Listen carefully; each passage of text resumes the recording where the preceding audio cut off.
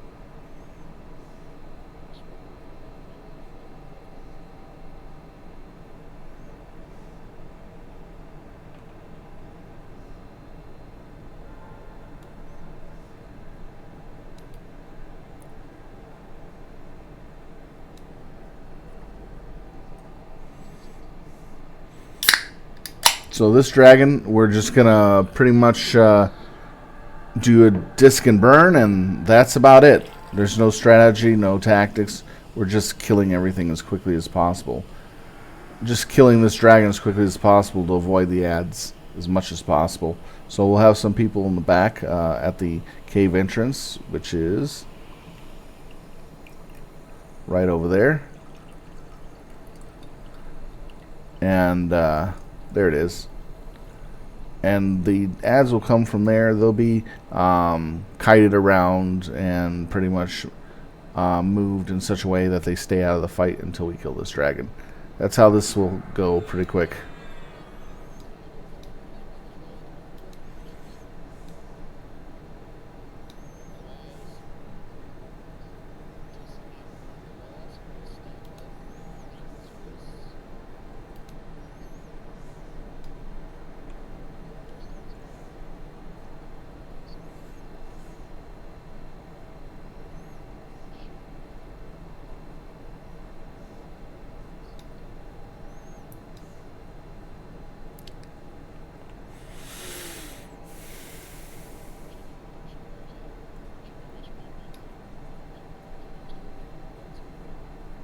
This one will end a little early before killing it. Some of these dragons don't want to die, so they'll do whatever they can to stay alive. So they'll give up real early. So we only have to beat them down to a certain level. So it gives us a chance to do it pretty quick.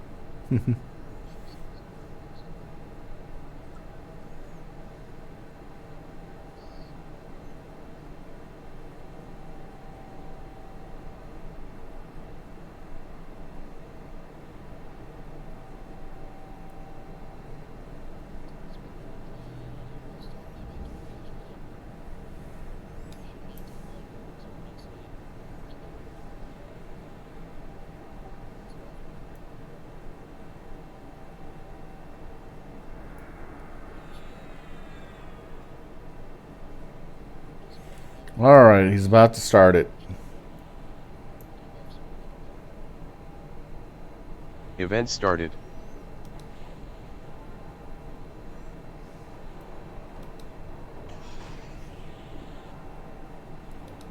Dirge in.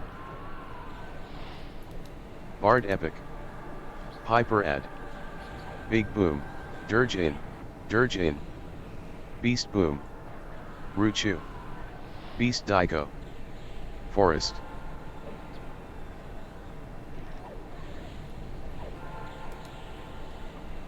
Big Boom.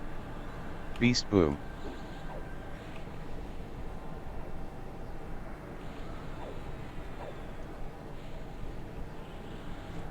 Dirge in.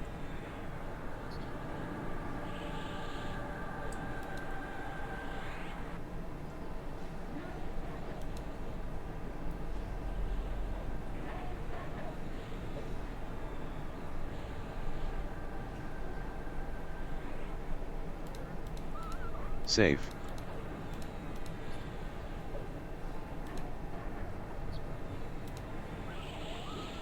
Big Boom. Beast Boom. Death Binders.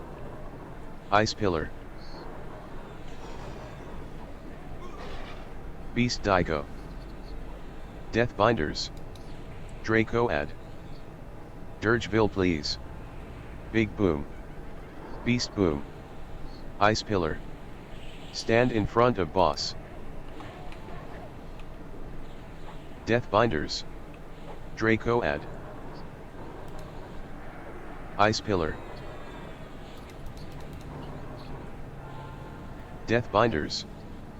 Draco Ad.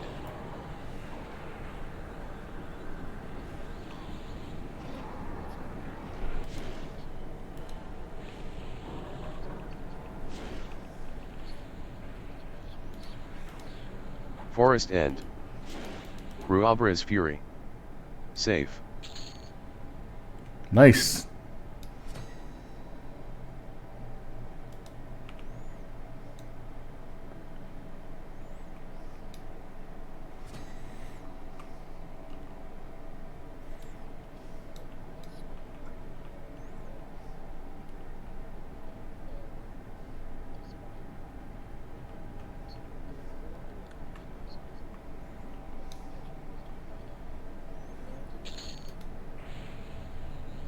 Ruabra End.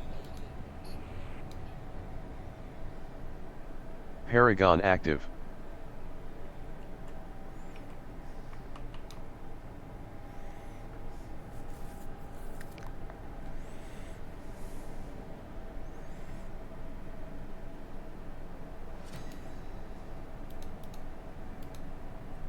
Alright, so we got this as an item.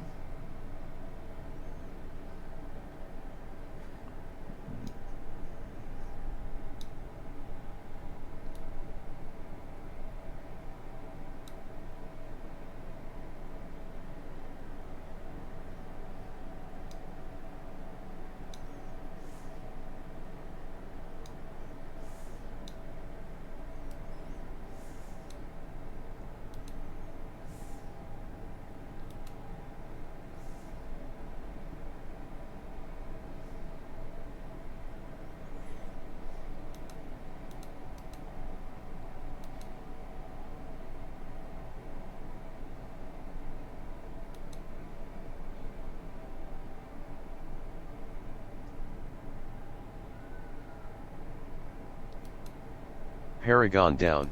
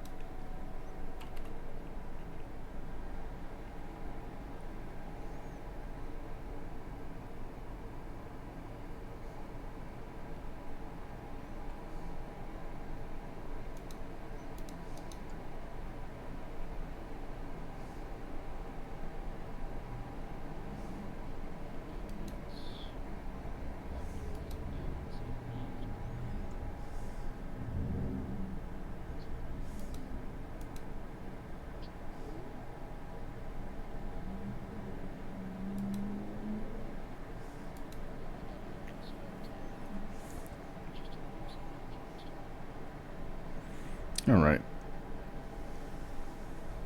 The only thing I really care about is this one.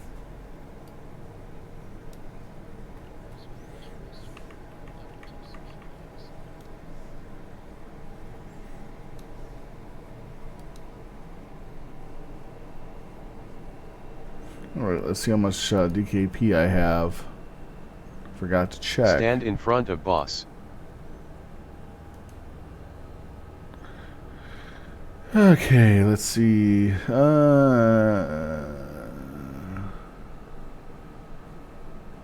695.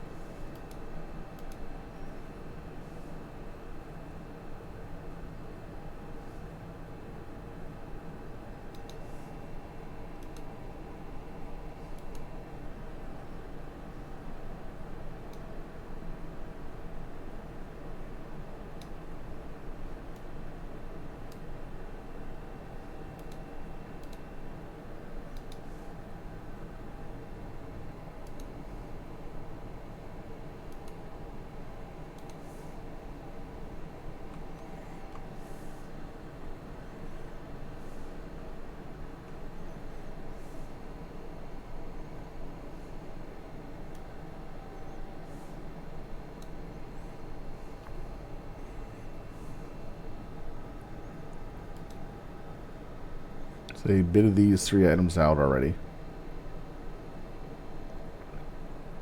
I mean, sorry. These 2 in the cloak. Now it's this item.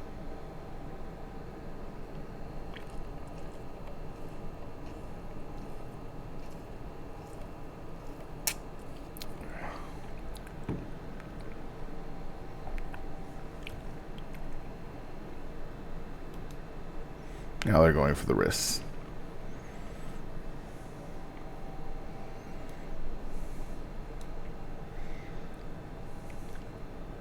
The rings and earrings are going to be really expensive along with the amulet.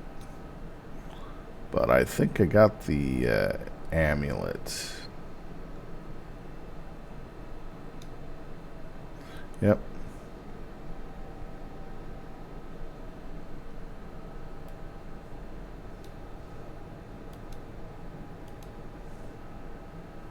Forgot to update the listing here. I was outbidded for the Bloods. Damn. Again, outbidded for something good.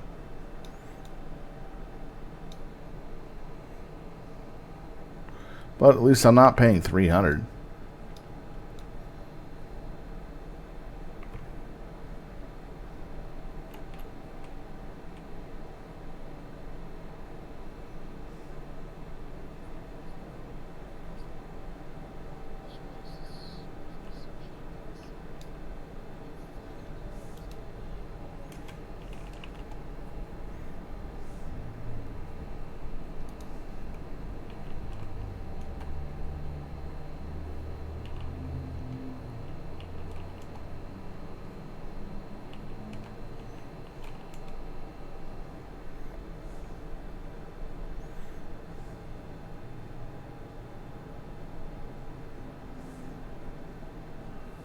Okay, we got the first dragon down. Pretty easy peasy.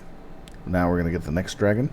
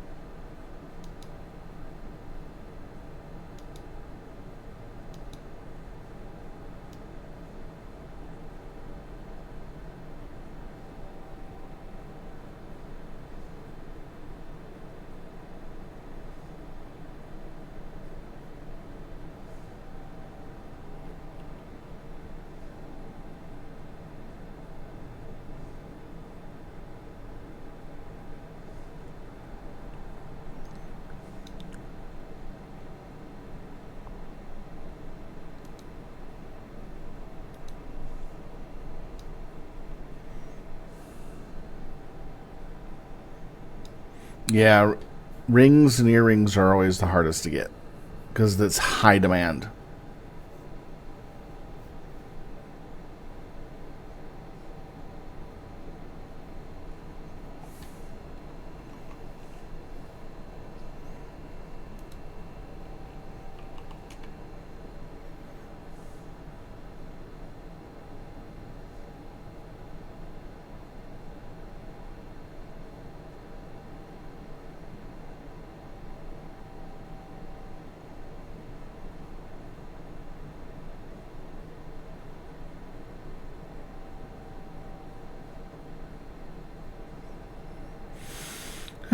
Hey, kitty. Ah, the boot dragon. Out of aura. Outside aura.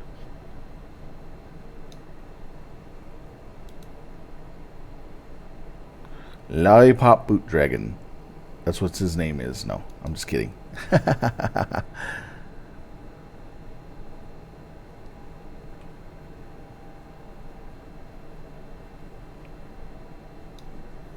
Let's see if I'm in the aura.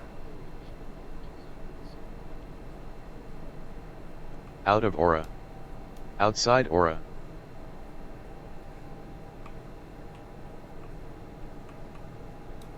That should keep me in range. There we go.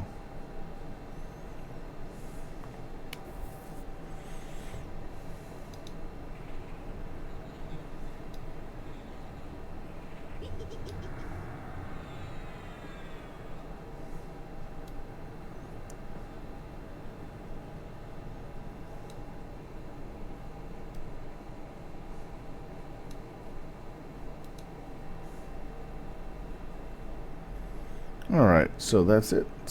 And this.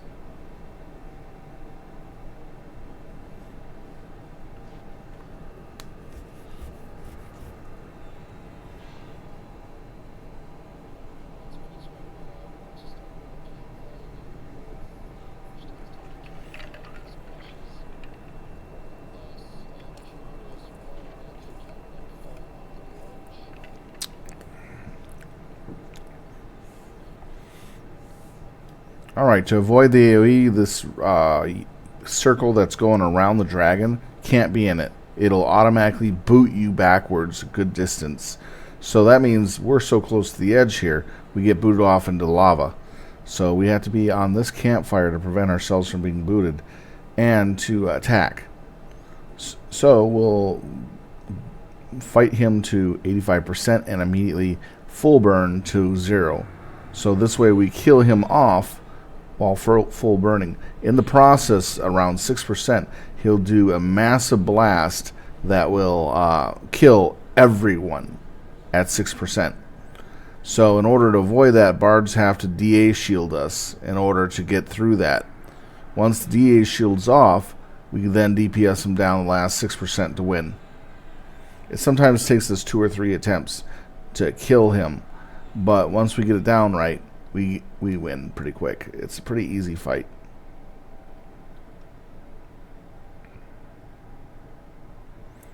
So I'm outside of his AoE range, so I'm safe to DPS here. So the dragon will be pissed off, dragged all the way around here, and he'll do his AoE.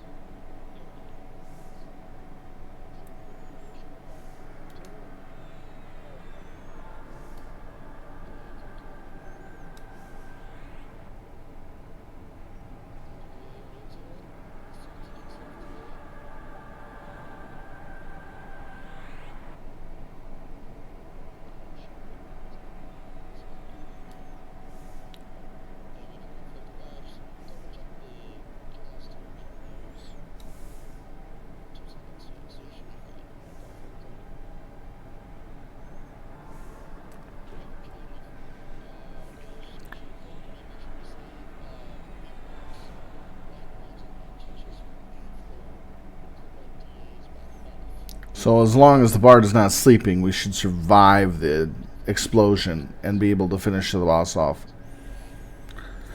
That's if the boss is not... Sorry, if the bard is not sleeping again. In my case, it's usually the bard's asleep.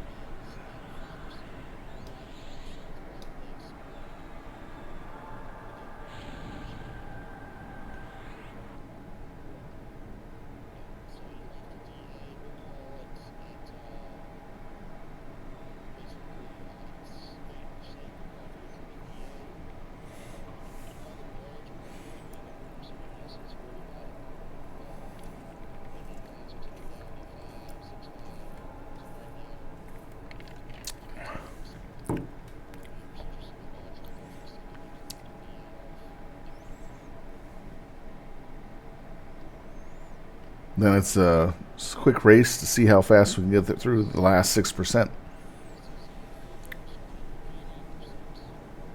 Oh.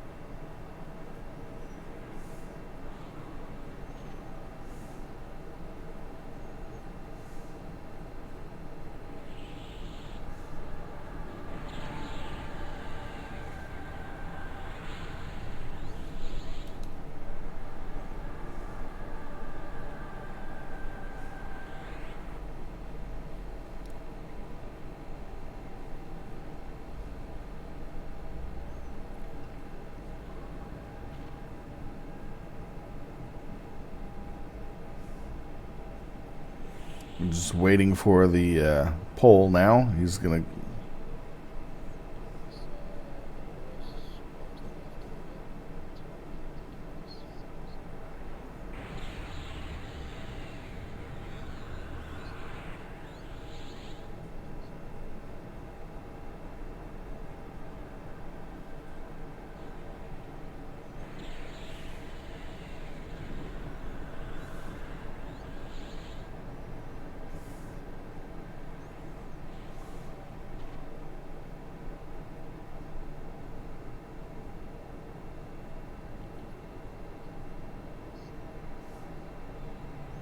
Event started.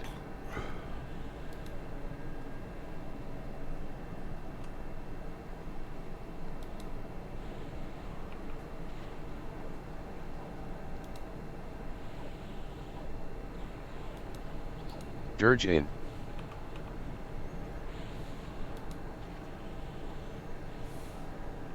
Dirge in.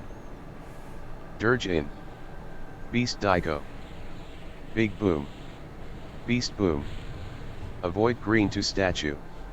Ruchu.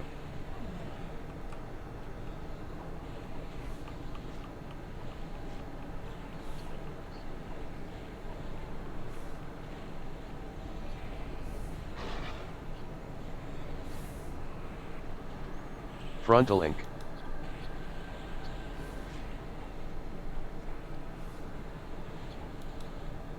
Bard epic. Dirge in. Forest.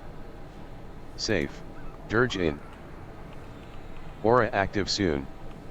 Avoid green to statue.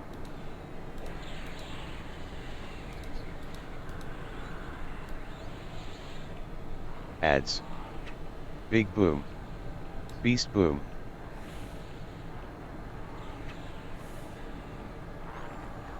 Beast Dico. Ads.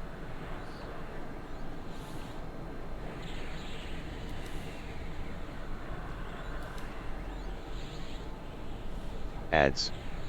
Avoid green to statue. Big boom. Beast boom. Ads. Dirgeville please. Ads. Frontal link.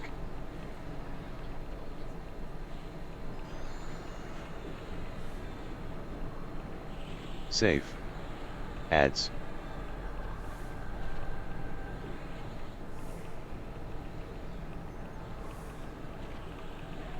Ads. Ads.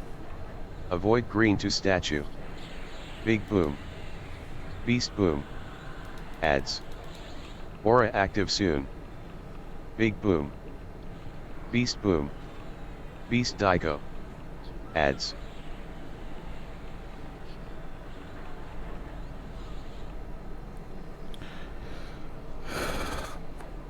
Bard didn't do his timing correctly at all. Ads. Forest I Head. always get the box bards. Ads. Frontal ink. Avoid green to statue. Ads. Safe. Ads. Yep, failed.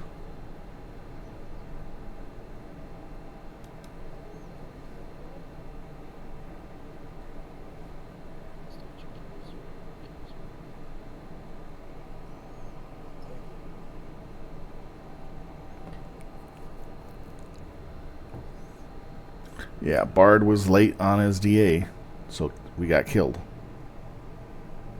That's the one fight where you have to make sure you get that click correct.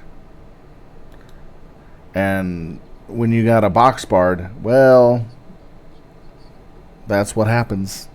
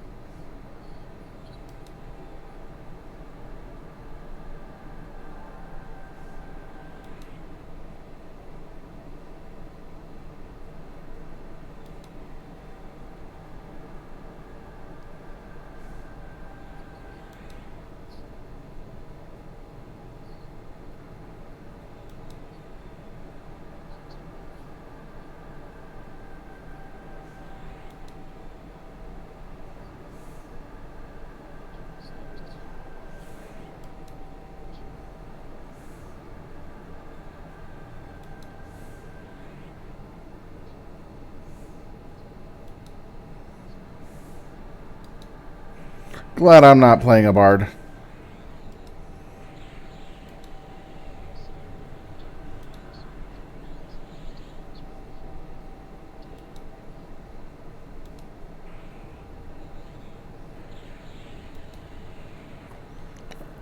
Because Arrow faded. it would suck.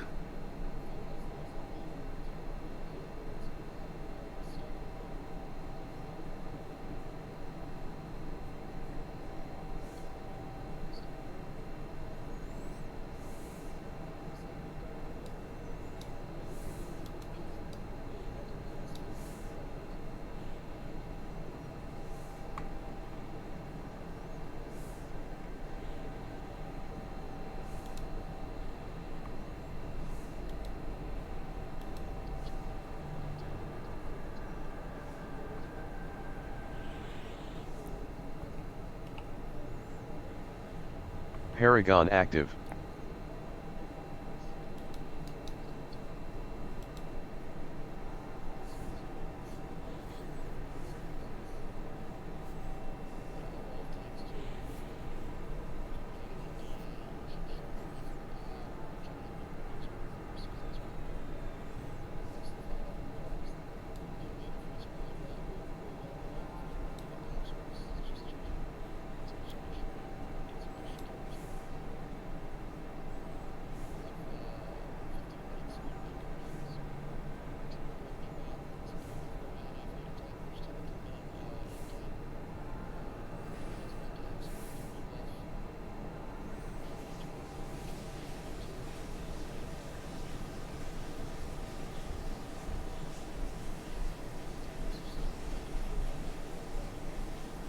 All right, we're taking a small break to allow our buttons to recharge our big clickies.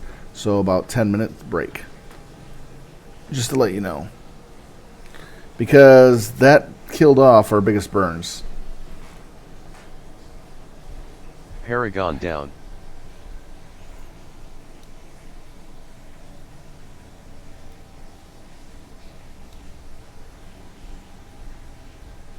They got the boss down to 1% before dying completely. If my group was still left alive, that would have been the 1% right there. But our group died at the 6% point immediately. Because we didn't have the bard bubbling. The bard shielding for that.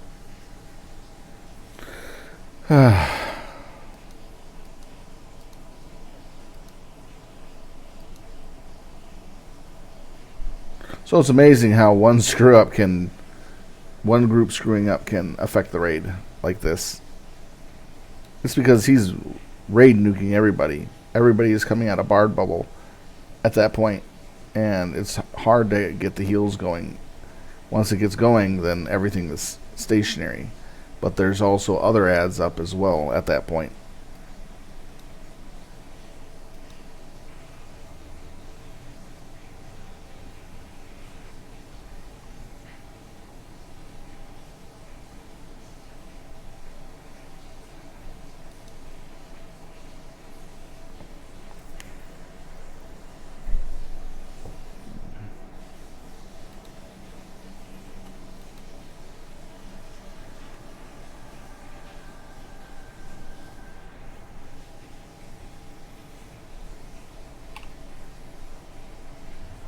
Paragon active.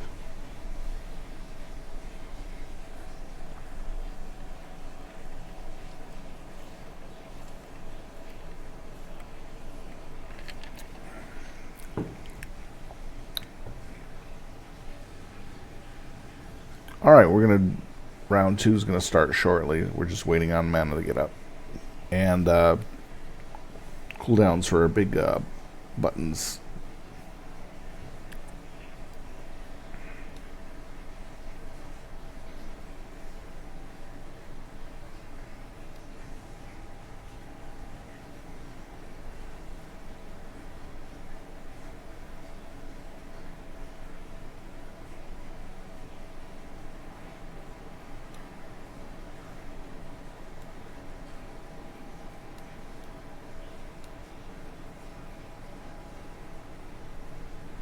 Yeah, the fight down 100% perfect, but the only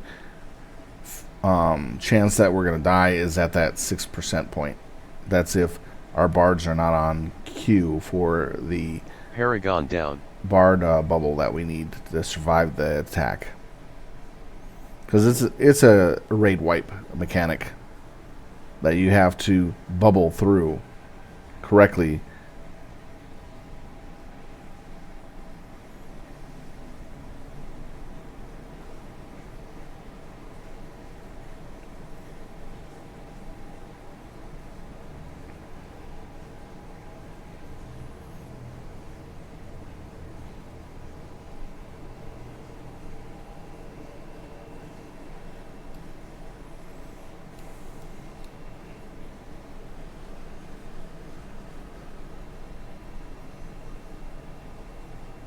This fight sometimes can take 2 or 3 attempts, but usually we get it on the second attempt.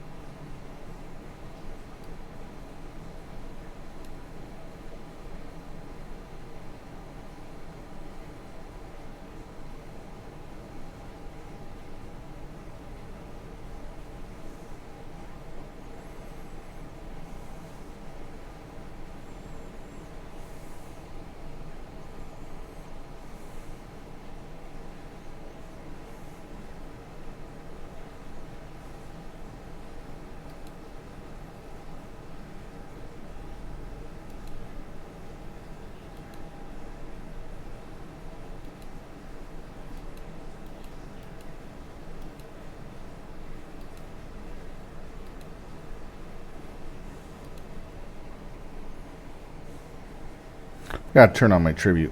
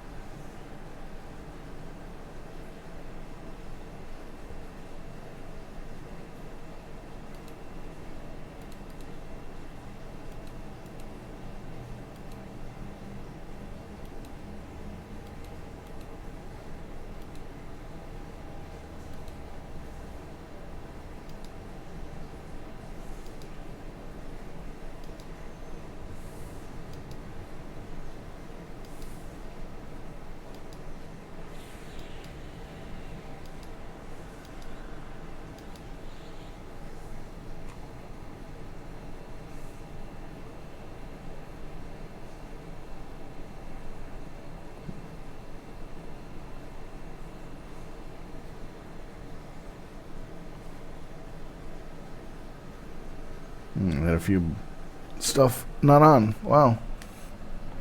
That's interesting. I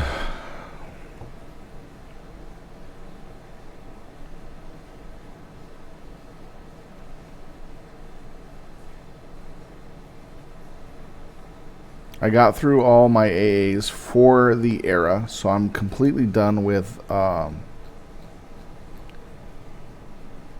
Claws of Vanishing. Sorry. As you can see, I'm on the focus for Torment of Velius. So I've been working on Torment of Velius somewhat this week. I haven't done as much grinding as I thought I was going to do. I thought I would at least 2 more of these done by this Friday, but I didn't. I was playing City of Heroes quite a lot over the last 2.5 days. I got my character up to 38 now. So I've been kind of working on that.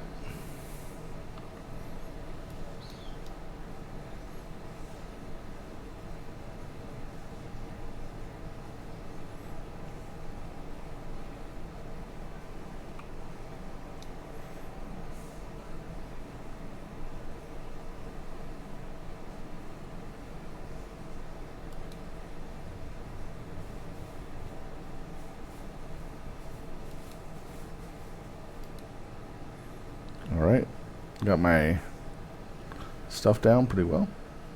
Alright, we're coming back from AFK now. We're moving across to get in place for our shenanigans.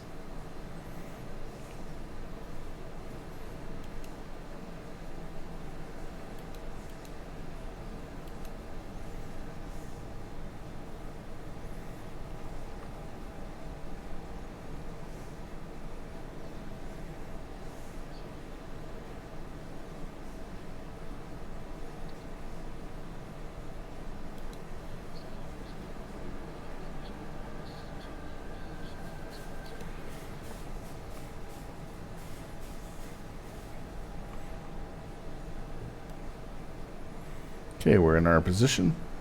We're getting in our position. We're about ready to start this. Again, hopefully our bard is awake this time and prevents us from dying like that. It kind of sucked. We would have had the dragon down the first time.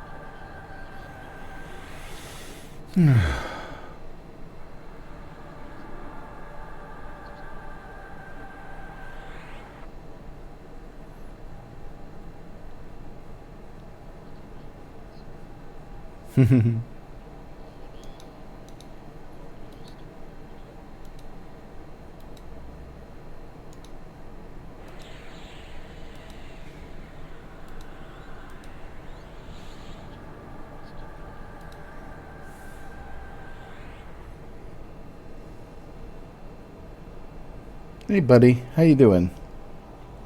Aw, thank you. Cat was rubbing his body up against my leg. Thank you, buddy. Sometimes he'll turn around and start licking my leg. Feels really nice.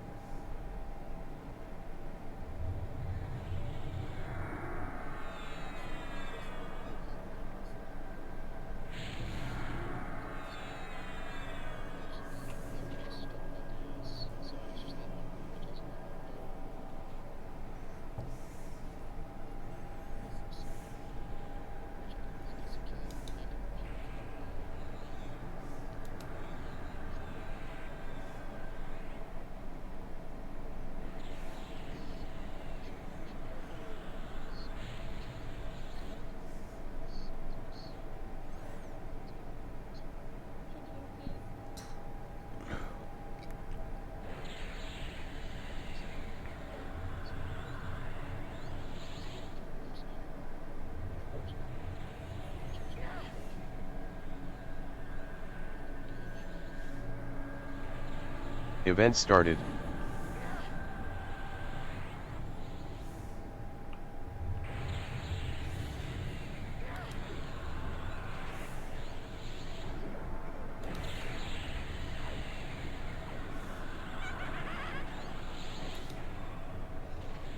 Dirge in. Dirge in. Big boom. Beast boom. Beast Dico. Avoid green to statue.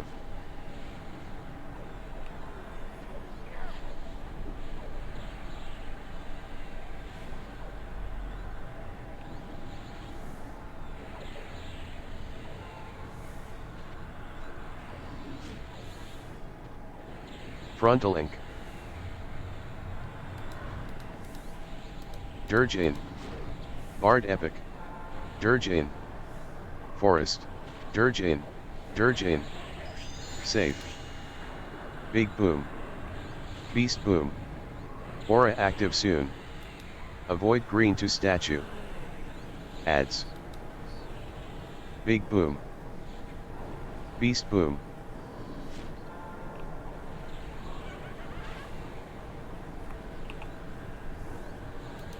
Ads.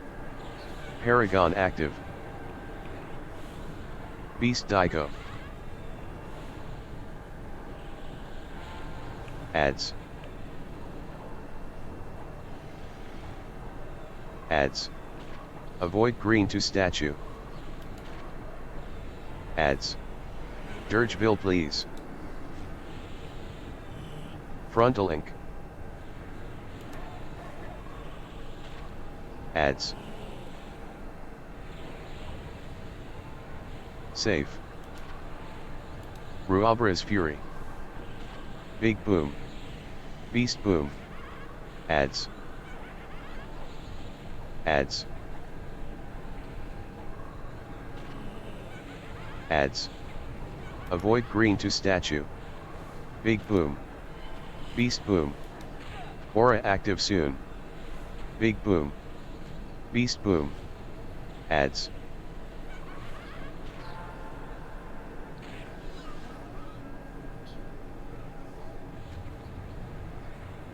Ruabra End. Ads. Paragon down. Forest End. Ads. Paragon active. Ads.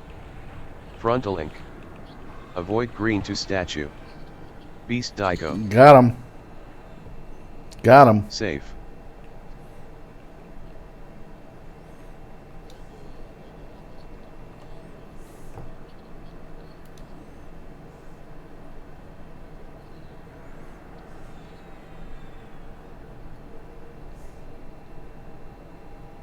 Yeah, that was a very clean fight. Sonalak down. That's 2 bosses.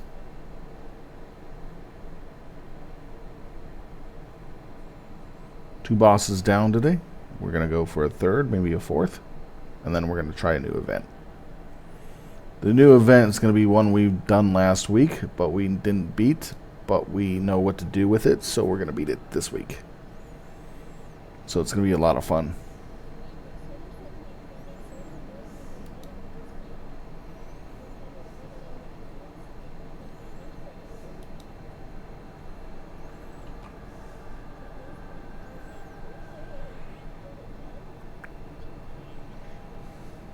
Paragon down.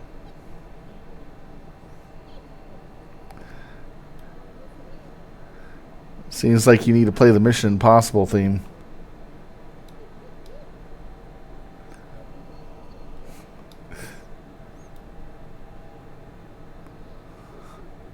No, Mission Impossible would be better.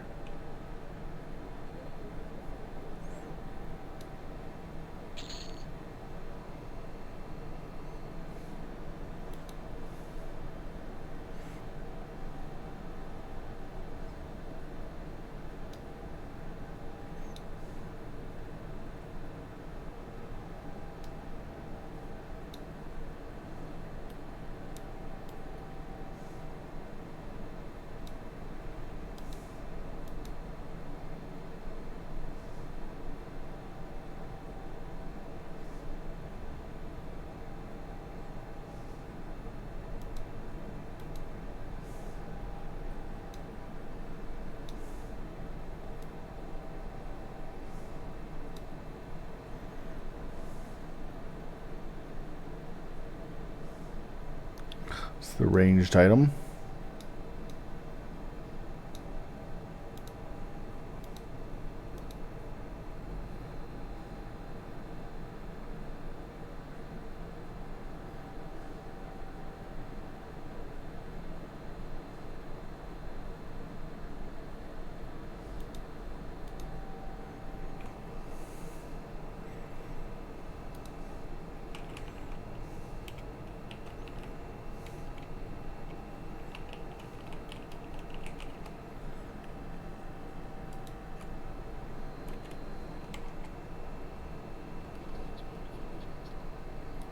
We're doing defenders next.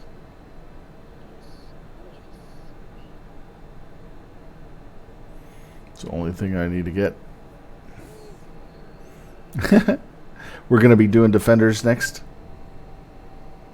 so we can get to the new event.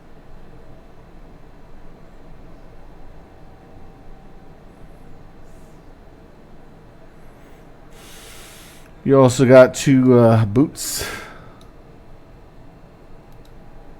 and 3 diamonds. Is that right? No, 4 diamonds. Wow.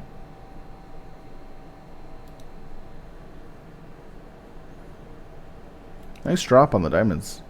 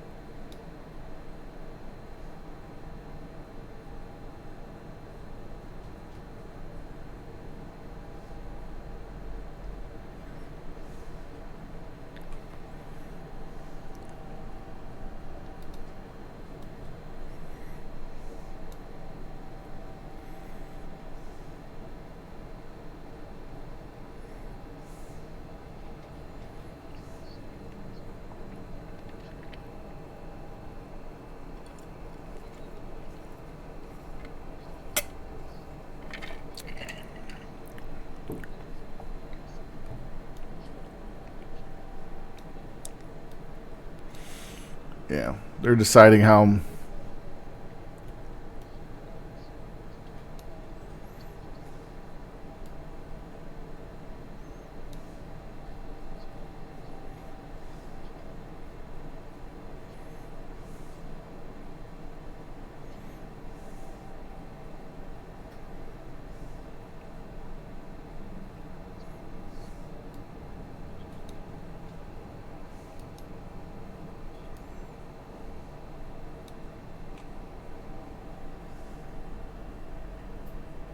It's nice. Got an AA off the kill.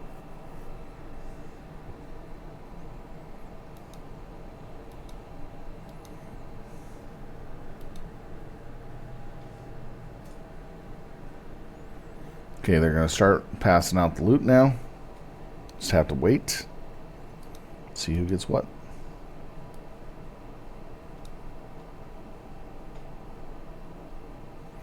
Yor went for 205 DKP.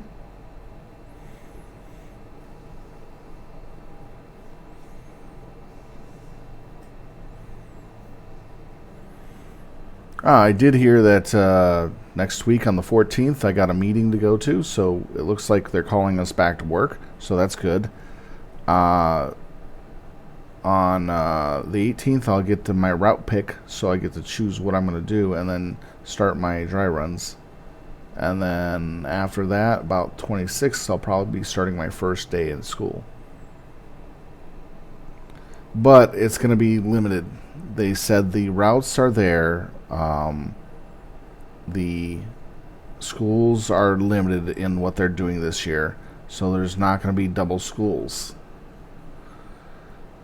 What that means is there's not enough money for public schools to have buses this year.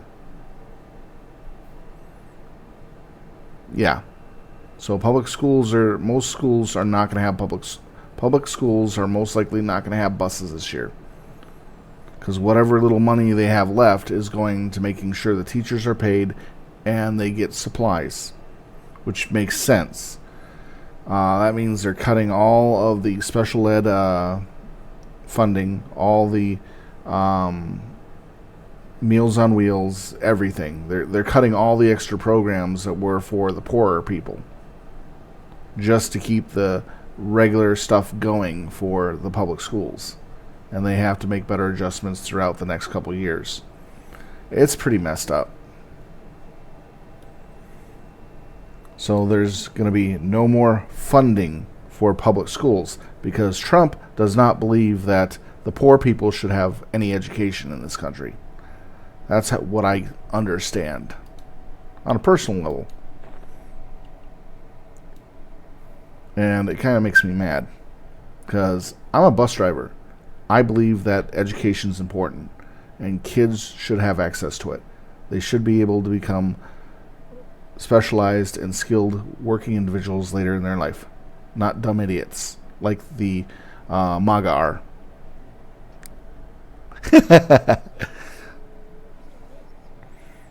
That believe Russia is their friend and wants to help us.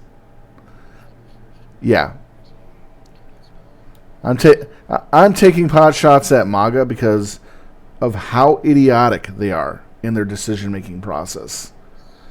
I wouldn't be making fun of MAGA Republicans that way if they were more intelligent about their choices.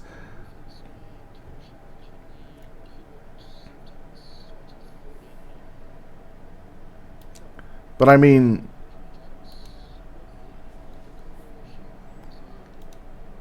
honestly, if a MAGA Republican decides to rise up against the state they live in and kill Democratic Democrats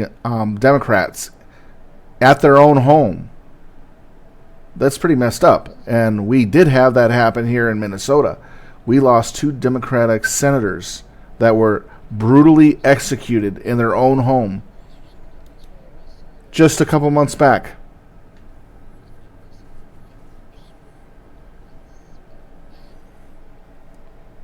And he was told by Trump, because of how he hears it from what's coming out of Trump's mouth, that these 2 Democrats were pro-life and they had to be killed.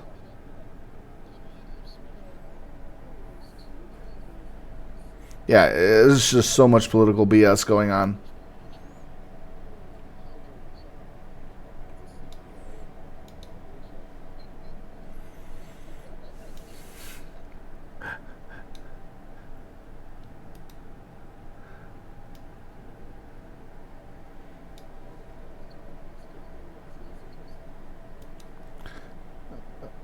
Okay, so XV.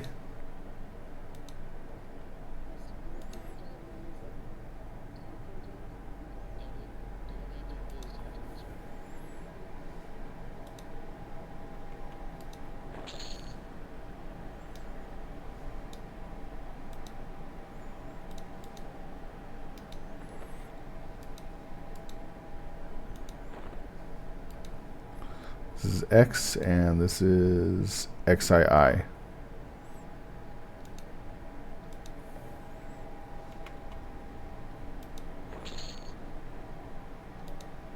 The whole thing about it that I understand with MAGA is they don't care how they win. They would rather see the world burn around them and get what they want when they win. And they're willing to go the distance for all of that.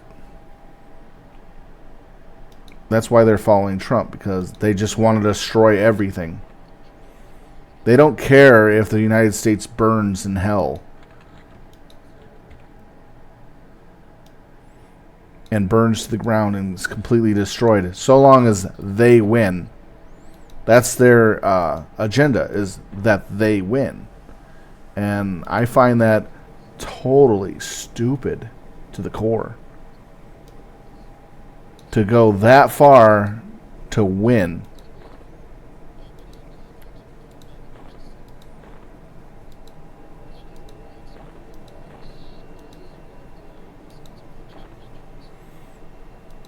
And they're already killing Democratic senators and going after people that are Democrats. Because Trump said he's going to deport the Democrats out of the country. And so they believe him and want it to happen.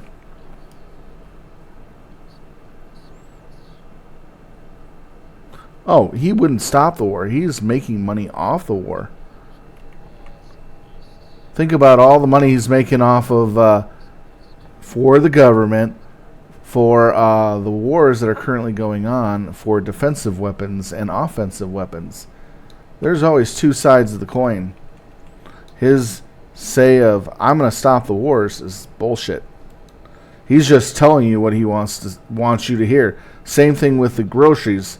I'm going to bring down the cost of living. I'm going to bring down the cost of food and gas and all this and housing. Since day one of his presidency, he has done nothing of the sort, and it's only been going up.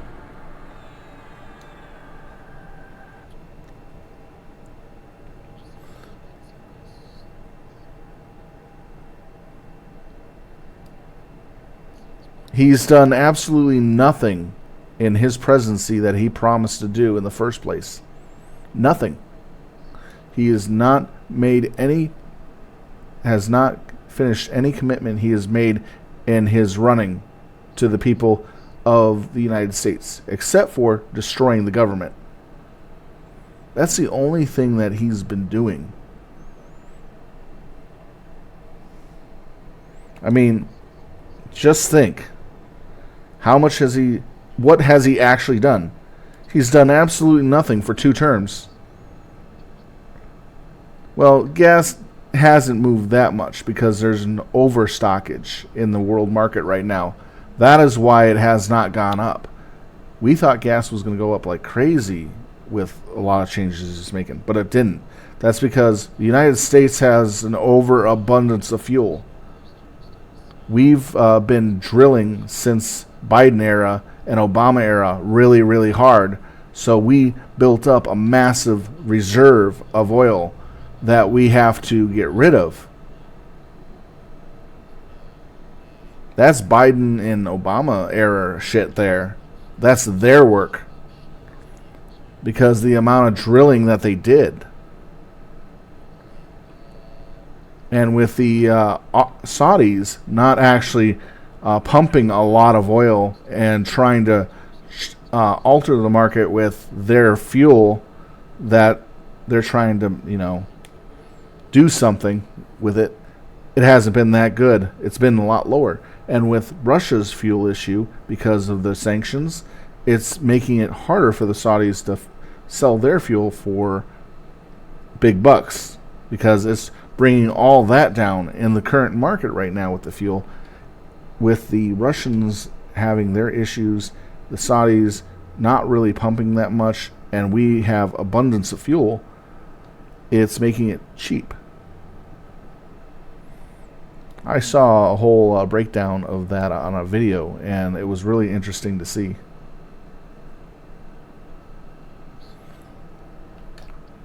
Under Kamala Harris, we would not have ICE raids that are very dystopic to Adolf Hitler's Jewish raids. We would not have government abuses massively in effect. We would actually have our Constitution fully online for everybody to read. You probably didn't hear about that. Part of the Constitution is missing. Habeas corpus and all the parts that he has been violating, such as no gifts to the president and a few others.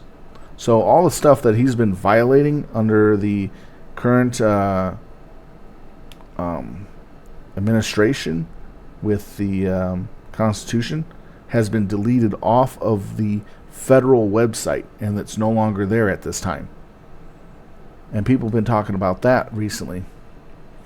Why isn't habeas corpus up there? Why isn't the gifts to the government? He cannot accept gifts to the presidency.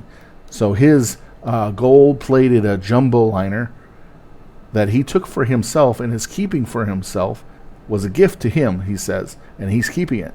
But he's not allowed to keep it. That's supposed to be the government's. There's a lot more other stuff that wouldn't be happening either. I can go on for another 10 minutes, 20 minutes of other issues that I can come across that's just really messed up.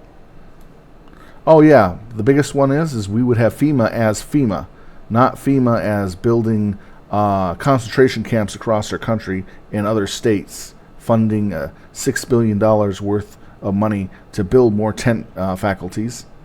to house immigrants. That's what FEMA's doing right now. They're no longer working as an agency to help with aid and recovery.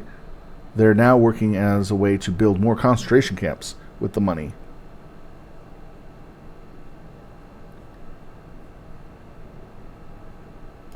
And FEMA would have been still working as a recovery agency, not as build your own detention camps facility coordinator.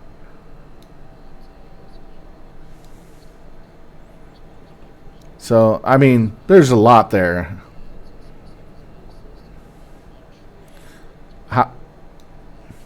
And the funny fact is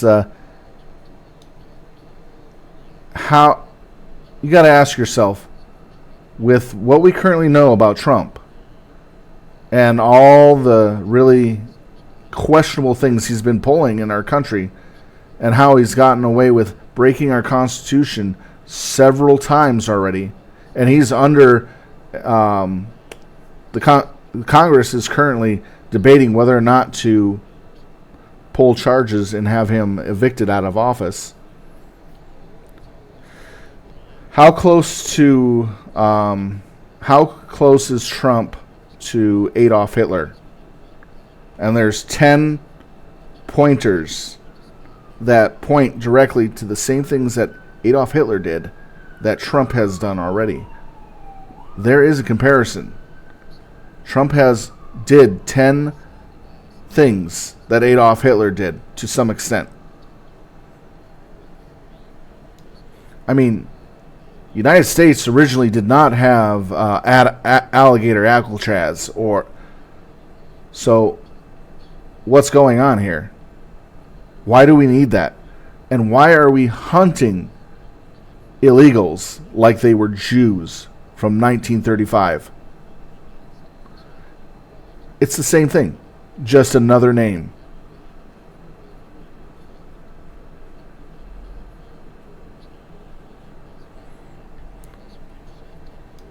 But he's willing, even if he has handlers, he's willingly doing it to erode as much as he can of our laws and government.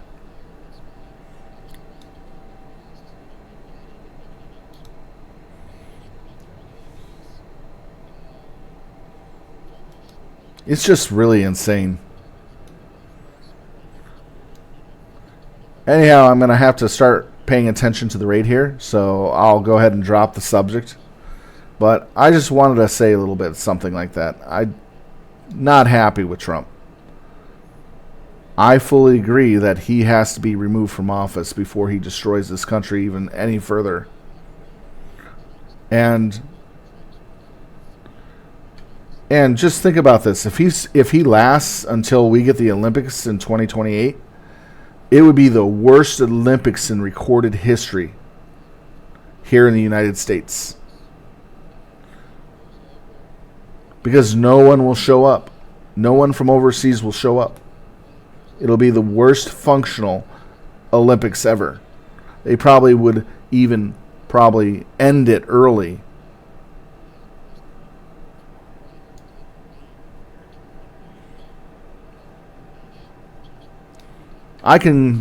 If he even lasts that long, I could see him using the visitors from other countries as hostages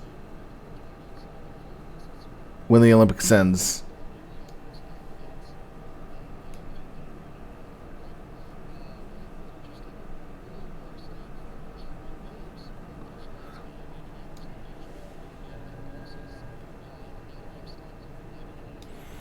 Putin, he's really fucked.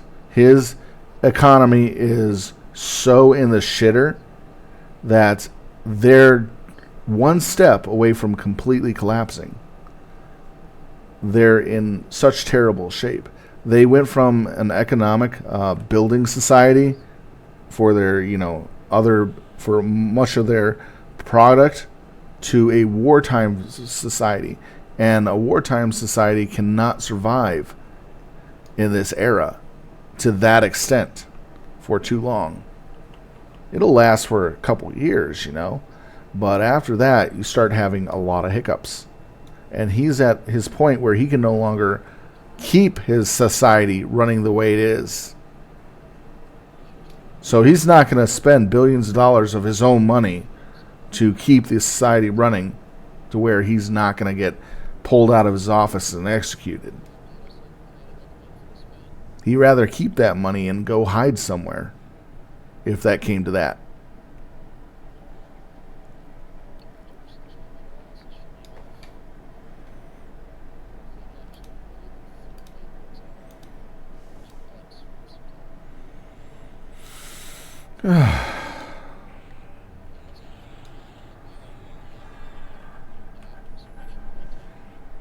With all their oil wells being blown up and facilities that store the oil, they're having a harder and harder time in storing their oil. Their fields are starting to become less profitable and producing, so they're having food issue problems throughout the country. The civilian life structure is horrific. And now they're selling Ukrainian children online as a booklet buying list of Ukrainian children you can buy at this moment. Yeah, they took all those Ukrainian children from Ukraine, from their parents, and started selling them online and auctioning them off as products. That's what they have done. And this was just recently discovered this week. And they're talking about it like crazy. Yeah, it is true. The Ukrainian children are being rounded up in all the orphanages throughout Russia, being photographed, the pictures taken, detailed information on them, posted online in a booklet, a large-ass booklet. And they're selling off these kids to anyone who was willing to buy them. That means the Ukrainians had to buy back their children from Russia. And you know how Russia is. They're not going to sell to your Ukrainian. So they had to find another way to get their children back from someone else. So I see the Ukrainians realizing where their children are going to have to use a third party to buy them and then smuggle them out of Russia.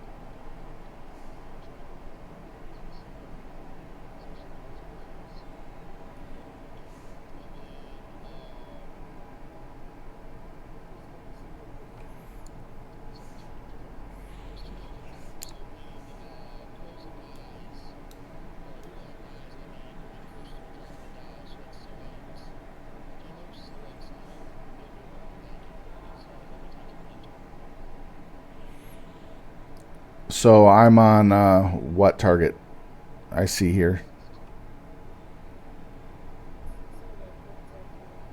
Oh, okay, sorry.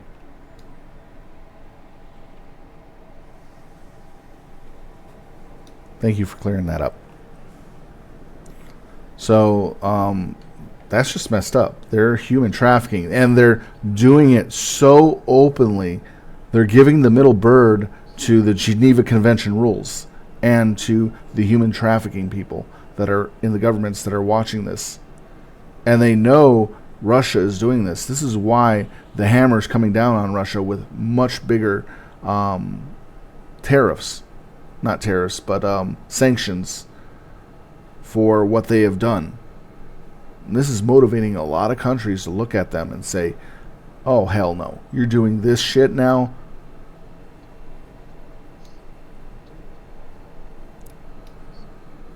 Because that's making a lot of other countries pissed off. That even made all of Africa very, very angry.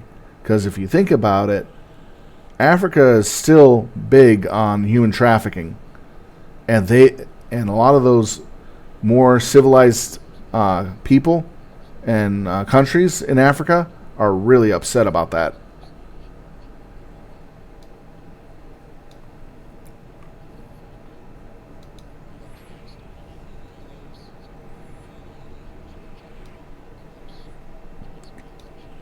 they're still talking about what they're going to be doing in the fight. I was just making sure that I knew what I was doing.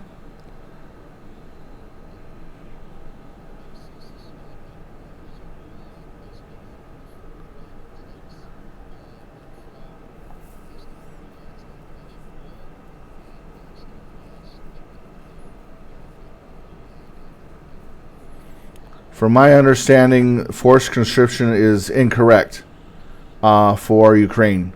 Ukraine is not using forced conscription, but Russia is. They're so brutal with their conscription that you're walking down the street, they'll pick you up and take you to one of the offices and force you. That was, as far as I know, there's no forced corruption in Ukraine. It's happening in Russia big time. But I can see that they're wanting and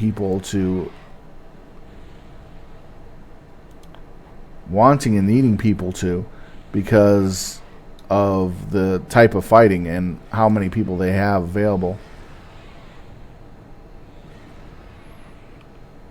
It's a brutal war.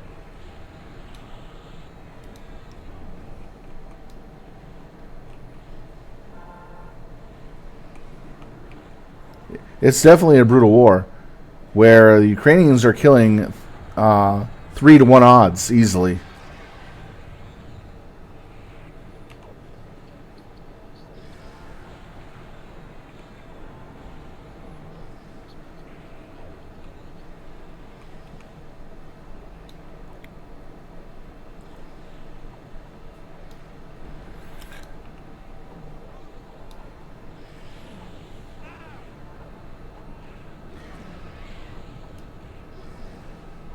Russian use felons, that is true. It's confirmed. They also use cannibals. They had cannibals in their military eating up the bodies. And one of them was a chef. You gotta wonder what they were cooking.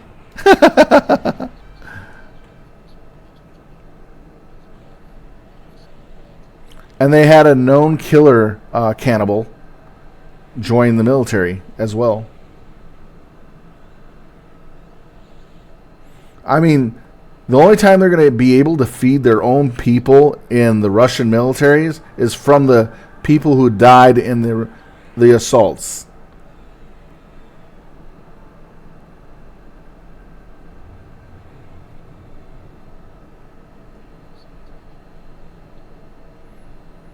Both sides are guilty of some things. That is true. I won't admit they're doing what they can to survive, and they're forced to. There's an issue of, are they willing to do it or are they forced to do it? And if they're forced to do it, I understand. But the Russians are murdering, raping, and pillaging the civilians of the Ukrainians. They're making mass graves wherever they go and throwing civilian bodies in those graves. There is known 5 locations where they have great mass graves that they've recorded.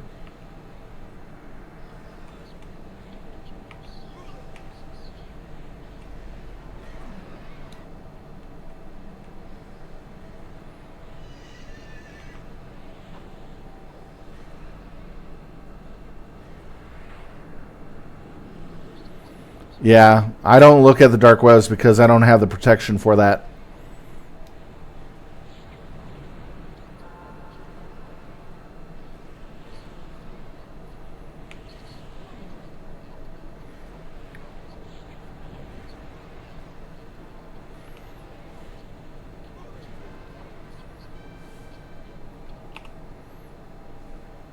Paragon active.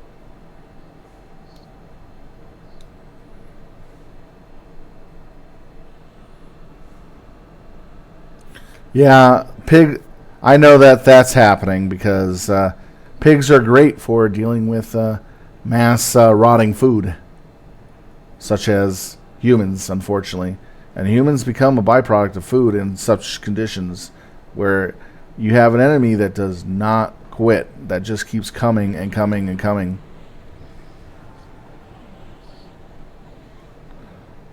Chance.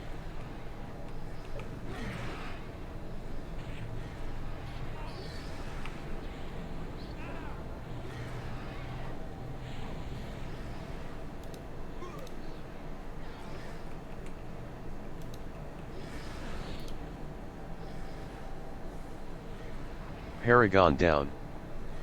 Paragon active.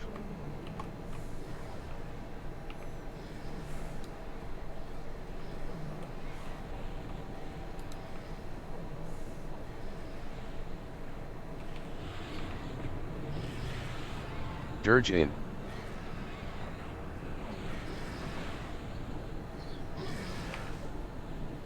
Yeah. Did you hear about Ukraine's interceptors? The new interceptor drones that they have, that they're testing?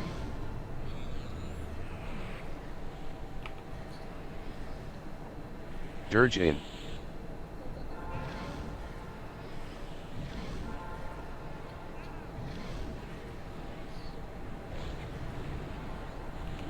Ualiac frontal.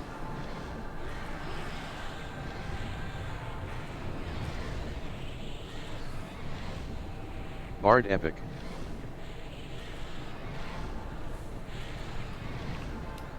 Chance.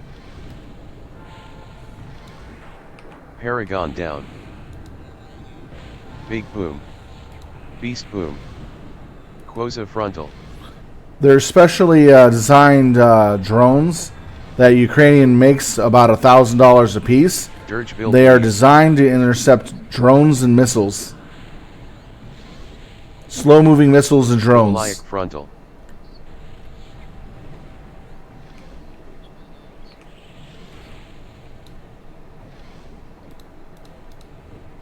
Forest. They're testing specialized drones that are designed to take out missiles and drones alike. And they're 80% successful with these new devices. They're fine-tuning them right now before they really mass build them.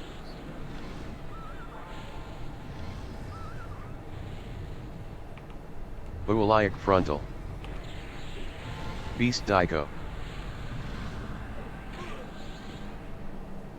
Yeah, those ones. They take out the propeller drones and the slow-moving missiles. They're capable of taking them out at 80%. Big boom. Beast boom. Dirge in. Chance.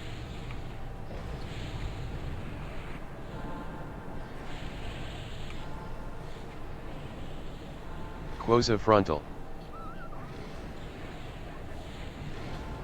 Ualiac frontal.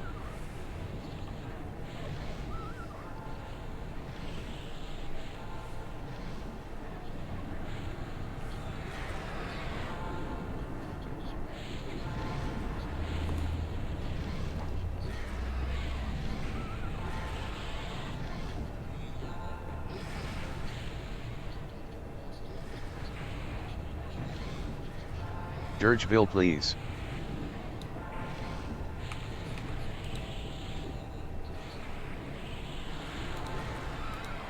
Forest end. Ruabra's fury. Ualiac frontal. Quoza frontal.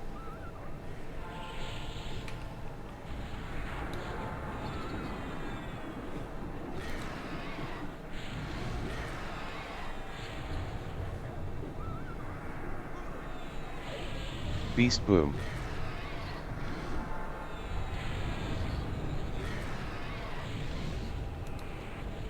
Dirge in. Ruabra end.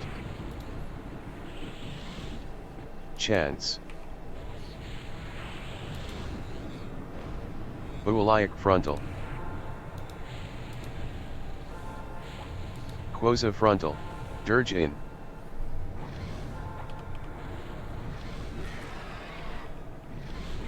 Big boom.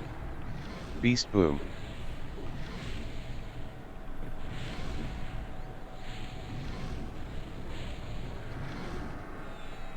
Beast Daigo. Well, for a proxy war, if it is, it's doing a massive number on Russia's military capability, which brought it down to basically nothing. Bard Epic. Barely keeping Reliant front. barely keeping itself alive through its massive war production. Big And boom. they barely have Beast any boom. vehicles Dirge to use on the breeze. front line. And whenever Close they frontal. use vehicles on the front line, they're just destroyed utterly. In reality, Russia can be invaded by a third country and taken over. Paragon But the active. only reason why that's not happening is because they have nukes. They're too afraid of Putin's nukes. But the problem is that more than 80% of the nukes would not Beast boom. fly out of Reliant the frontal. bays. They can't launch them because they're Chance. unable to take off, or they'll explode in the launchers. Beast Daigo. Quoza frontal.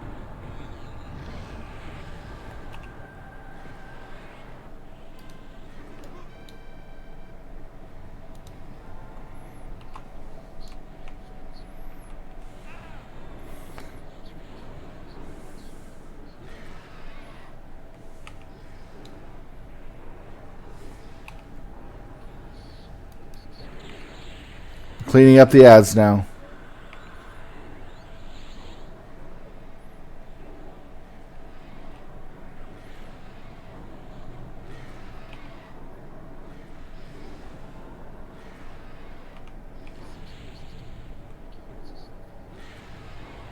Quoza frontal. Paragon down.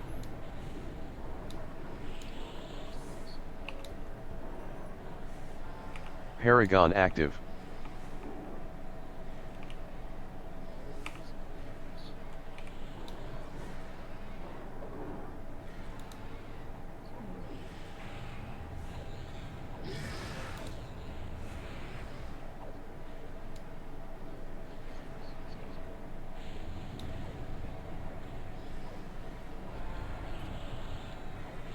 Chance.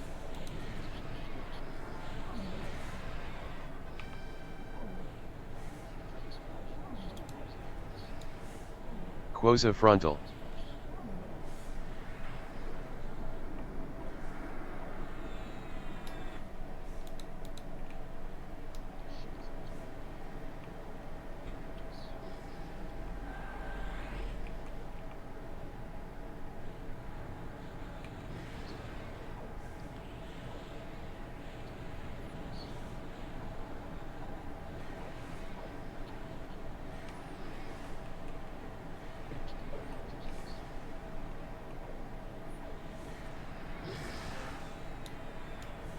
Paragon down.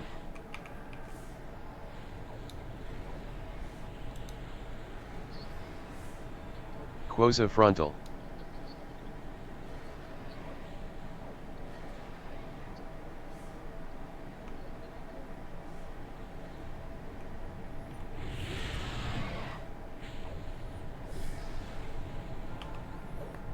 Beast Daigo.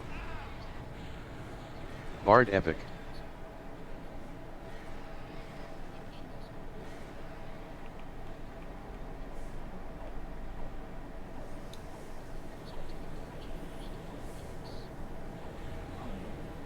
Chance.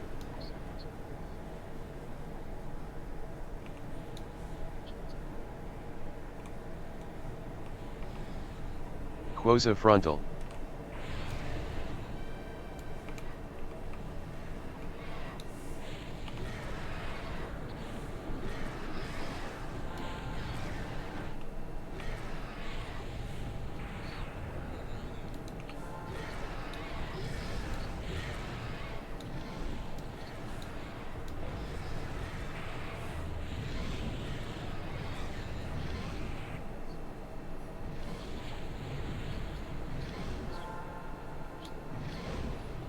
Paragon active.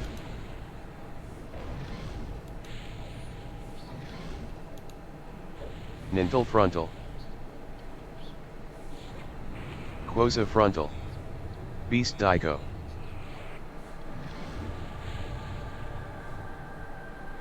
Big boom. Beast boom.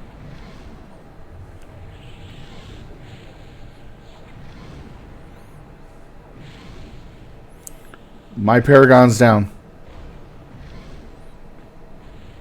Dirge in.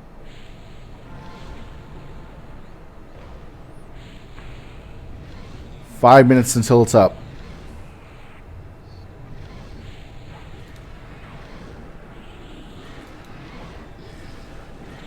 Dirge in.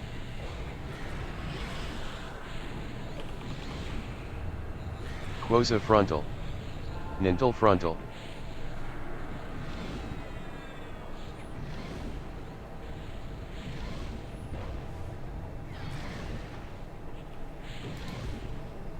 Big boom. Beast boom. Paragon down.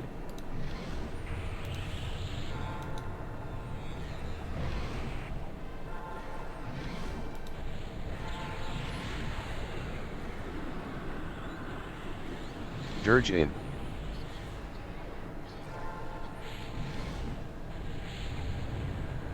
Big boom. Beast boom. Quasi frontal.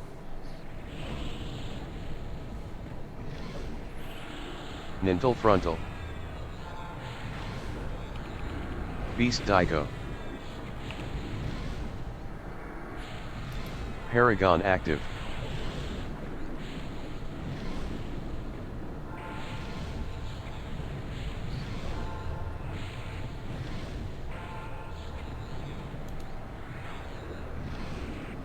Dirgeville please.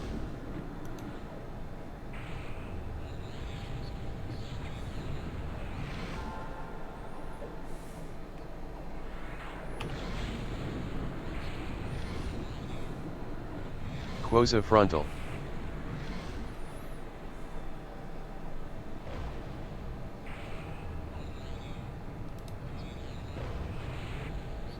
Nintal frontal.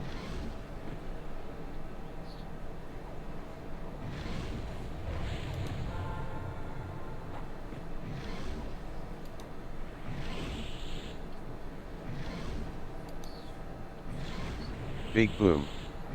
Beast boom.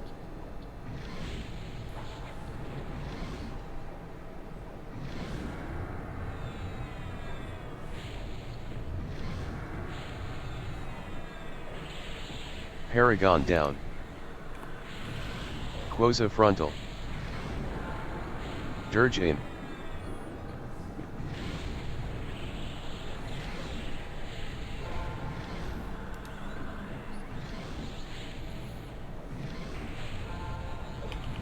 Nintal frontal. Beast digo. Bard epic. Paragon active. Big boom. Beast boom. Forest.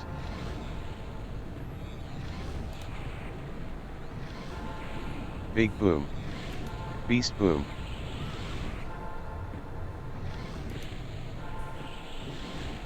Quasi frontal. Dirgeville please.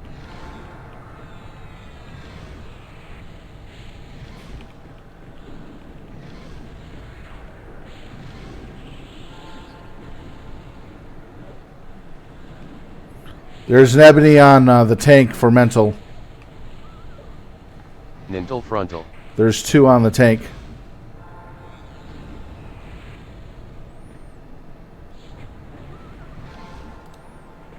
Pharaoh faded.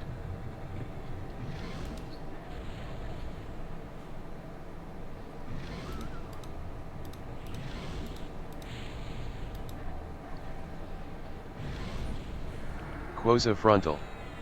Beast digo.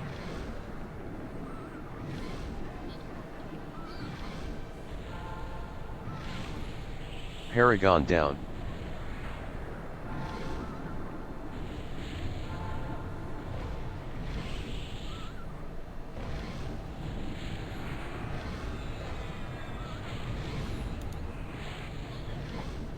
Nintal frontal.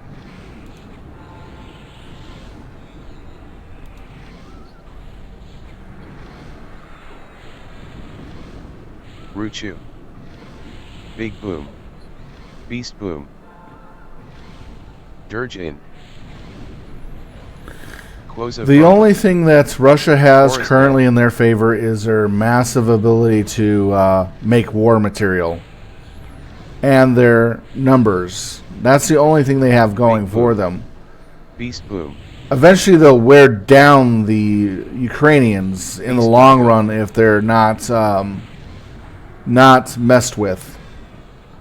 But the problem is that currently, with how dysfunctional the military is in Russia and how corrupt it is, they're literally fighting themselves to the point where their own conscripts and people are getting sick of the BS on the front lines.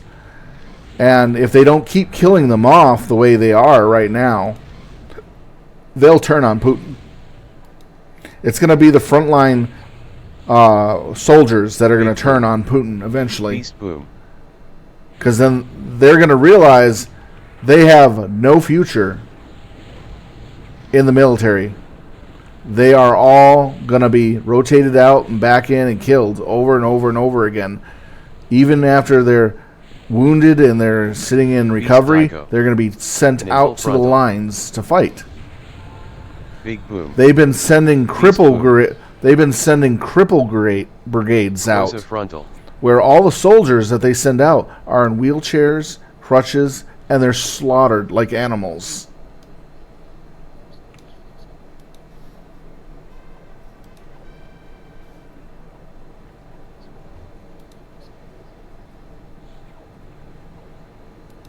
So, truth be told, they're using the soldiers that are wounded, that are able to move. They don't care if they have guns or equipment to fight with. They're just sending them out just to be slaughtered, so they don't have to pay any medical benefits or anything for those cripples. They may give them 1 or 2 guns for the whole brigade, and some with bullets. But most of the people are just dying in wave assaults. There's so many bodies on the ground in any wave assault area that they've been doing that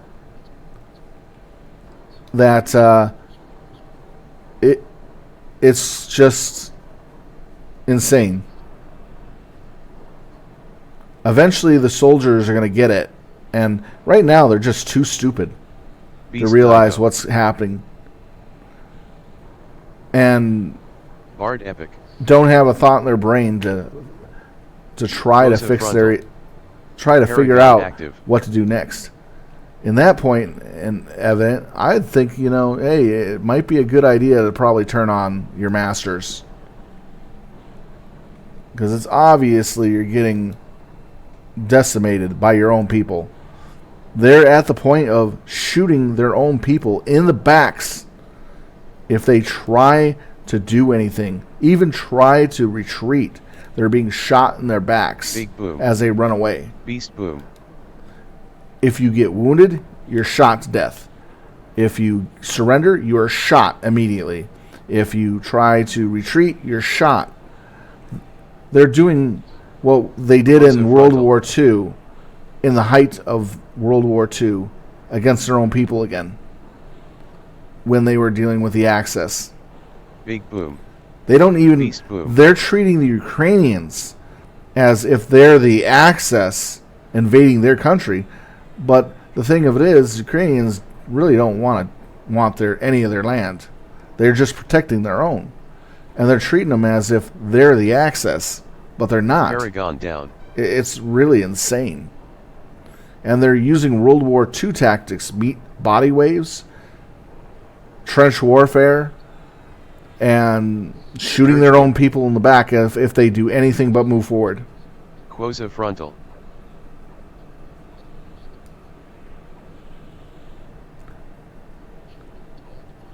Well, okay, think of this.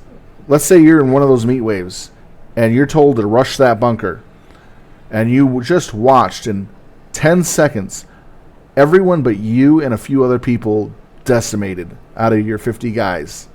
Isn't that going to scare the shit out of you? And make you want to run away and retreat to regroup? Yeah, that's the case. And then when they see a wounded person on the field, they just execute them at range. Dirgeville, please. Quoza frontal. And nobody wants to get wounded because they're going to be executed.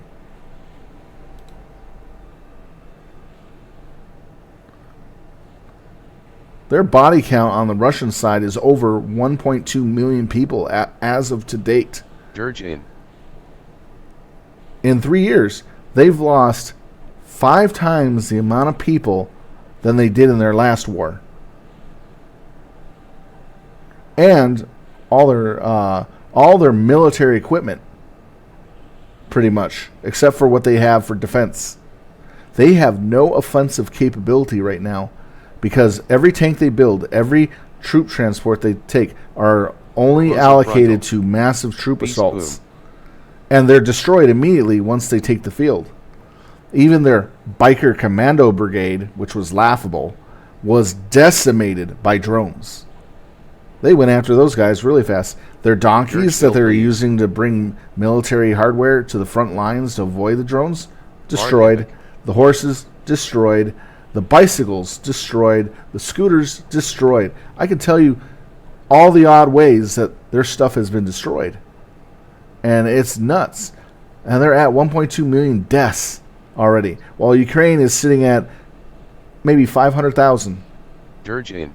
And that's because a third of that is being executed when they surrendered to the Russians. They're literally executing prisoners on the field of combat who have surrendered. And there's multiple war crimes.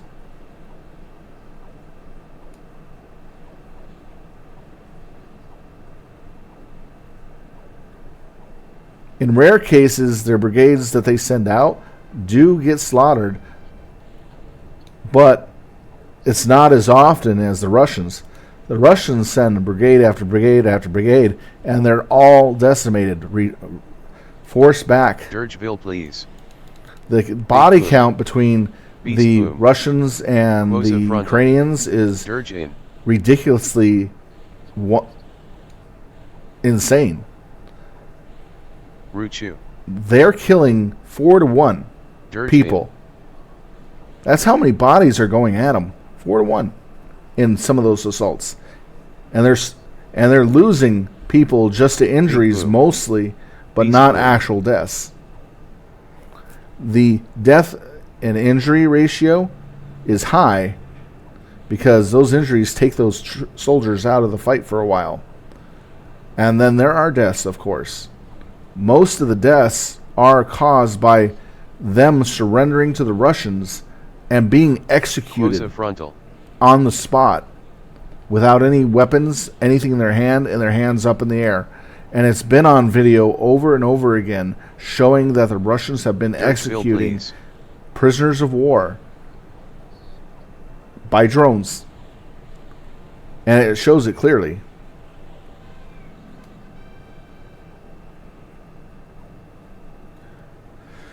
Yeah, because they're forced to fight. Now, Wagner is forced to fight in that war now.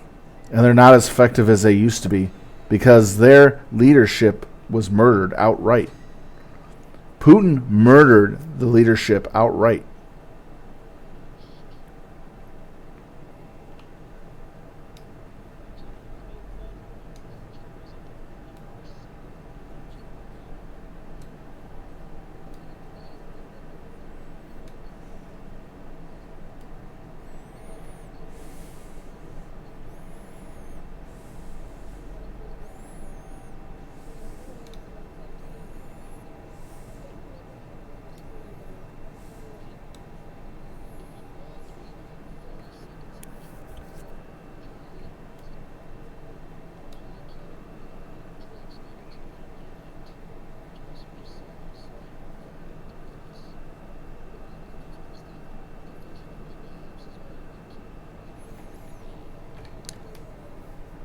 And then, in order to prevent Wagner from retreating out of the war zone, they basically gave them contracts to stay as contracted soldiers, the option, but they forced them into signing.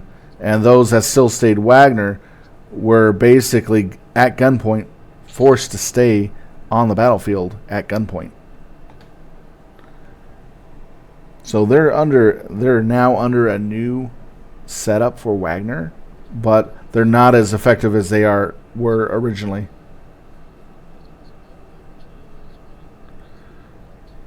Well, those are ex-soldiers. I know about that. We do have, and other militaries and other countries have people fighting in Ukraine to help Ukraine, but they're being paid to fight there. They're being given money to fight and risking their lives. They're not doing it for free. They choose to be there. That's a huge difference. So 25% to 30% of their forces is foreigners that choose to be there, which is a huge difference compared to what Russia's doing. What Russia's doing, they're literally having people, how do I put this? They literally give out these flyers and say they make money in this, and the money that they're giving is enough to, pay for these people a year worth of salary.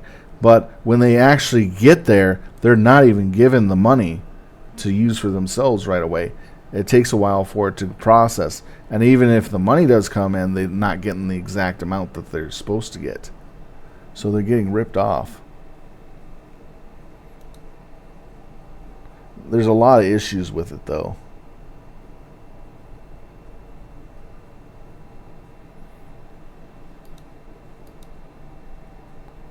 And the funny part is their country is looking at it as all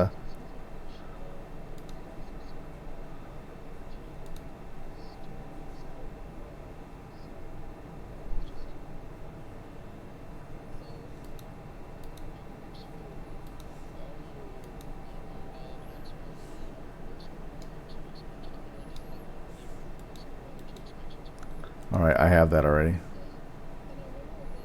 I gotta focus real quick.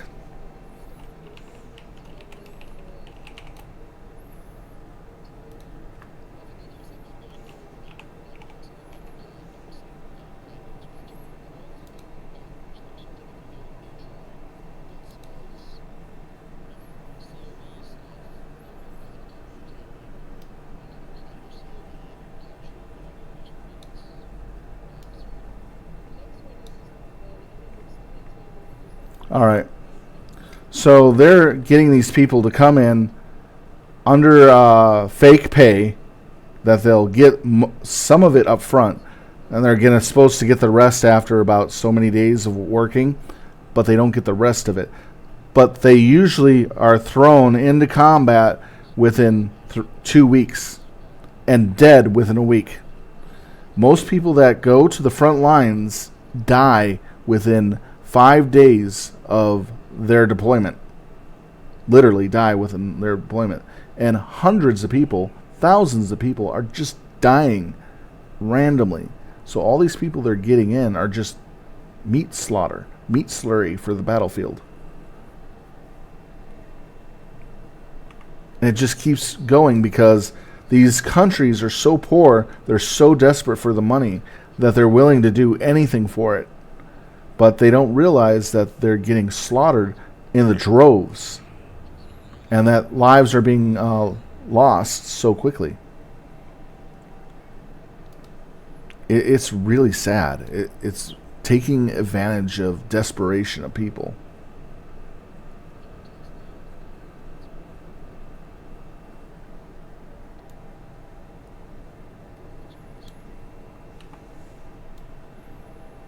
It's just unbelievable what Russia's doing. They're committing war crimes. They're committing Geneva Convention crimes. They even violated Geneva Convention 3 times that I know in this war. They used chemical warfare twice and got away with it because Trump did not pursue the chemical warfare attacks on the Ukrainian soil. They used anthrax, 57-year-old anthrax, on the battlefield in the occupied territories to keep the Ukrainians from advancing for 4 months to 6 months.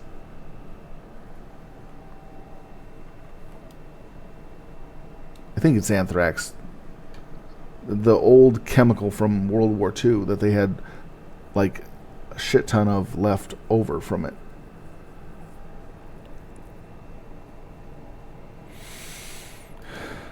I mean, I've kept up to date on what's going on in the Ukraine war with Russia. I can recount major violations.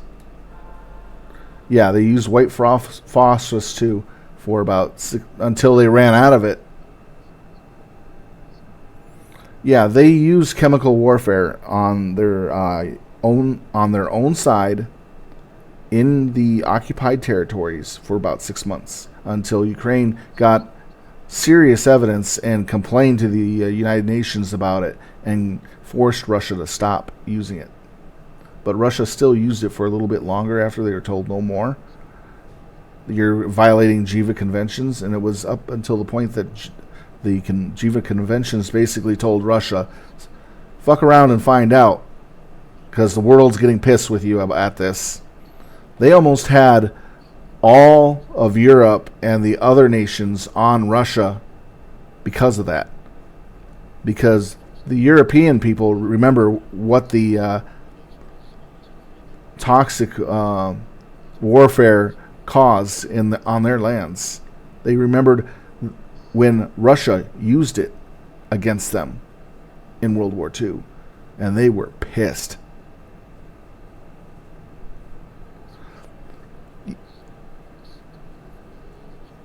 It depends. If Europe actually got their act together and banded together to actually help Ukraine fully and completely, they can beat Russia. But the problem is you got bad actors within the Union that are causing a lot of problems for the others by siding with Russia. Even in the NATO, that's a problem. And these NATO supporters of Russia are so blatant that they should be kicked out of NATO and told, hey, if you love Russia so much, become their allies and help them. And they're too afraid to do that because they love the protection and buying power that they have in NATO.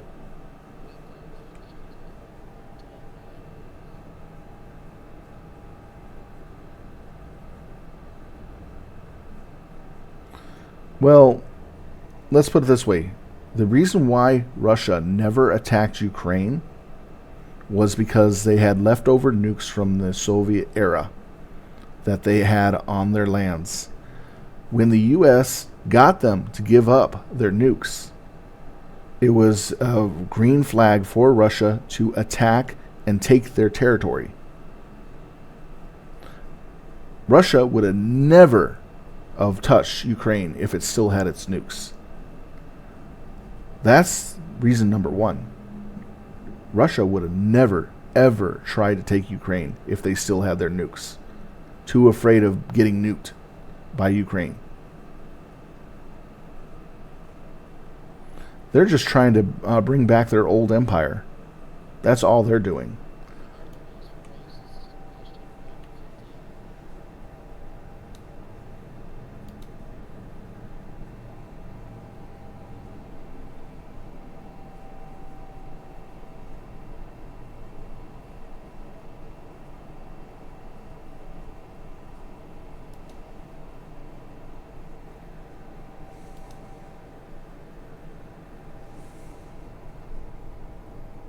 Okay, tears are going up.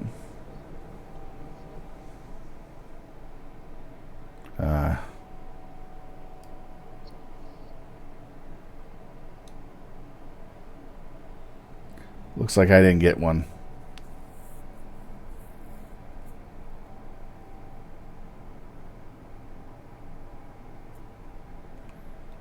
get my bid for the tiers? Or I don't have enough DKP.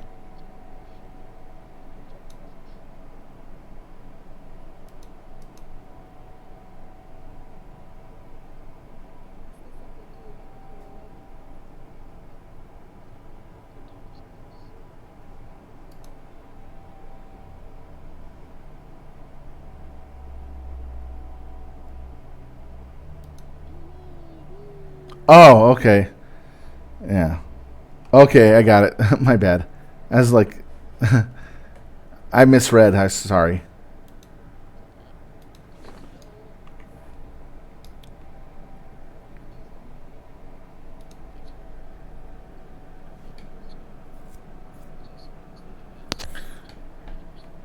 Well, we had 31 bases at the start of the war conflict in Europe.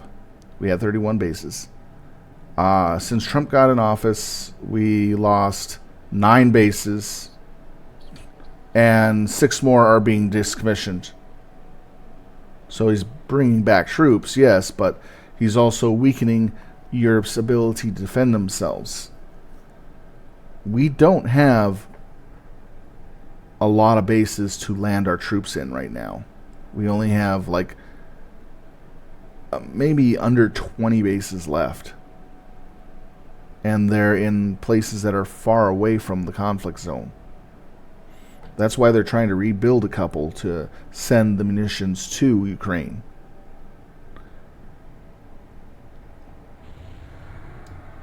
I don't really know the exact number, but I have a pretty good idea how many there are. But most of those bases were removed from near Ukraine. Alright, we're going to take a 10 minute break here. So we're going to go through that real quick.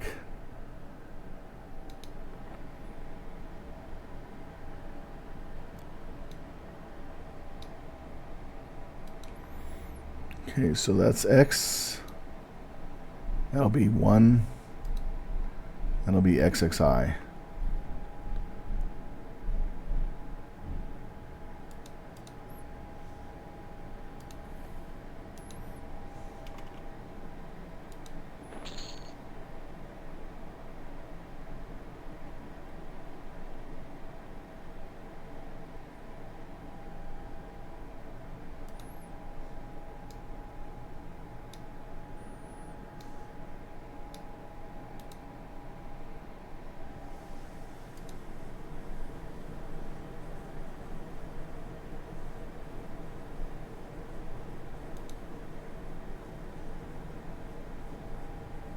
I gotta look at that again.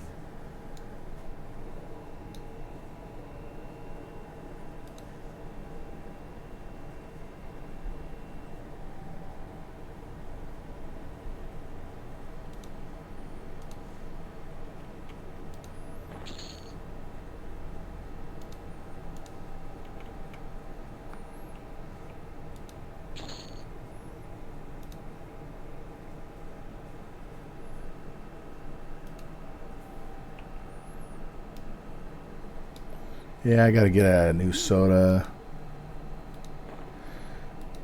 in my cup so I can use the bathroom.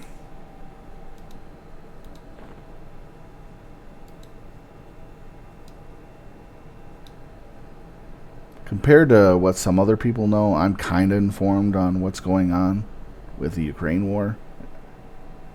It's messy. It's real messy.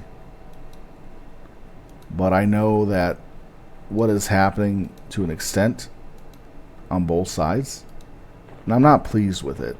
It's just really messed up.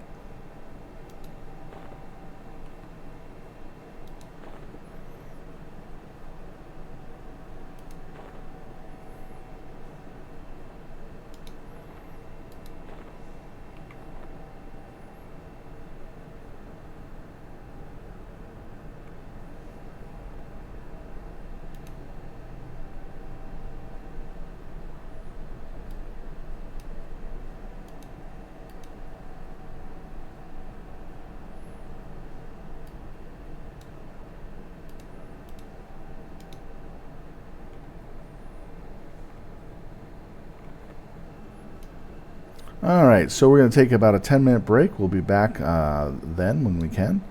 With that being said, I'm going to take a real quick look at my DKP and see where I'm sitting at. Sorry for the political talk. I do apologize.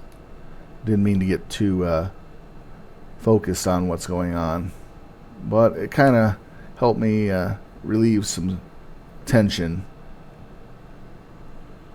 Hopefully you can understand, guys. Thanks.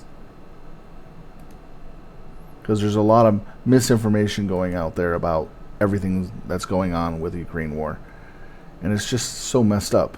And it's due to a small number of people wanting to defund a country that's trying to protect themselves from an aggressor that has no issues in completely wiping them out and genociding their entire culture and people to the point where they're forced to be absorbed into their own culture and forced to live their lives separately.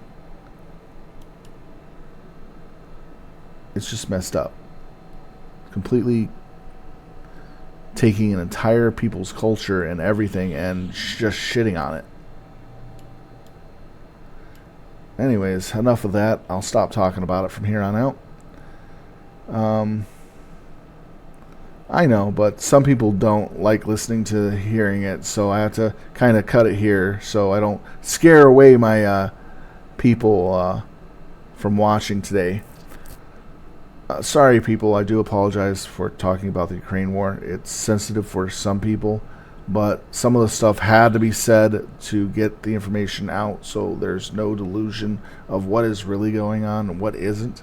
And hopefully it gives you my opinion so you can compare it to the opinions of others that are trying to say we should stop helping Ukraine, but we should, as a country and a people who believe in liberty and justice, should support the right people and help them in their time of need. That's what America was made upon. And not only have we been the subject of help from other countries in such a way, from France and other countries, from the EU, we've been helped by other countries to break free from the British rule and to stay free from the British rule.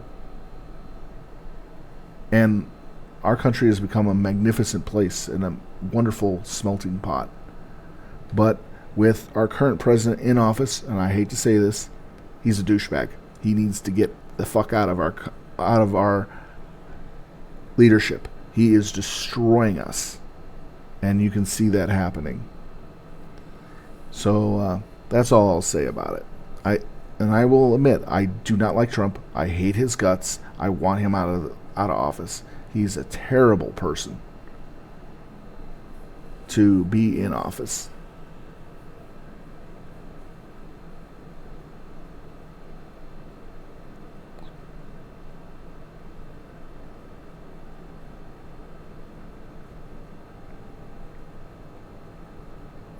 I agree. Trump is trying to dissolve the 70-year-old treaty that we have made in World War II and is giving NATO the middle finger. That's inappropriate, unacceptable, and hypocritical. It should have never been pushed to that extent. And Trump is on the verge of taking us out of NATO and giving the bird to the world. And I don't think the United States is capable of self-production and maintaining. We'd fall into the same pitfalls as Russia did. We'd become Russia. We wouldn't be able to really keep our economy and our living standards as it is today. We are a global society. We are a country that depends on global society and support and trade. We can't be self-sufficient. We don't have the capability of doing that here in the United States. I'll be honest with you. The United States is not capable of maintaining itself in this modern day because we have too much people. We have a lot of issues. We need a lot of resources to maintain our country. We need the global market. We cannot close our shops and doors and everything. It's a fact. We would self-destruct in less than 2 years, completely and utterly, to the point where we would go back to probably the cowboy days with small towns and sheriffs and tons of dead people everywhere because they starved to death. They killed each other. Our society would completely be at its own throats because there's not enough food, there's not enough work, there's not enough anything. And this is what Trump is trying to do, is turn back the clock on our country and destroy all the advancements we have made in the last 80 years. It's disgusting. And he doesn't give a shit because he's got all this money from his coins, him stealing money from all your countries with tariffs. That's what it is. He's going to take that tariff money, he's going to roll it up into one super PAC and put it in there. And then he's going to take that super PAC with him when he leaves office and devoiding the money that was billions and billions of dollars or even trillions in that super PAC from the United States, putting us into financial mischief. Yeah, I agree. JFK was the last true president.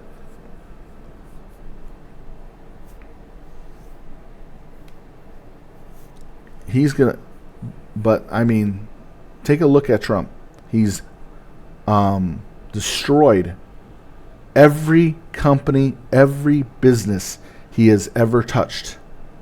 He has stolen money from every business, every business he has had, and profited off of it for years through liquidations.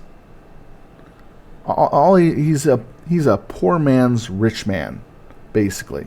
That's all he is. Conning, stealing, and lying to the public and people, and business fraud. That's who he is. And do you think he's gonna be gonna treat the tariffs that he's been building up off your countries? It's the United States money? No, he's not. He's gonna steal it before he leaves that presidency.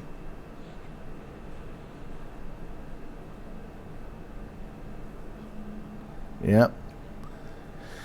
Yeah, enough. I just gave my warning of what's going to happen next. He's going to steal it. Well, anyways, I'm going to go take my break real quick. I got to go to the bathroom, get a drink. I'll be back and we'll no longer talk about politics. Yeah, Tokus, I understand. Again, I do apologize for the long time and the lengthy conversation with politics. It's not what I usually do. I do apologize. Again, wholeheartedly to the chat. Please stick with me. Please stay there. I really appreciate your viewage. And if I get a little off track sometime, just let me know. And I'll stop doing what I'm doing. Okay? I appreciate it that you kind of monitored me a bit and let me know when I'm doing something too much. I appreciate it.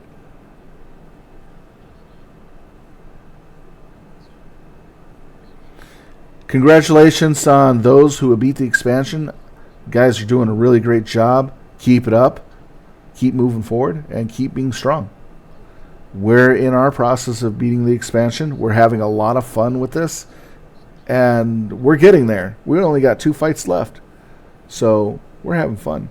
And you guys are kind of, even though you're beating the expansion ahead of us, you guys are giving us some good ideas and some tips, and it's been helpful. I thank all the other leading guilds and guilds that are on other servers for the information you gave to our leaders. Thank you so much. Wholeheartedly thank you all for your support. See, I give credit where credit is due. You know, it's not because we're smart and we have all the information. No, we have a lot of good contacts. We do appreciate your contact and information that you give us. We do appreciate your advice and experience. Thank you so much, guys. Thank you for lending us a hand while we raid. And from everybody in VON, thank you so much. We're very happy about it.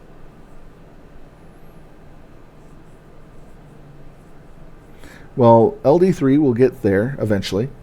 I do know that they have strong characters and a lot of good people, and I don't think they're going to be left out in the end. I think they're going to get it in the end. Anyways, I got to get my drink bathroom before we come back from break. It's almost break time over.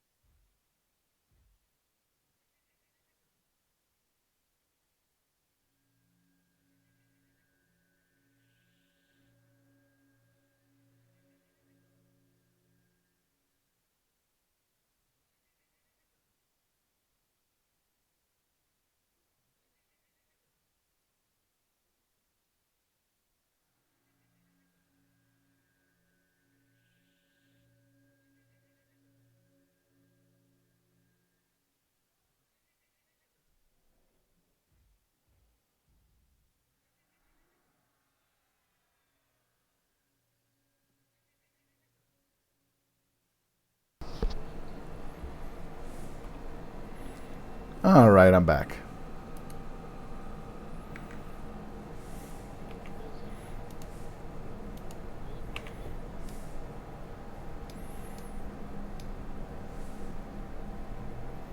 Although there's one thing I like to say in addition. This is the very last one. China is making out like a bandit in what's going on with Ukraine and Russia. No doubt, they're actually stealing back land they lost in 1950 by renaming the areas where they originally had land. Yeah, they're literally stealing it. That's all I'm saying about it. They're making out like a bandit. But yeah, that's the last part. I couldn't resist that part. That's one thing I've noticed that's been going on for plays. That's being effectively done. Alright. Let's see. What are we doing? Oh, damn. I'm almost at 400k health. That's before banner.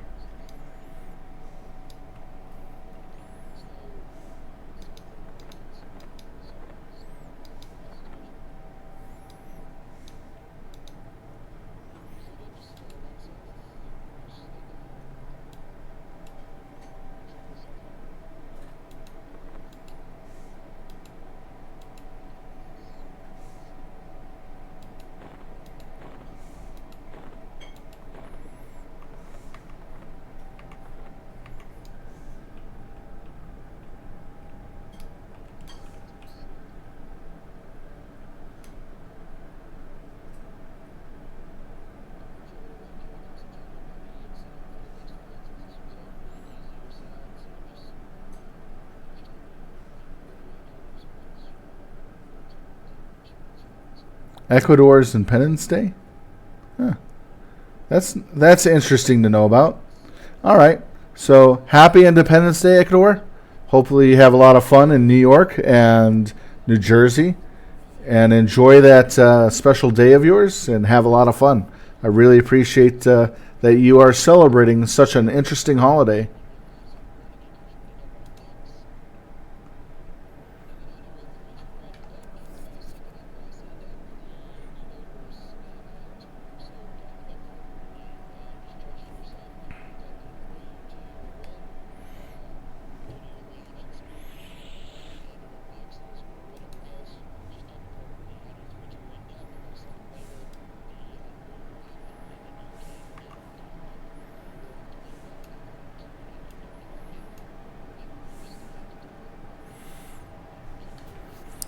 If you want to hear something cute, do you know what today is? What national day it is today?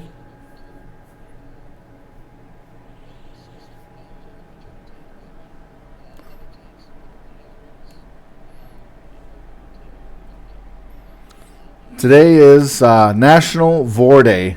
VORE Day. Yes.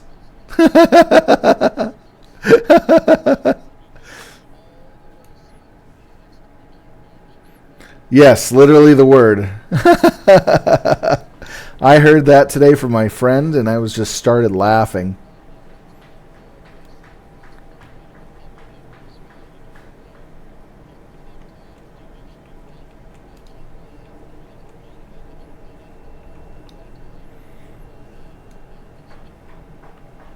So some people are celebrating National Vor Day. I'm just kind of laughing about that. Because every day of the year it has a national day of whatever. And some of them are just so obscure and funny. That's why I'm laughing. It's just stupid and funny.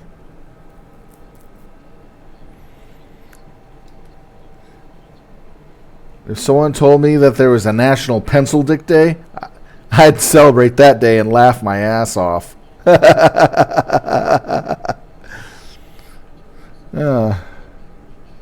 Yeah, it is.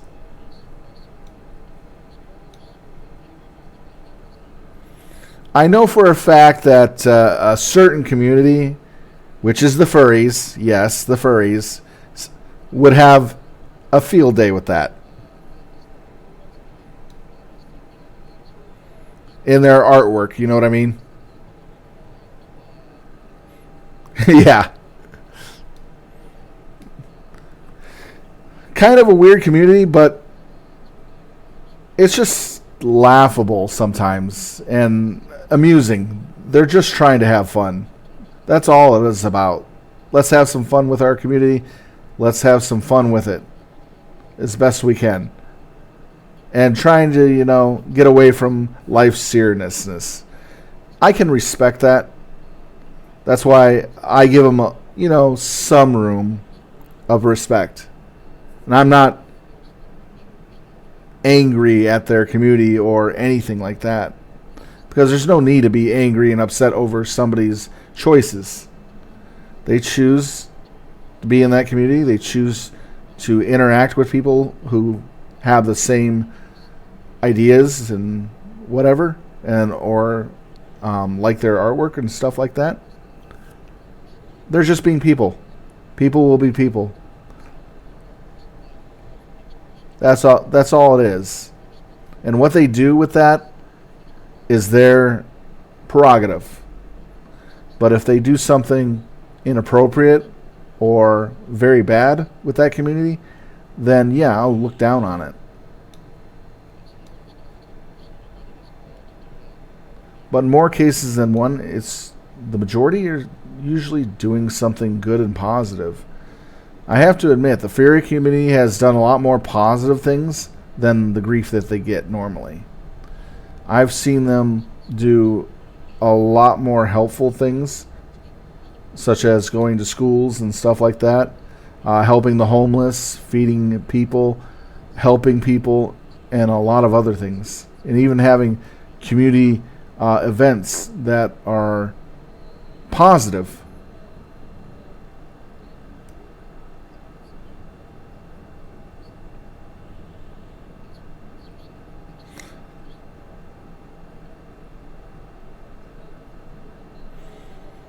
it gets around. Either you're part of the community or not, bad things get around faster than the good things. The Burning Man community, I have to agree with you. It usually ends up in problematic issues. Something bad usually happens to that event, such as people being flooded in the area, the fire gets out of control and starts burning the area, people rushing about in and out of the area like crazy and someone gets hurt, people getting completely obliterated by the heat and having heat exhaustion and other stuff. I mean, bad things can happen. That gets around. It always gets around if something bad happens.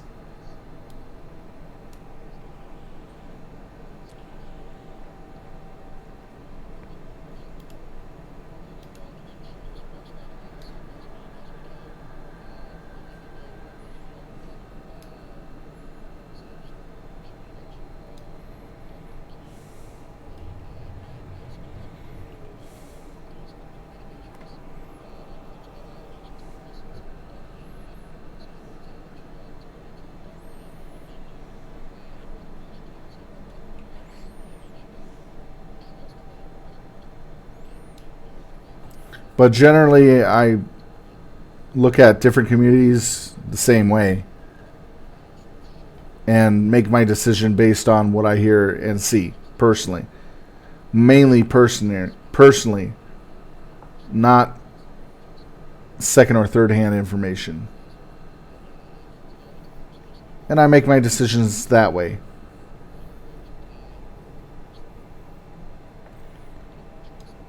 I actually did go to a furry con to check it out to see what it was like. And overall, it was a very positive situation. Weird, but positive. Because, you don't normally see people walking around in costumes like that.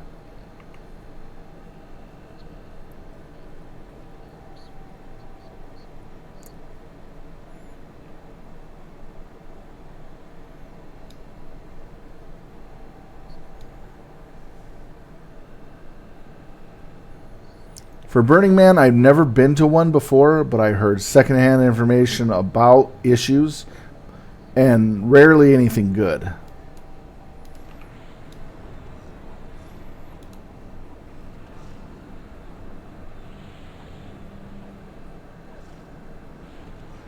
I didn't go in a costume that time. I just went as myself. I did buy some tails and ears, so it was kind of fun. Bard Epic. Fox ears and foxtail. It cost a little bit of money, but, it was fun. Beast Dico. That's all I did.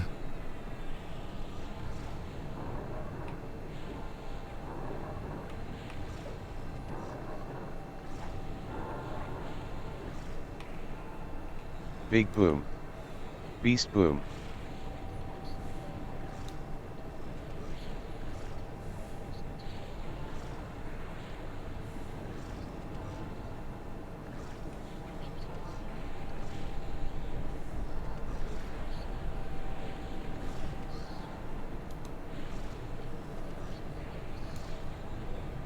Big Boom. Beast Boom. But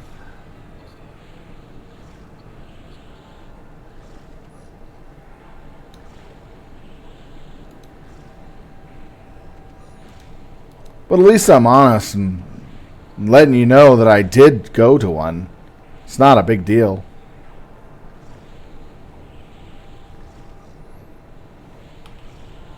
Beast Dico.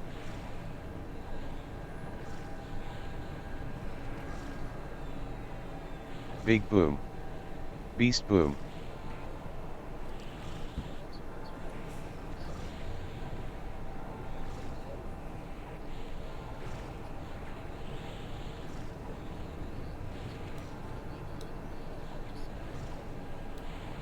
Big Boom.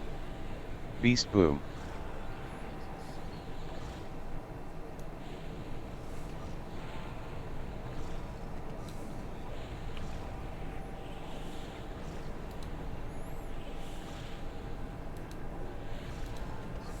Big Boom. Beast Boom. My slot 5 OGs are way under level, so I'm using inferior slots. I still have my slot 5 runes, my first ones. I got some newer slot 5s, but not very many, because I'm not getting into any groups to kill the elite, the heroic missions at all in the last 2 expansions. So I can't get to the slot 5 runes I need to upgrade to. So I'm sitting with 33 plus OGs in most of my gear with northwest.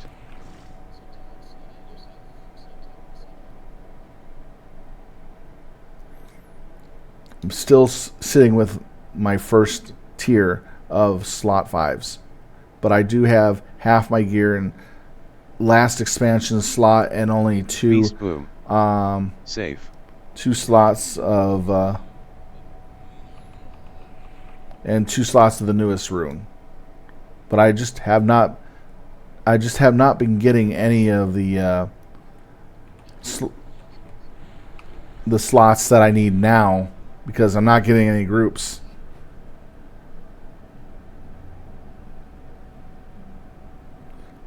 Well, I had a group that helped me get half of my gear in the new slot 5s in TOV, but they got tired of running the heroics, and they stopped doing them in the last 6 slots that I needed to finish up, and never went back to do the heroics at that time. Duck. Big Boom. Beast Boom.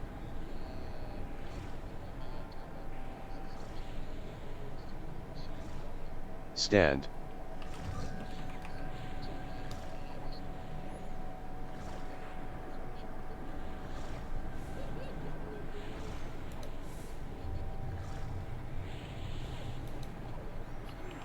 And in this 6-pack, I have not gotten into any groups to generate enough points to do the heroics, nor have I been able to get into groups to finish any of the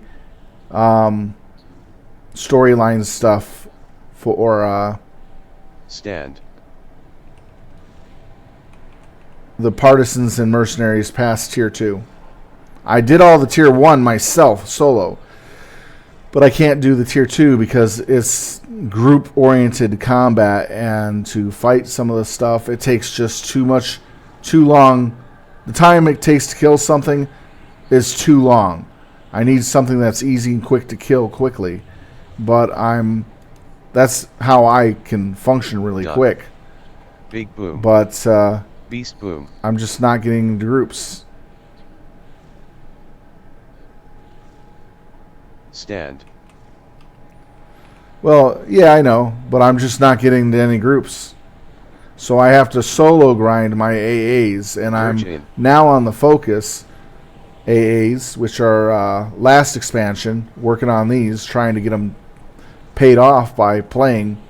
And I have to earn 100 points by myself every AA. And it's taking me a while to get it done. It takes at least 2.5 hours just to get enough AAs to get it. While the groups that I know of are going in as a group and getting their AAs fast. I mean, utterly fast. For an hour, for the 2.5 hours I usually grind for 100 AAs, they got 400 plus.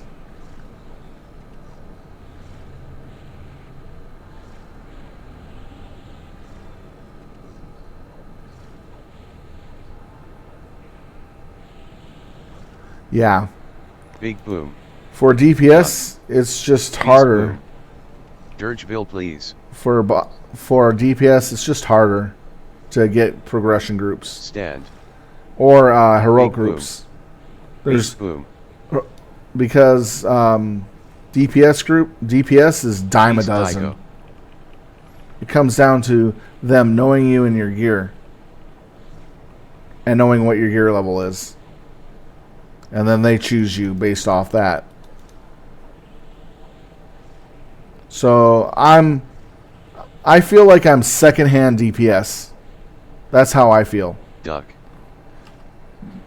Because I have to wait until the primary DPS gets all their stuff and they decide not to Stand. show up for any more heroics. Then I get a chance to get in there and do it. I have no primary guild group for heroics or for anything. For AAs running or heroic running.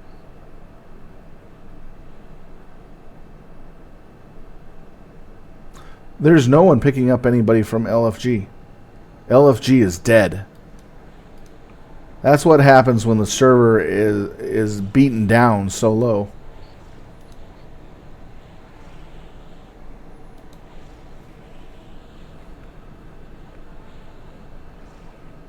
Yeah, I do. But they're always full. I even get into the guild chat and I even directly ask. And they're always full or they're not running anything at the time. Or they've already run. That's what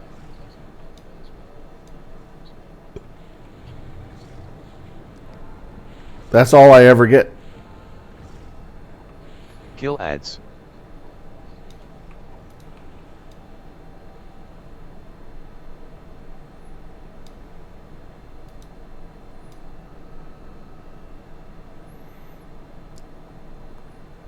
There's so few people on the server right now that it's kind of hard to get stuff.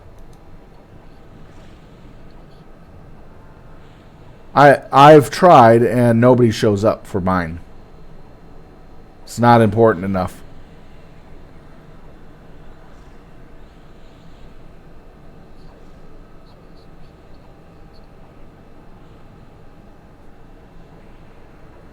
Yeah, but I don't know anybody. I tend to solo my AAs by myself all the time. 90% of my AAs earn is soloing.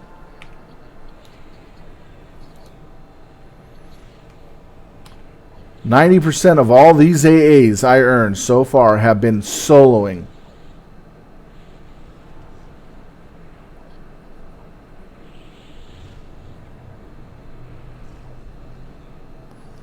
But group progression, I can do all of it up to a certain point.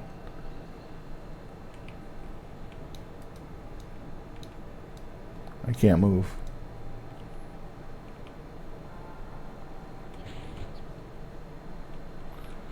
Let's see. The last expansion I could solo up until tier 3 was Broken Mirror. Broken Mirror was the last expansion that I could solo to tier 3 with no problem. I had to work on it a few times. A few missions in there needed a group, but everything that didn't specifically need group, Bard Epic. I could do. Big boom. Beast boom. Well, every day I play. I've been dedicated every day from 8 a.m. to 2 p.m. for solo grinding my AAs. That's 100 to 200 AAs a day. And I've been working down my Kill ads. focus.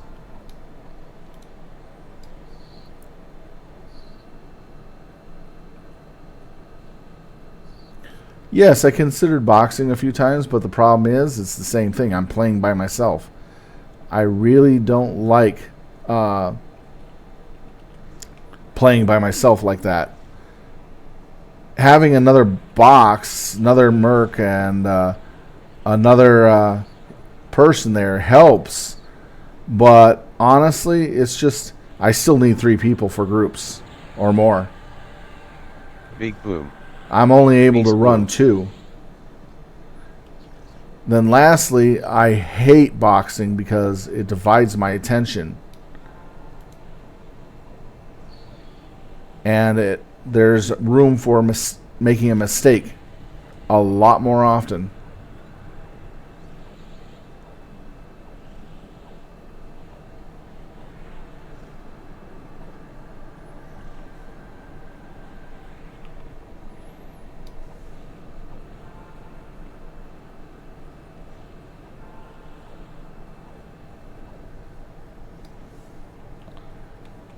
Anna?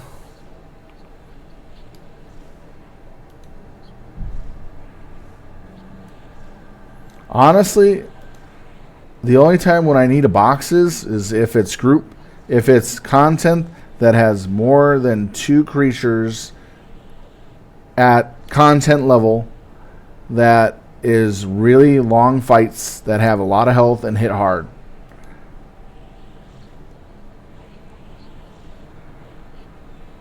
With Big my boom. gear level at this Beast time, boom. I can safely say I can handle 2 mobs at the same time Kill ads. at Torment of Velius level. Very easily.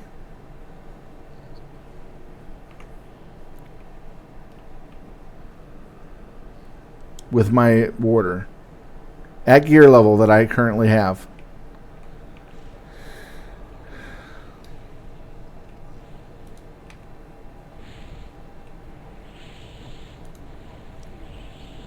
Along with my pet and my merc.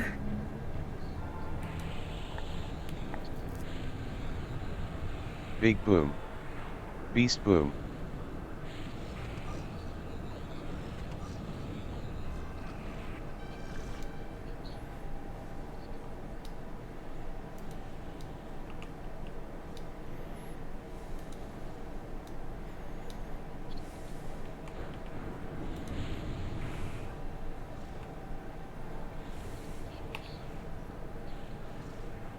Paragon active.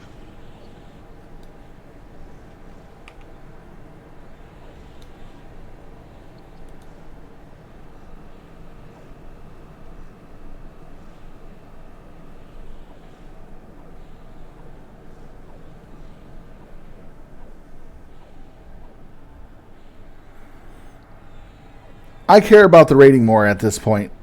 I love raiding. That's why I'm never late for raid. I'm always early for it, and I really enjoy the fights. Because I find this group activity of raiding a lot more fun than the progression level. But I only did the progression level for the purpose of leveling and gaining AAs quickly because of the bonus AAs you're getting for just completing the group missions. And the coins, of course, that you can buy better OGs, which help me in the long run. Big boom. Beast boom. Kill ads.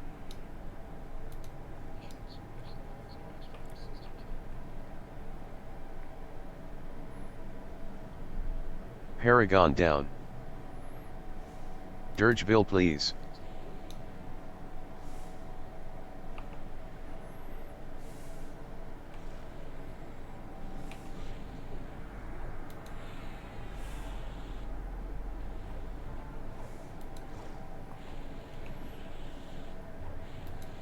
Paragon active.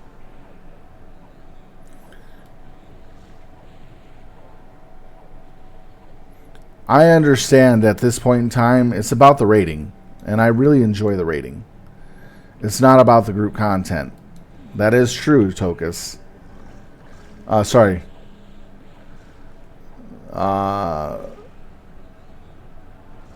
Rikai Rage. Rickage. I can't even pronounce the name. I'm sorry for butchering the name. I know it's about the raiding content at this point in time of the game, and I really do enjoy it. That's why I focus on that more. But I also make sure that even if I have to, I'll grind AAs if I have to by myself, because it's something that needs to be done in order to catch my character up in strength. I may not have all the gear I need and updated to where it should be, because I don't get access to the group content that I need to progress. But at least I'm keeping up with the AAs, which is the other half of the issue. Raikagi.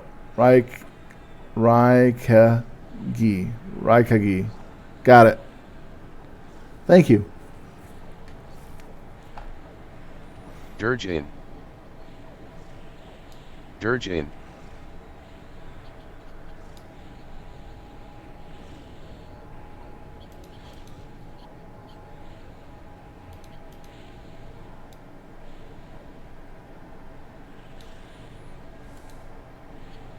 Duck.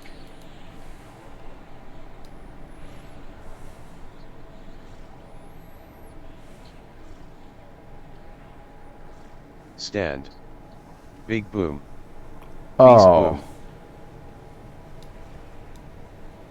Told me to stand, and then I got beat.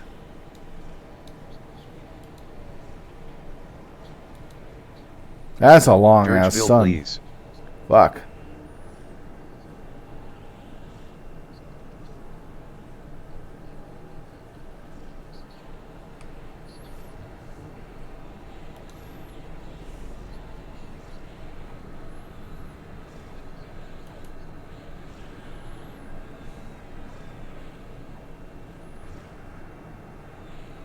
Big boom.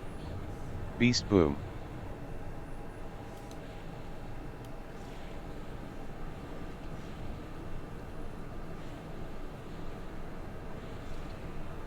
Duck.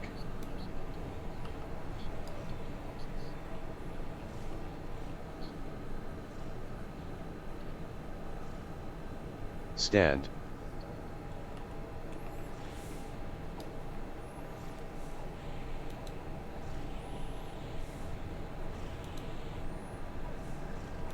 Sorry, I gotta pay a little attention to this this part of the fight. Beast boom.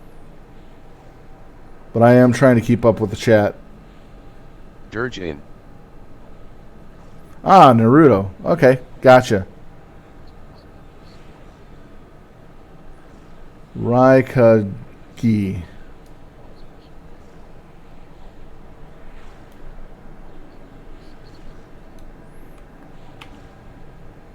Beast Daigo.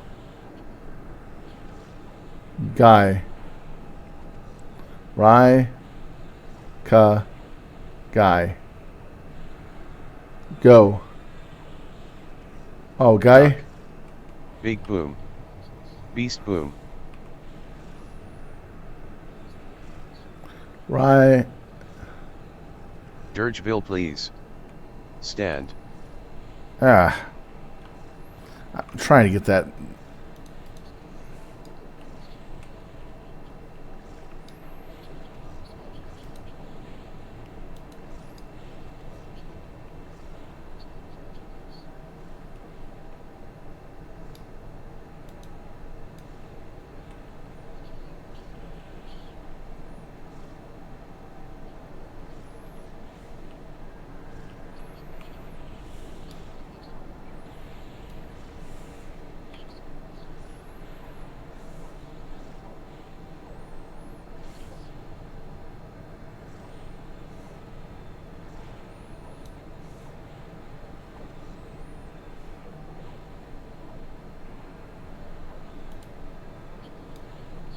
Kill ads.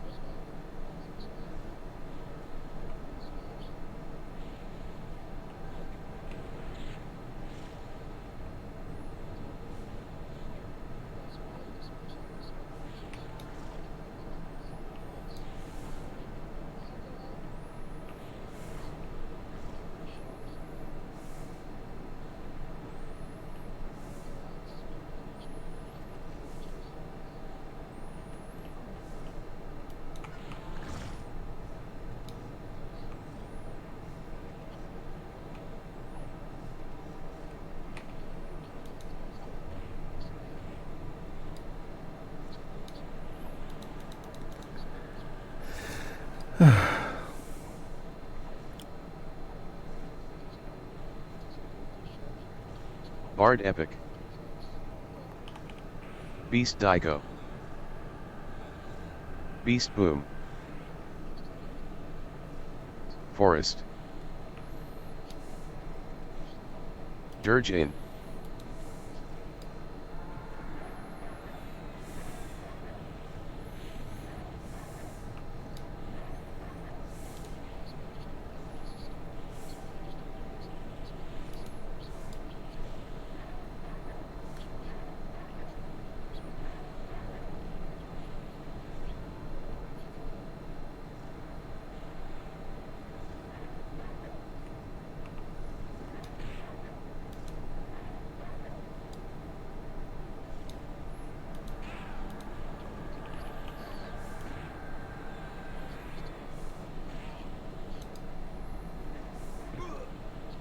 Dirgeville please.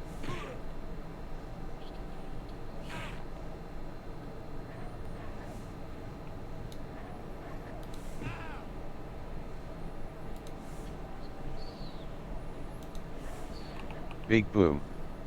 Beast Boom. Paragon active.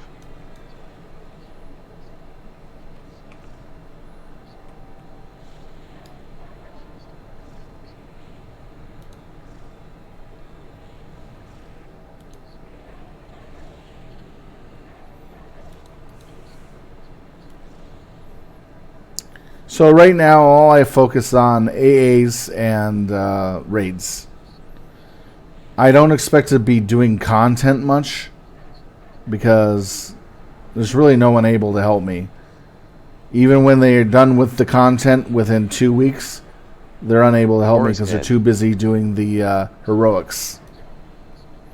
I understand they get their stuff done first, and I pick up whatever I can pick up afterwards if I'm lucky. If I'm lucky.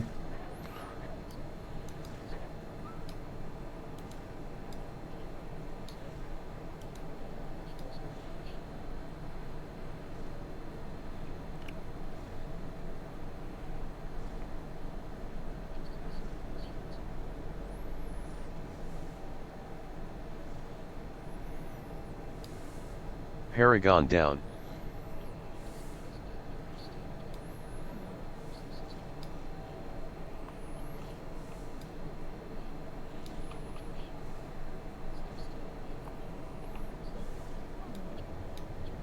Paragon active. Paragon down. Paragon active.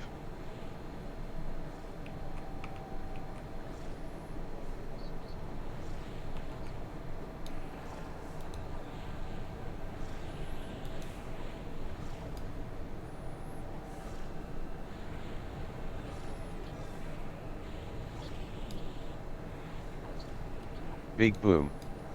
Beast Boom.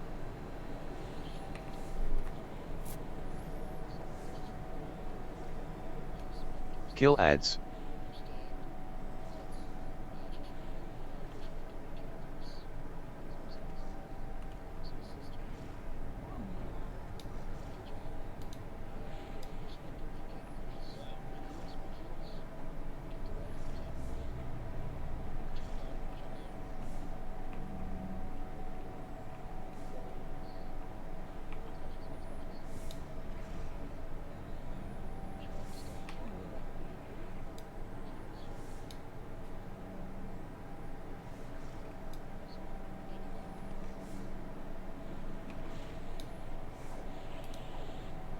Paragon down.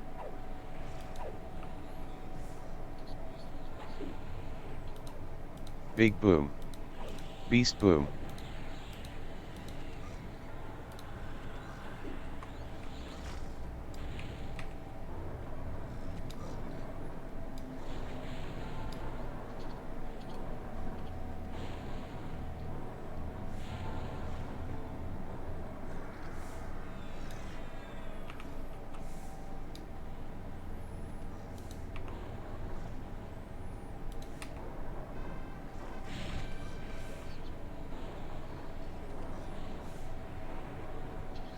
Run away.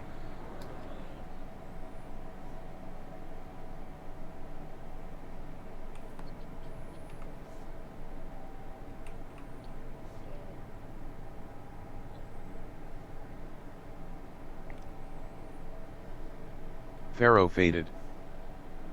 Safe.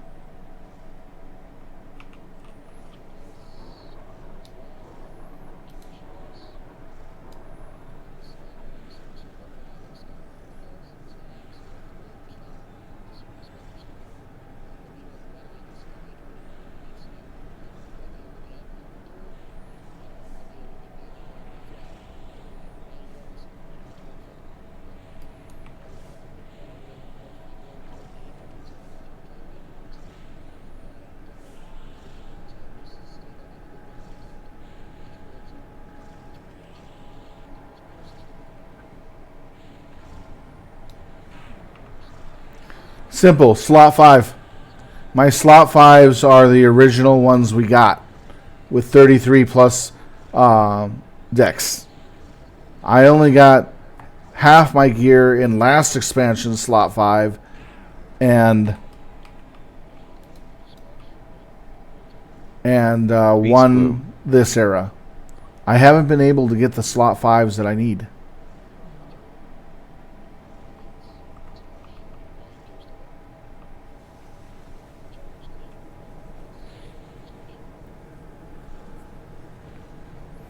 My slot 5 is the only thing in gear that is AUG deficient. And that's a lot of decks. That's 400 plus decks that I'm missing. Plus decks.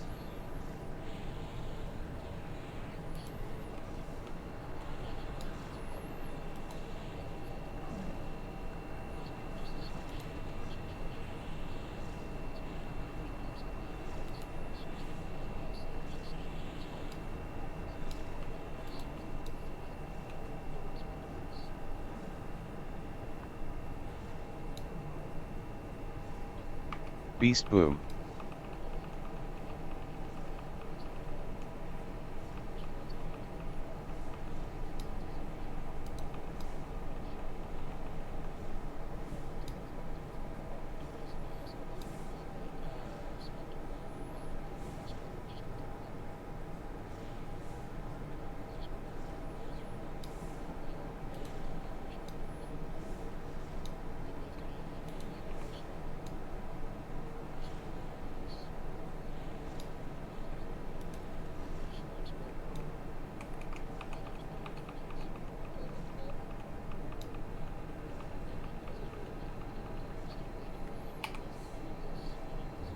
Paragon active.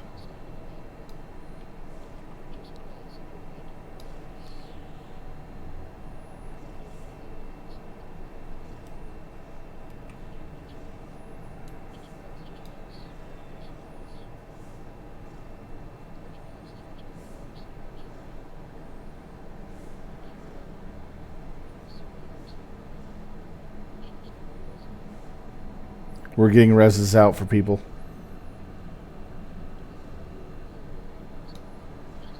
Mine's down.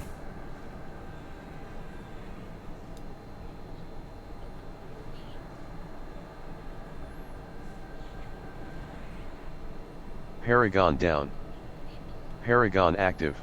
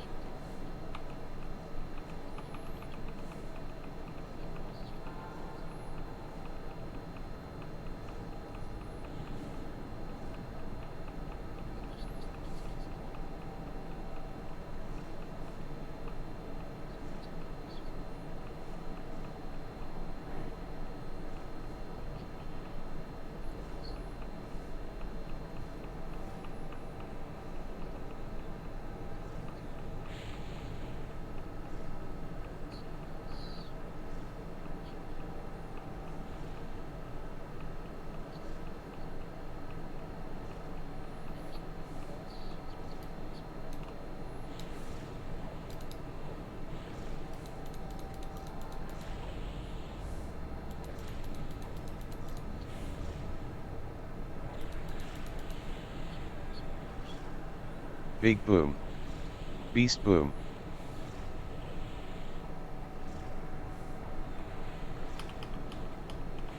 Beast Daigo. Paragon down.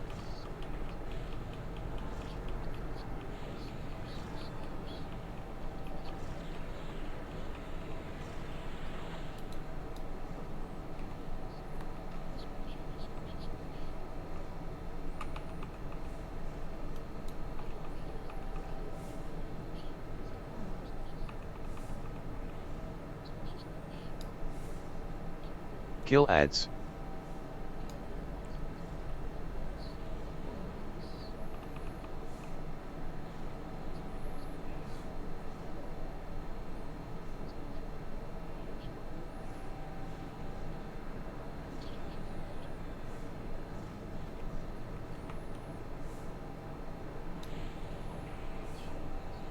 Dirge in. Bard epic. Big boom. Beast boom. Ruabra's fury.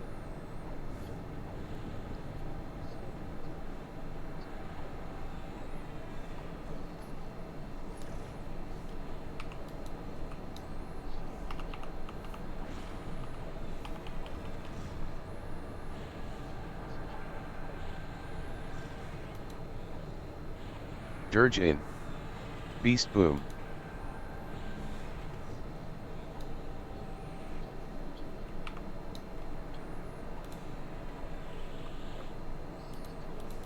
Ruabra end.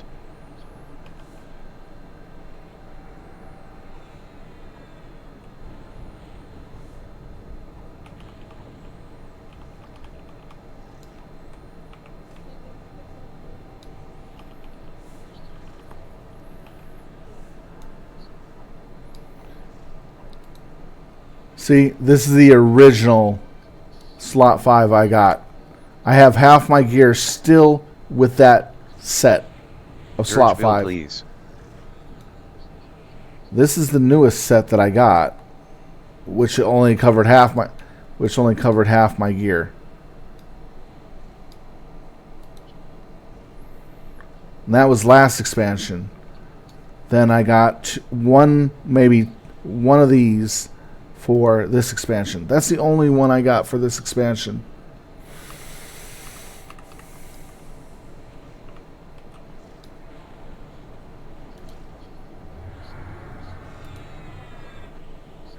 Big boom. Beast boom.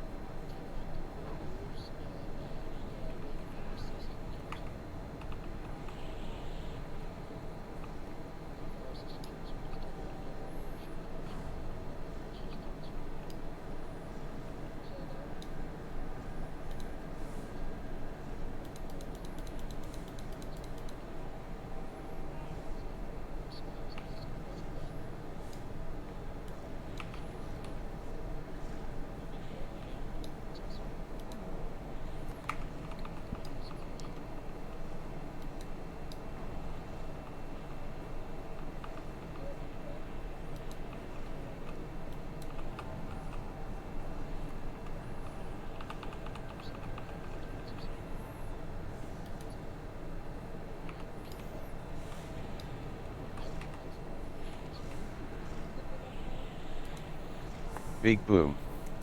Beast boom. I'll show them again.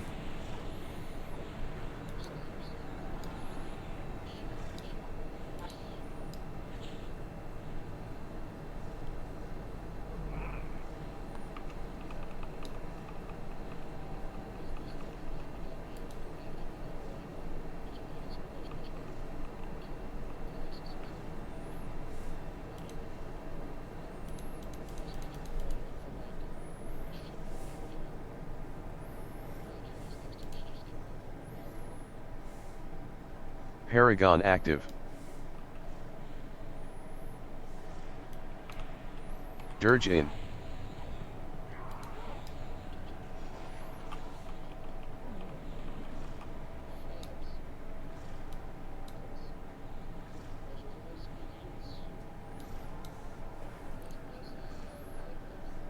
Yep,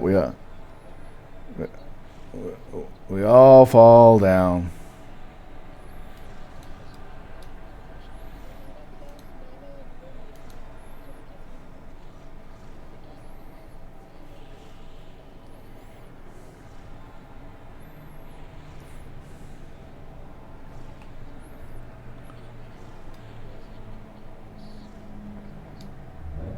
Dirgeville please.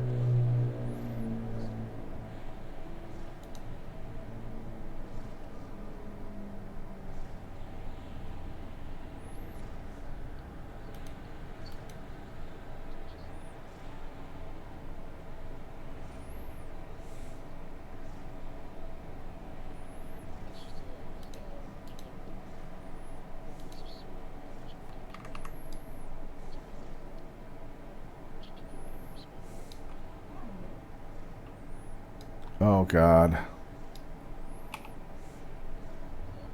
Paragon active.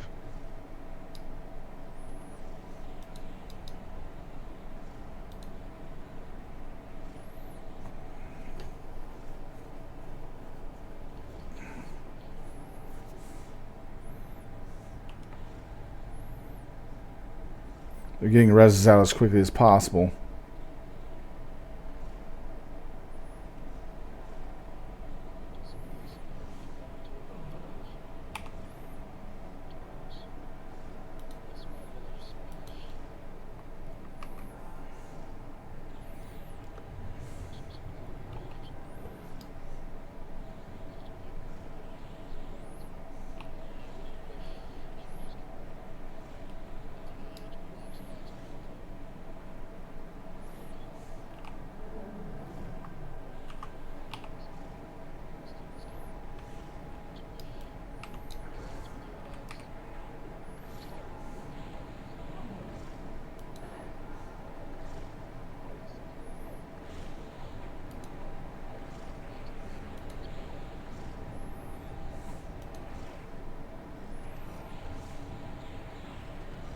Paragon down.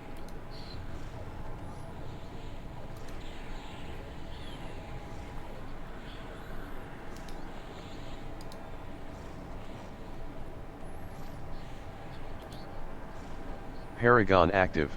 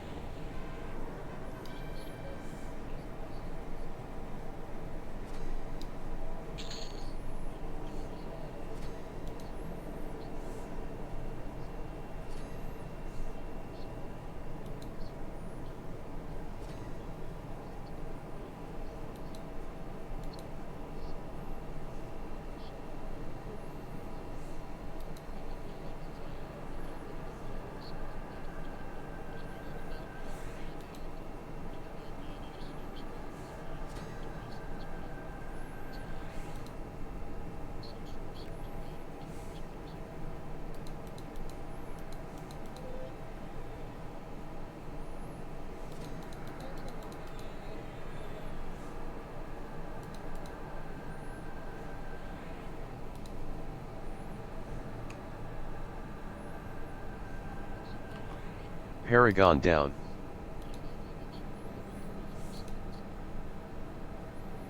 There we go. We got him down. Yeah. Yeah. It just blew up. It was ramped up Wraith.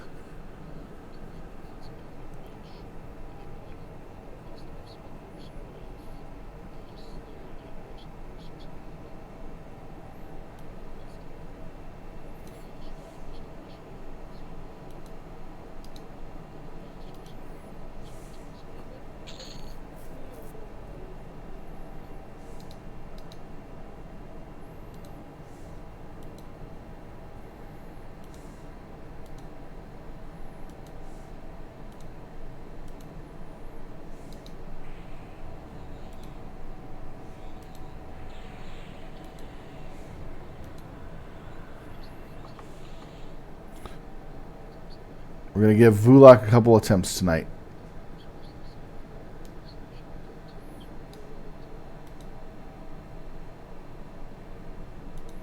Yeah, I don't want the mana pool one. Yeah, this is the healing belt. This does not help me.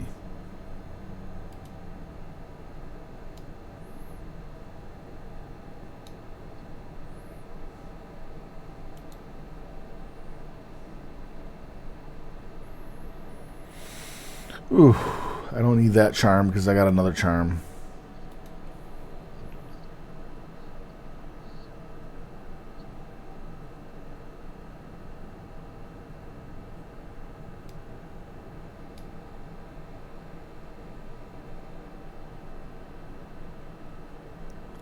Did I get the wrong one? Oh, fuck. Class specific armor. I'm not even wearing it right now, this expansion. Oh, fuck. It's the wrong one I need to...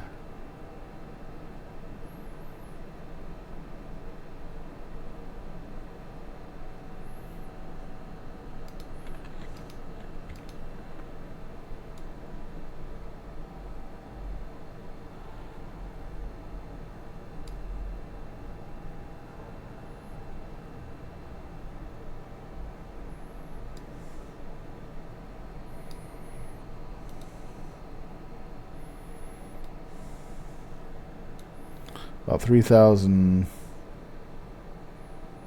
Well, it wouldn't matter. It would have been just slightly better than what I had. Okay, I'll keep it.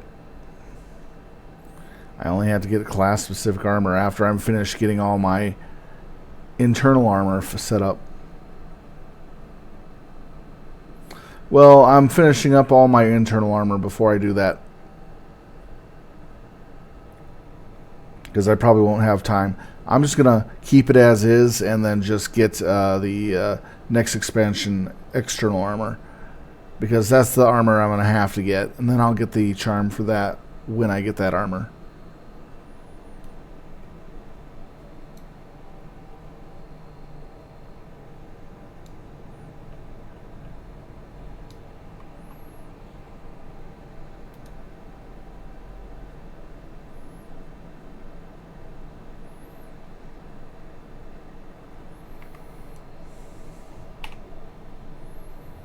Paragon active.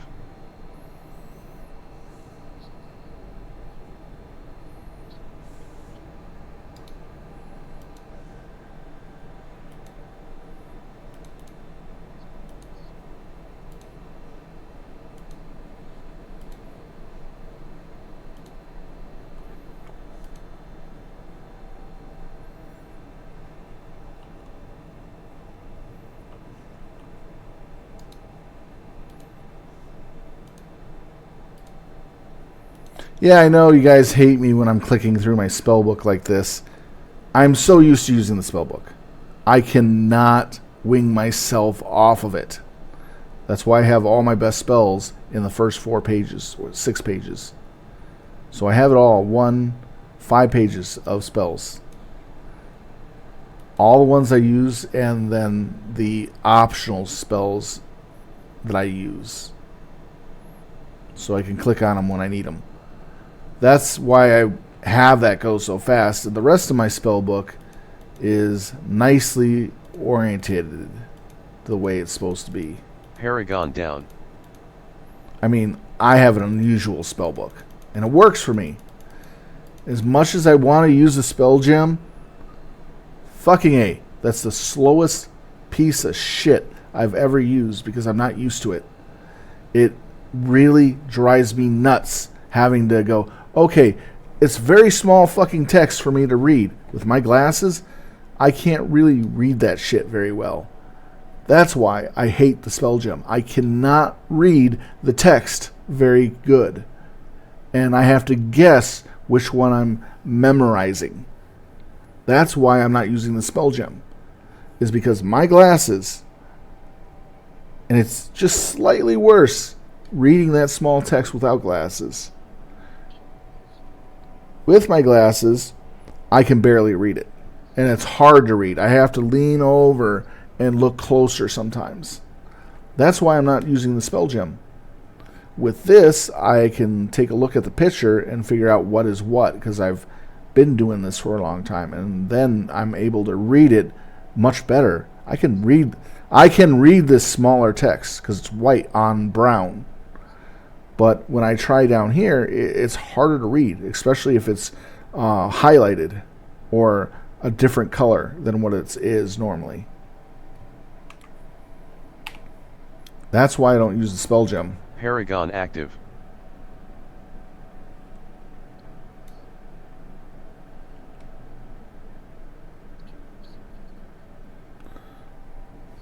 Yeah, that's why I have 2 different spell sets. I have DPS and Pet. Pet deals with all the buffing spells, all the pet spells that buff my pet and myself. That's everything. DPS is just strictly DPS. and I have my entire DPS line on hotkey. So all I have to do is press key number 5 to cast all my current high level spells.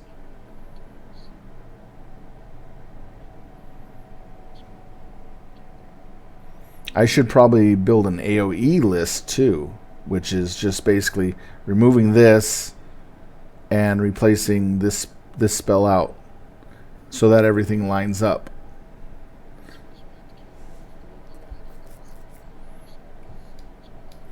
Because I can't use the bite with the roar, and I have to have restless lance, frost lance, Paragon down. taken out because it conflicts with roar.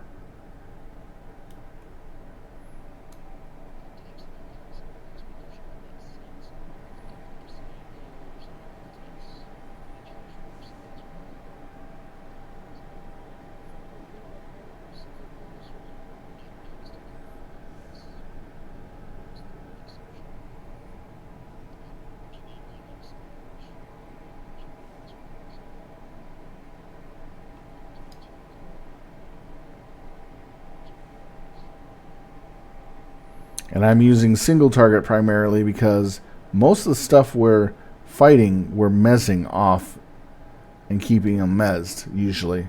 So I don't want to fuck with the mezz. So I just use single target only.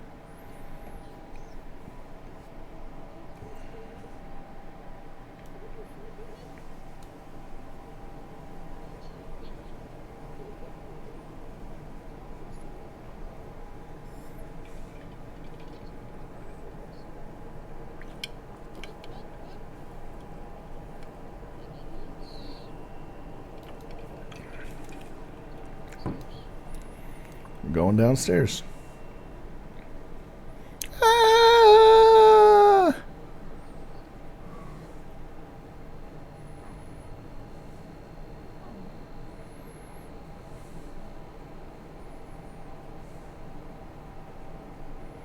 Whee!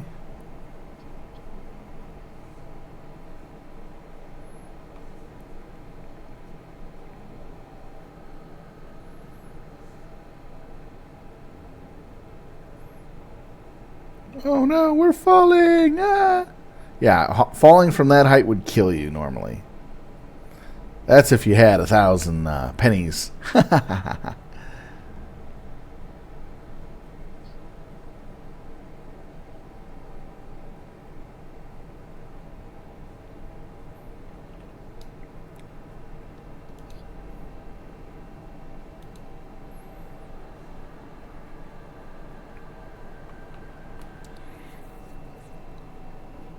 We actually got this guy down to nearly 30% the last time we fought this. Hey, Sunday 3053. Hello.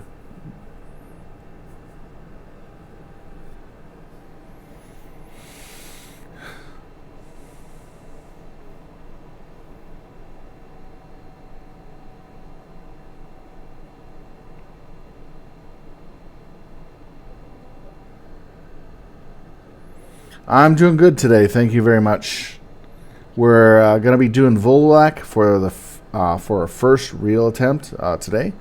This is a boss we have not yet killed, but we have fought against it several times last week, and we got very close to killing it, down to 30%, down to 36%, I believe.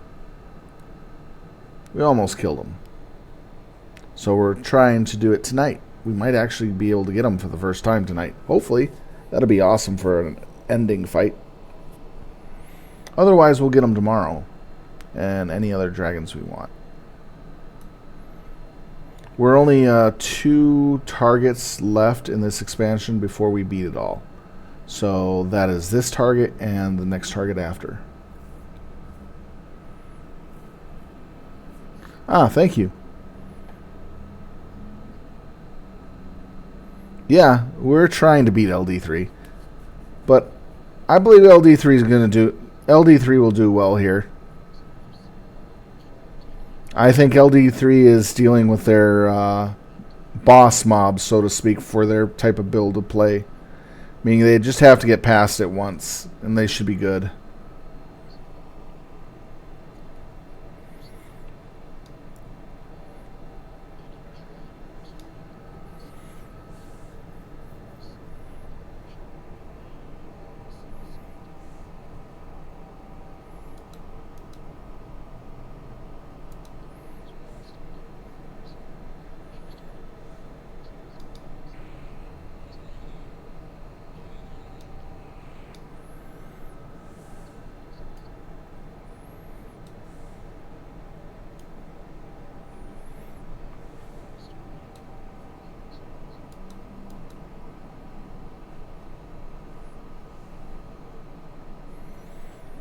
I do hope we can get some new people into the guild. That'll be nice.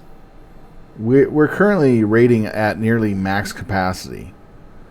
We have like easily 5 slots left before we have everyone fully in the raid.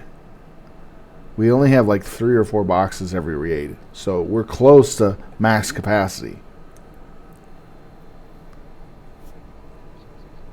And that means we got a lot of people in the guild actually raiding.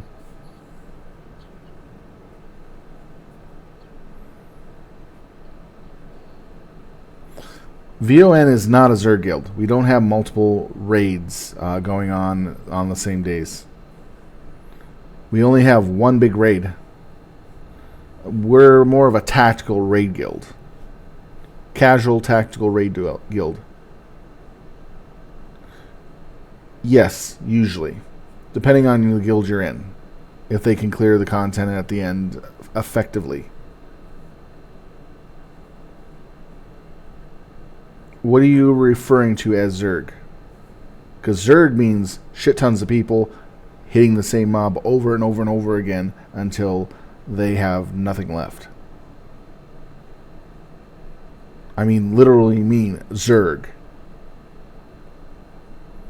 Like we have people in the standby waiting to zone in and take up the fight.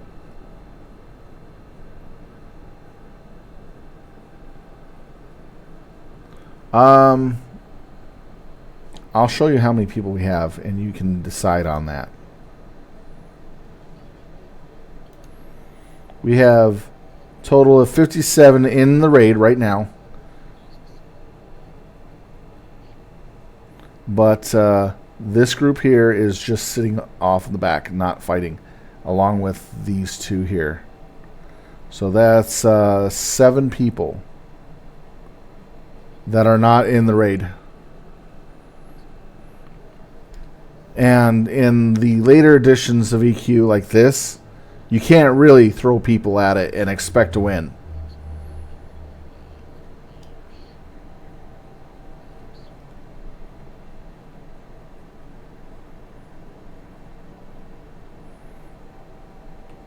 You still have to have healers backing them up and melee who can hold the mob for a while other people arrive to help.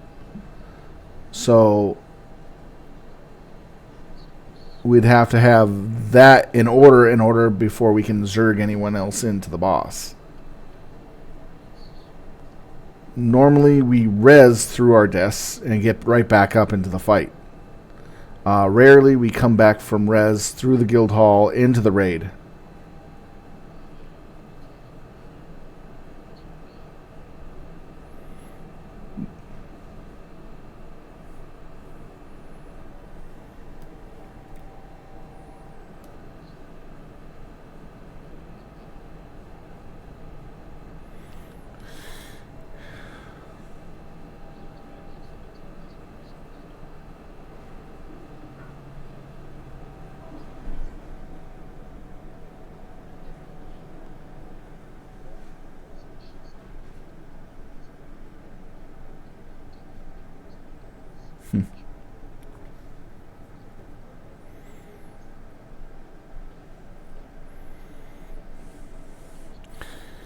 EQ Baby is, in the truest sense, EQ Baby is the only guild on the server that is capable of doing the Zerg raid. They can literally have people standing by in the guild hall within the raid that can't go into the zone normally until people die, that can jump into the raid and raid like that. But if you're referring to resing back and fighting as Zerging, that technically can't go for very long.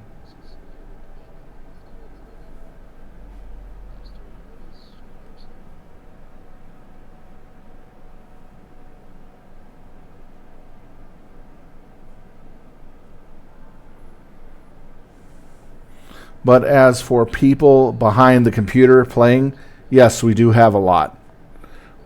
We're one of the few guilds that have a lot of people. So it takes us time to learn a fight. It takes us time to get through these fights when they're rough. Because there's a lot of mistakes that are capable of happening in these fights. Like someone is not on comms listening, someone not paying attention, someone just being in the wrong place at the wrong time. You know, something like that. Not doing the proper thing at the wrong time. It's learning the fights themselves. Because there's so many of us that are actual players, not boxes. So each person has a, how do you say it, training time on a boss.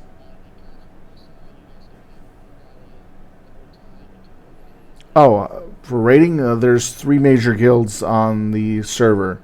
EQ Babies, LD3, and Vets of North that I know of. There's 4 separate smaller guilds that are rating, but not at this content level. They're they're behind 2 or 3 content levels. Meaning they're rating the level 100 stuff.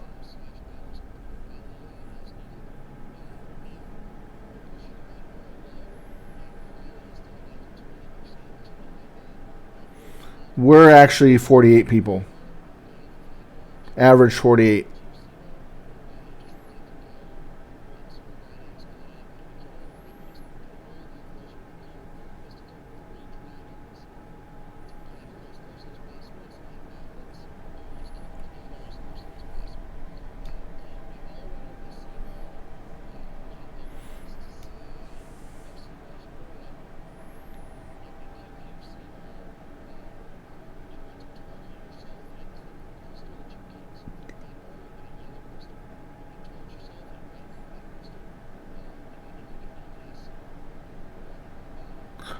Oh, I get it. You're referring to the actual people. For EQ Baby and LD3, I do not know the specifics of their numbers, so I cannot honestly say. But from hearsay, I hear that EQ Baby has more people. I don't know their number, but they're more than us. LD3 has equivalent to us or less than us.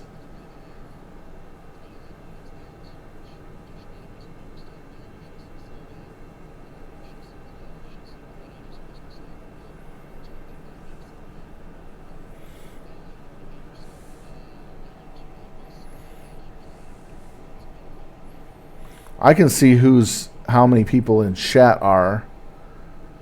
1, 2, 3, 4, 5, 6, 7, 8, 9, 10, 11, 12, 13, 14, 15, 16, 17, 18, 19, 20, 21, 2, 3, 4, 30, 31, 32.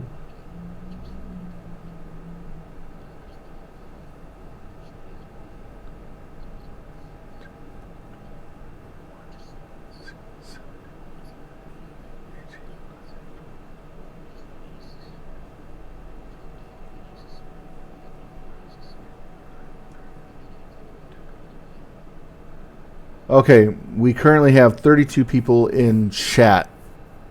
So that's the best way to give it a number. So 32 people out of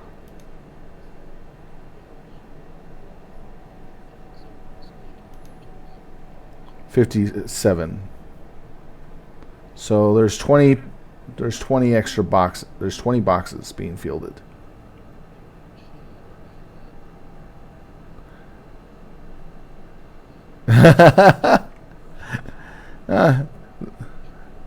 That works. Yeah, with all our information, we got the idea of what everybody is running. I only know so much on my end. I don't profess to know everything, but I try to gather as much information as I can to have good decisions. But I do appreciate Tokus and James for letting me know about things I do not know about. Thank you guys. I really appreciate it.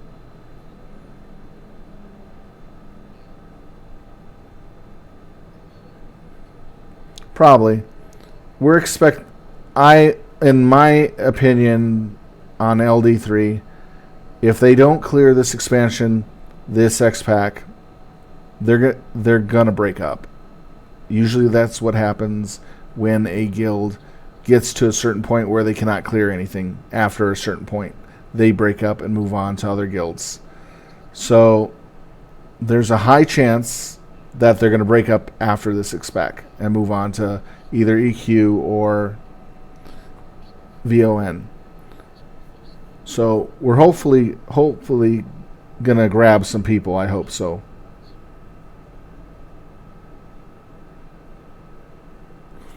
So it's going to probably be between EQ Baby and us that are going to get the new people. But if they do clear the expansion or get very close to doing it, they'll probably stick together for one more expansion and try the next expansion to see how well they do. And that's granted. So I'd have to say there's a 70% chance there's going to be a breakup. Either this expansion and a greater chance next expansion. So that's the best information I can give on the subject.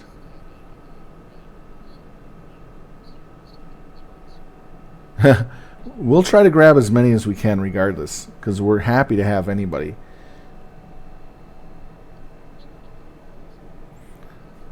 It's all about just getting more people. The more people you have, regardless of skill, helps improve the guild overall. If someone has greater skill, yes, that's a definite plus. But at this point of the game, everybody is hoping to get something from people who decide to disband a group. Even if it's one or two people.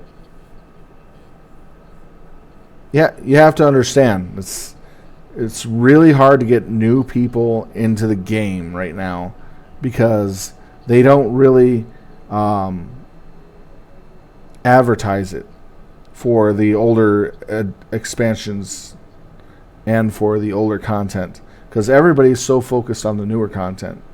They run to it like flocks of raven and play an easier part of Everquest, and they don't even bother to try to push themselves and go harder. It's kind of sad.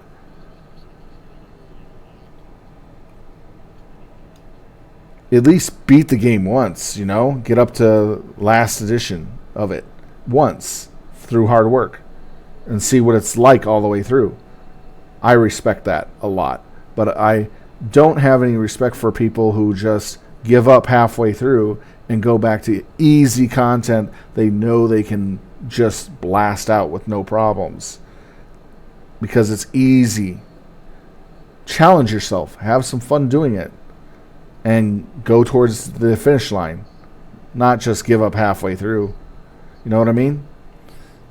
I get bored playing the game if I quit halfway through. I get really bored of everything if I have to sit there and go that way. It's like, come on.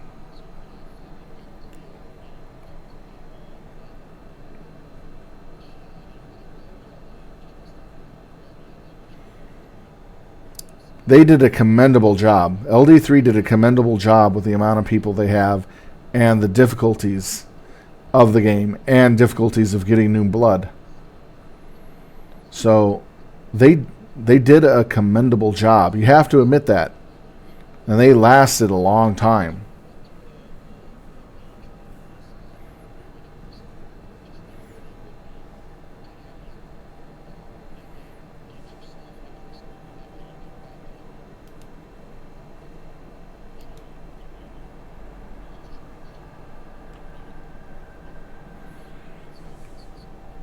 You have to admit, LD3 did the best that they could, and there's nothing wrong with it. It's very commendable that they lasted this long. I have respect for all of them. Those are really good gamers.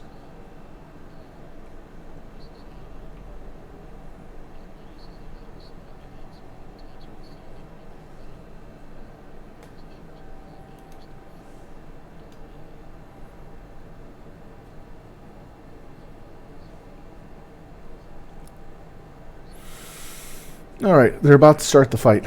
I gotta pay attention here, guys.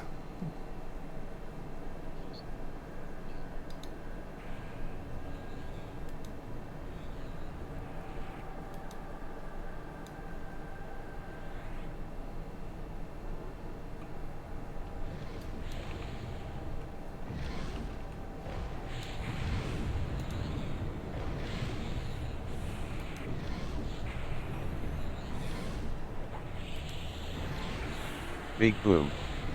Beast Boom. Bard Epic.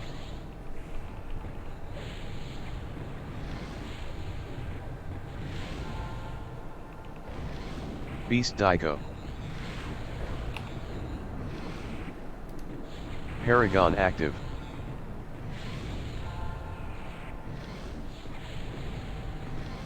Big Boom.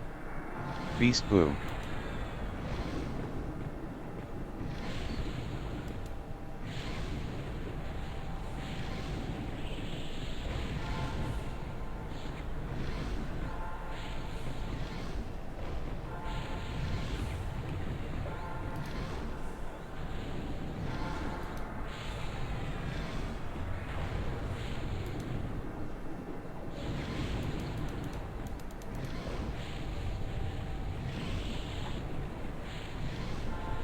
Avoid northwest.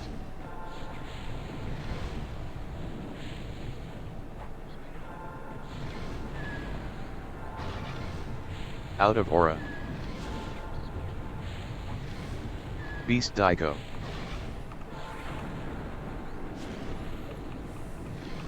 Avoid southeast.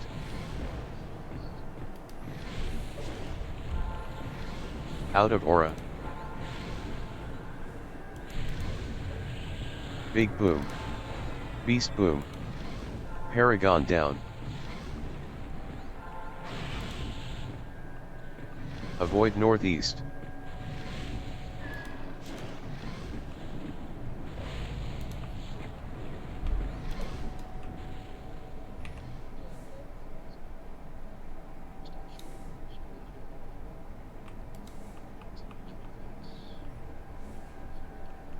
Avoid SW.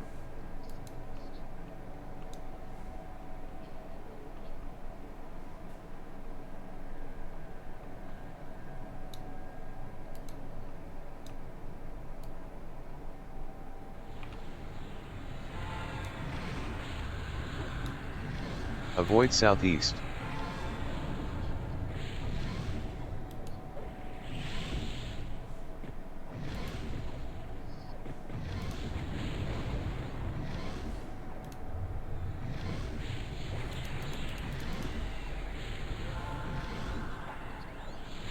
Avoid SW.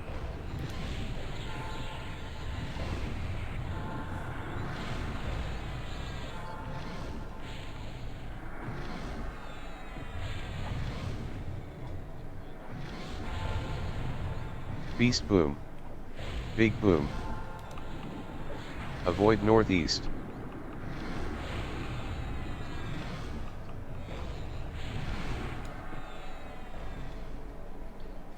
Out of aura.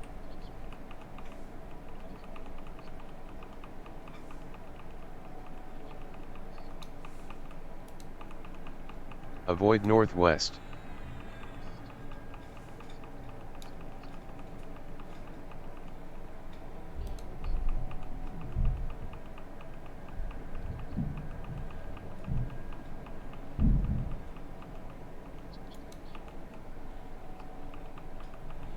Avoid SW.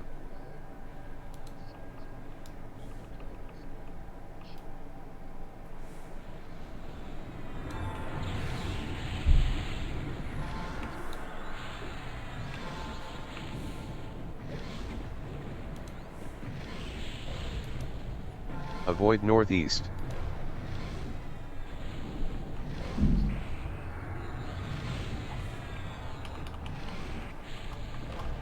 Out of aura. Beast Dico.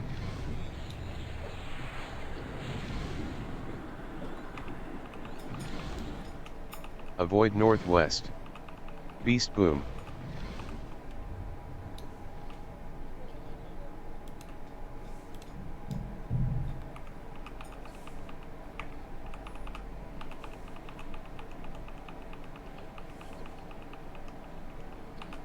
I need a heal, but I can't. Avoid southeast. I'm not even... I can't even heal.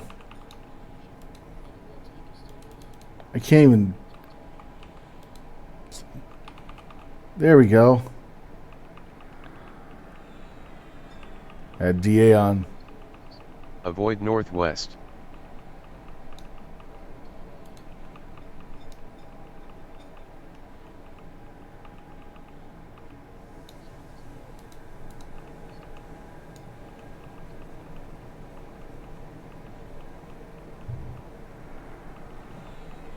Avoid SW.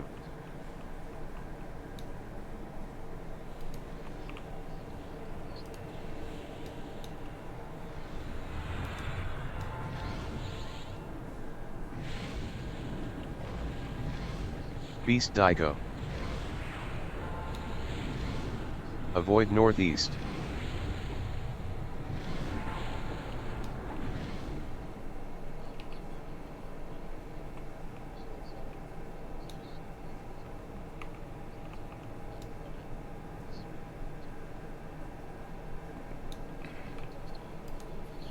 Avoid southeast.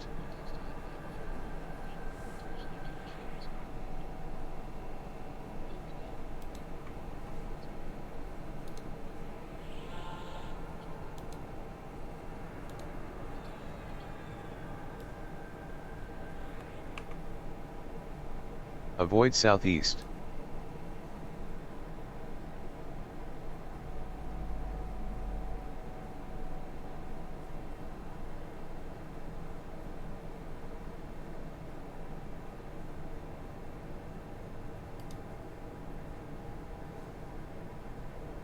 Avoid northeast.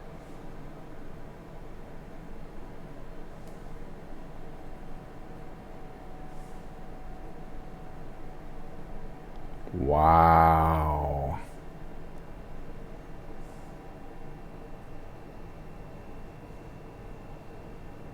Avoid SW.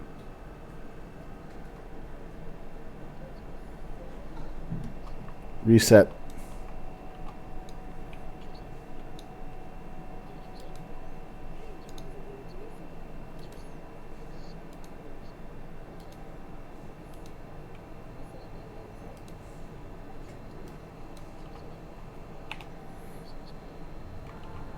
Paragon active.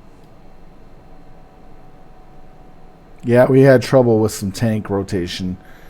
We lost 3 tanks on Hanvar, and that really fucked us up.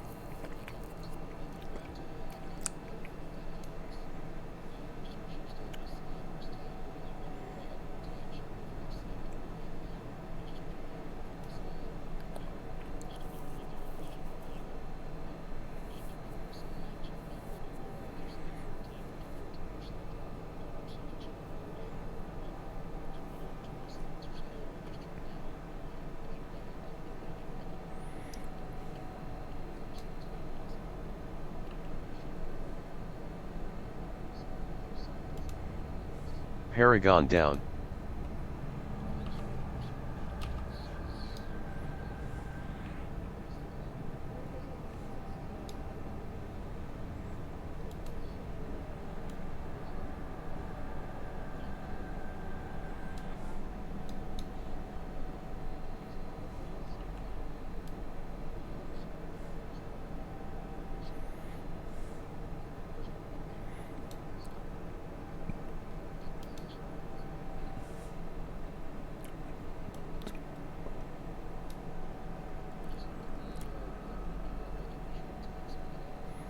Yeah, I didn't see the DA. I was too busy DPSing.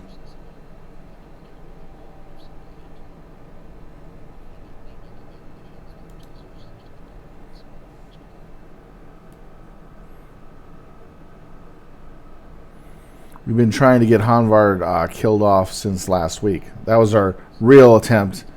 Today's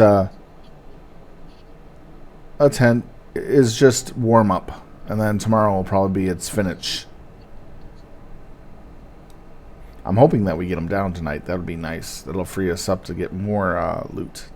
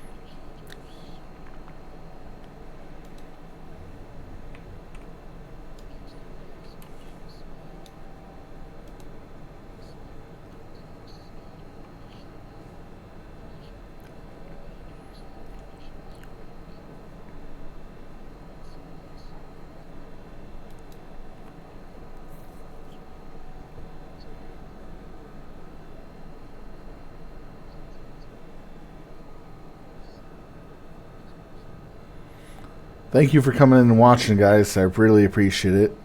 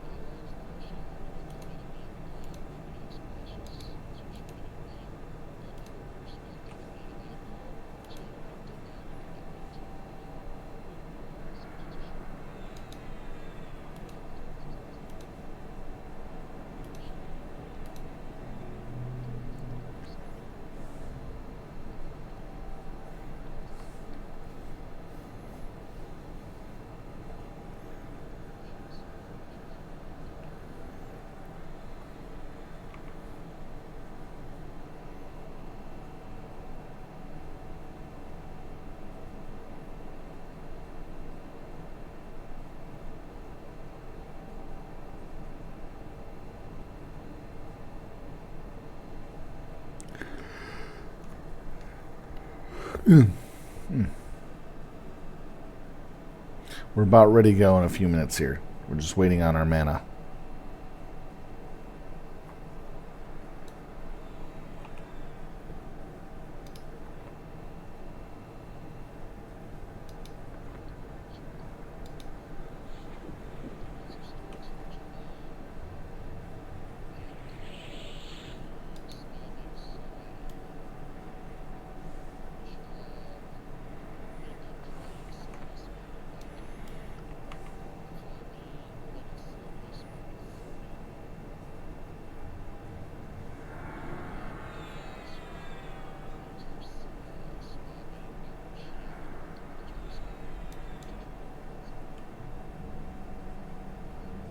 Invisible order. Yay!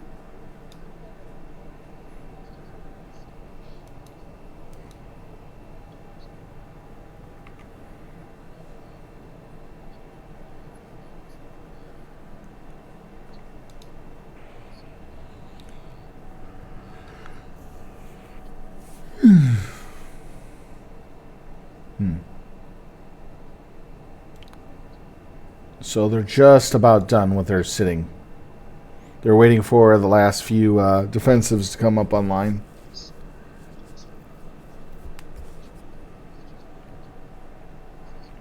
Okay, we're going out to our spots.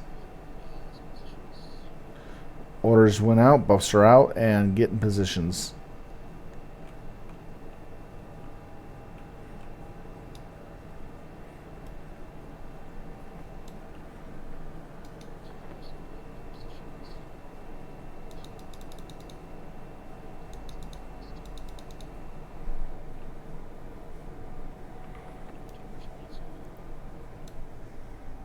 Tribute is already on.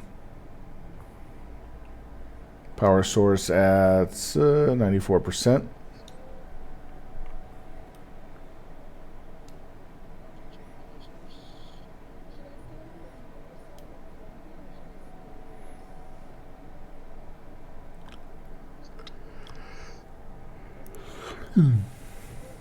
Excuse me for yawning. I just can't help it at this time. It's not that I'm tired, I'm just bored.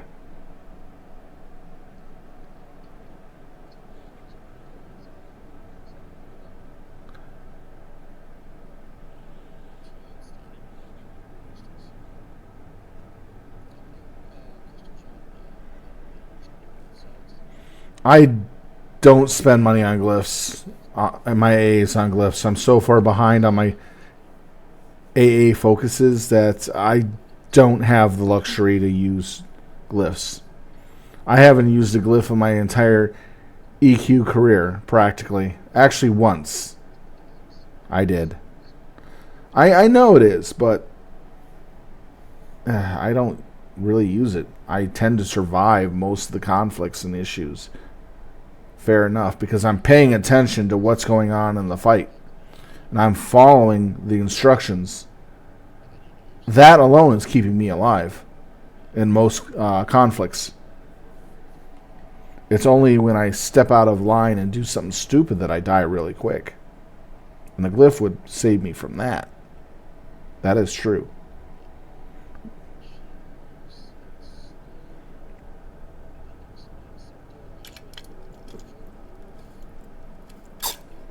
I've only used less than 100 AAs and glyphs in glyphing since Planes of Power. What does that tell you?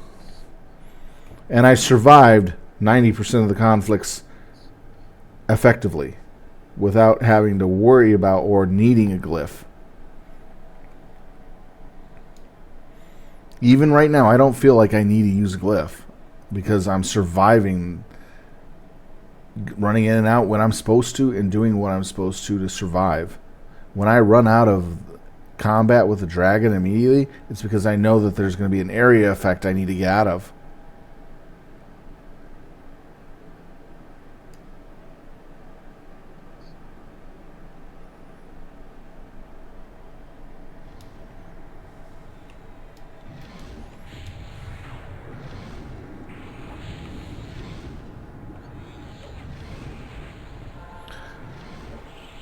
Damn, just get your...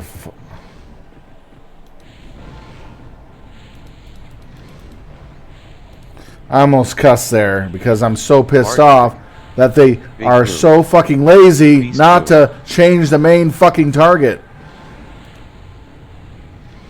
That's the only thing I have problems with. Is someone who has MA doesn't fucking change the main target. Beast boom.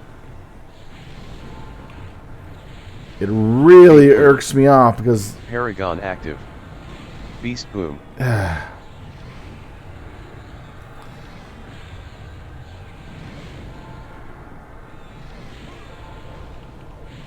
Beast Daigo.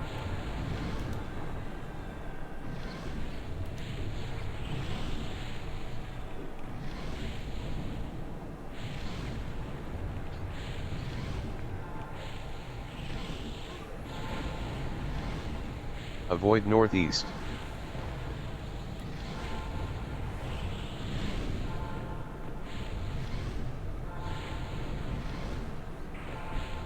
Big boom. Beast boom. I pressed the assist button, but it wasn't set to the target we're fighting. Avoid SW.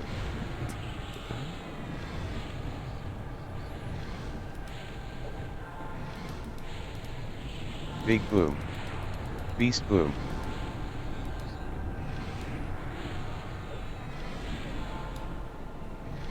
What? Avoid southeast. What the f...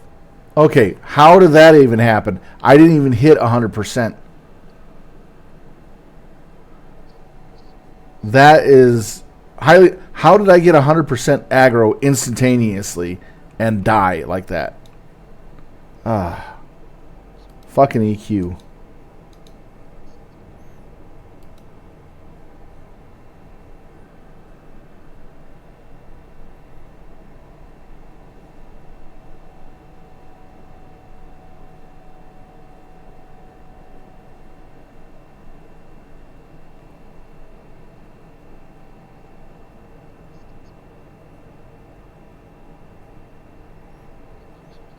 I only had like a maximum of 20% aggro at most. Paragon active.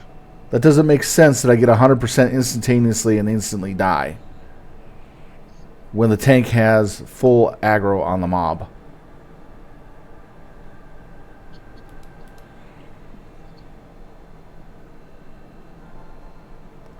You tell me what I did wrong there. I would love to hear it.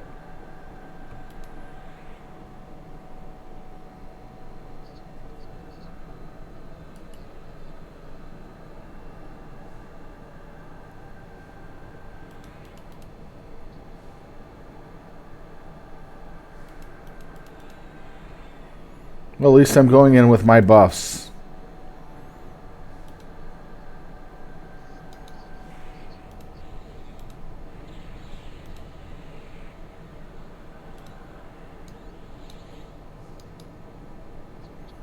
One thing I hate is how slow the configuration of my spells takes. Takes like 15 seconds just to get them loaded.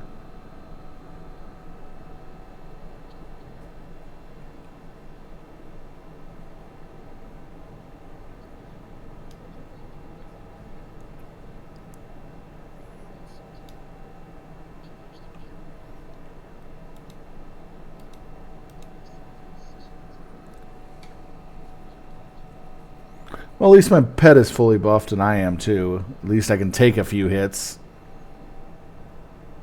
Well, technically one hit in raids.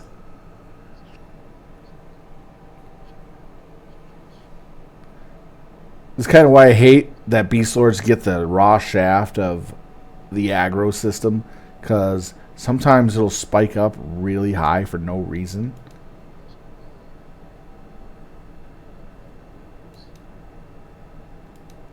Why did that even come up?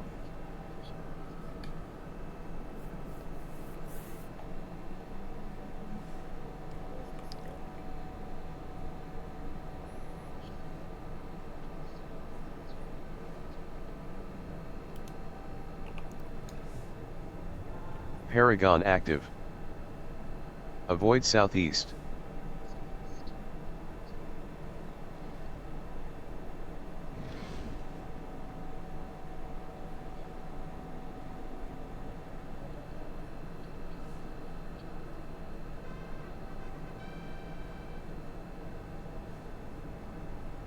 Avoid SW.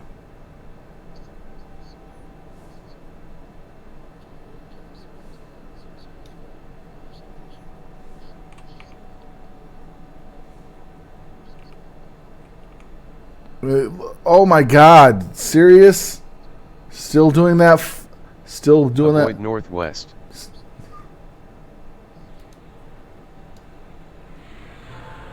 Dirge in.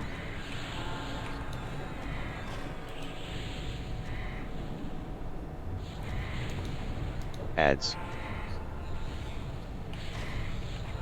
Beast Dico. Avoid southeast. Ads. Dirge in. Out of aura. Ads. Ads. Avoid southeast. Paragon active. Out of aura. Ads. Out of aura. Bulak next. The aura. Well, at least I got some damage in to help them.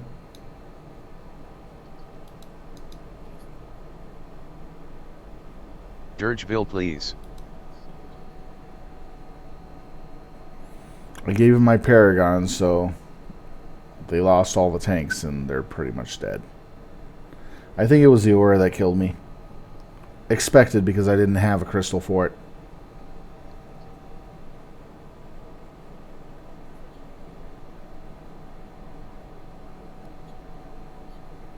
So I took the chance.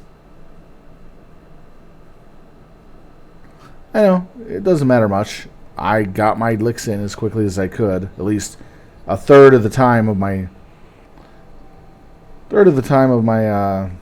DPS.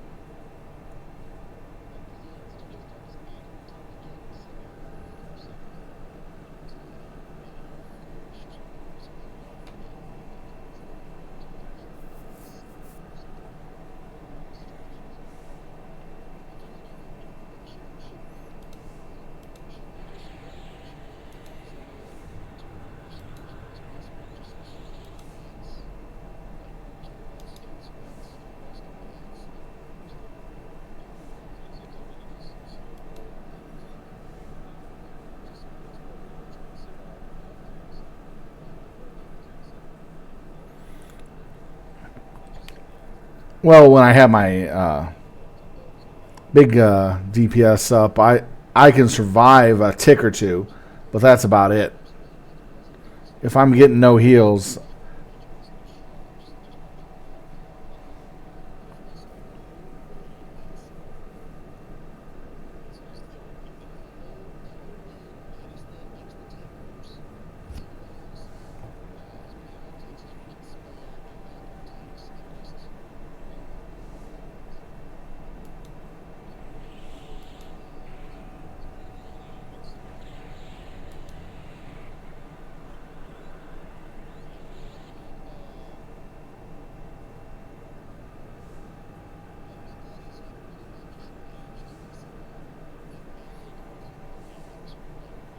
Pharaoh faded.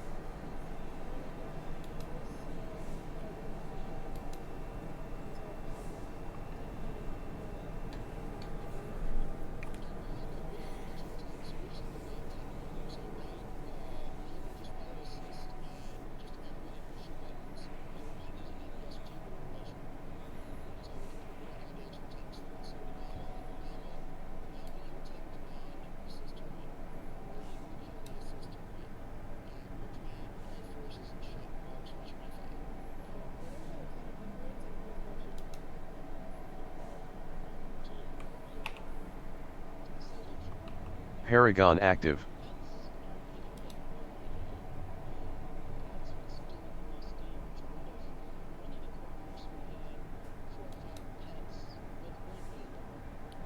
Oh, great. Yay.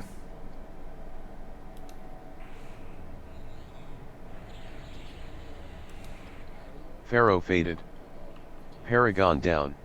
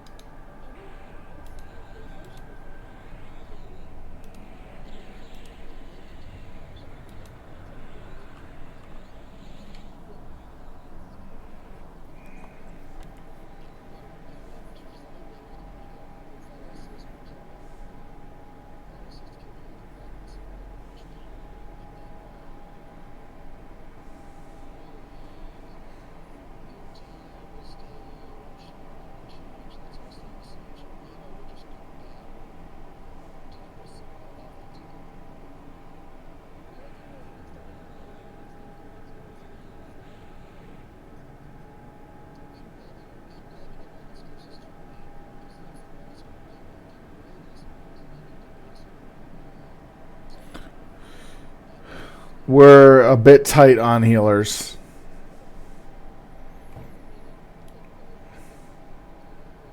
They're trying to spread out the healers as best they can. What they have us planned doing next, we're going to try a different tactic this time. We're going to go over to Sin. We're going to have ranged attack it. While it's being attacked, we're going to... melee is going to stay out of aura range and fight the ads that they spawn. We're going to kill 12 ads, and then we're going to get them down to 15% and keep them there. Then go over to the other 3 dragons and bully them down. Bring them down. That'll allow us to have more healers in each of the dragon corners.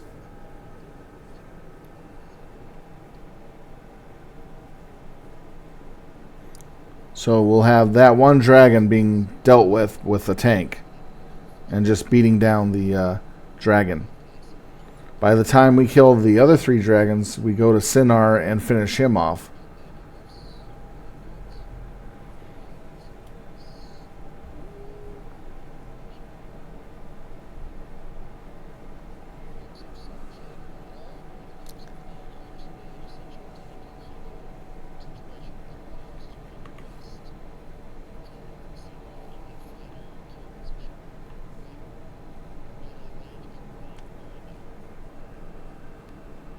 Yeah, we're just going to bring him down to 15% first before any other dragons. So that way we don't have to deal with the ads later. And that's what killed us on the last attempt, was the ads.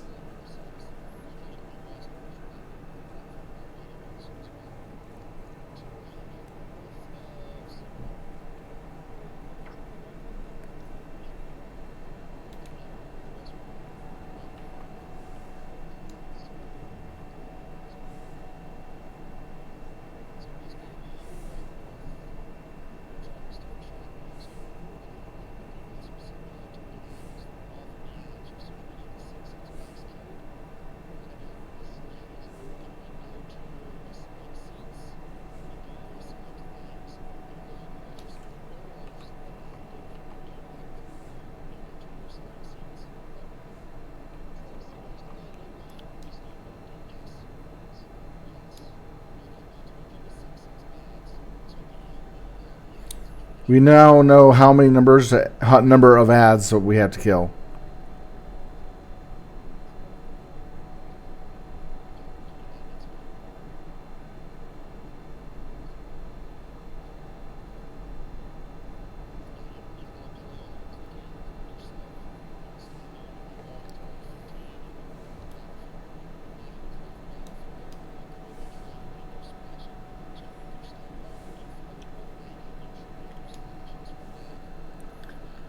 So hopefully whoever has MA will target what we need to target.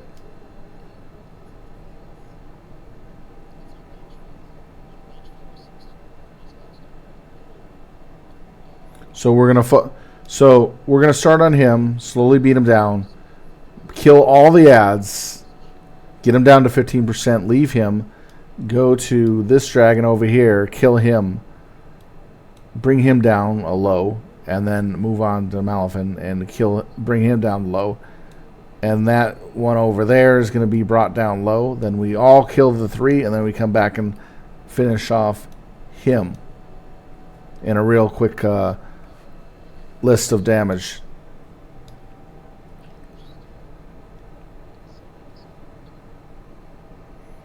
So this will be still the last dragon to kill. It's just we're going to hit him down first because he's a problem for us. And we got to deal with the ads. So the ads are what are killing us once we get to him. So by the time we get to him, the ads are already out and about, and there's 12 of them. And those clap like it's Sunday on our tanks. And our tanks having to fight 12 of those all at once with defensives isn't cutting it.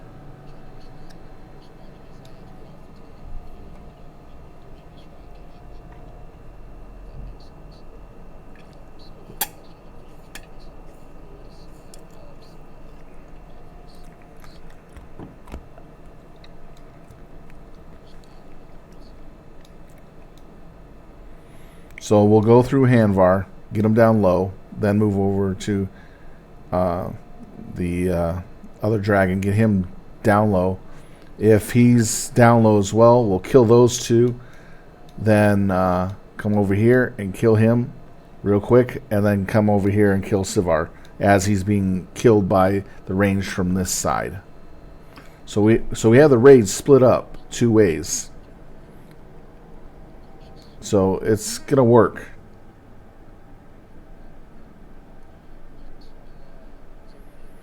Not on these ads, though. They're not mezzable.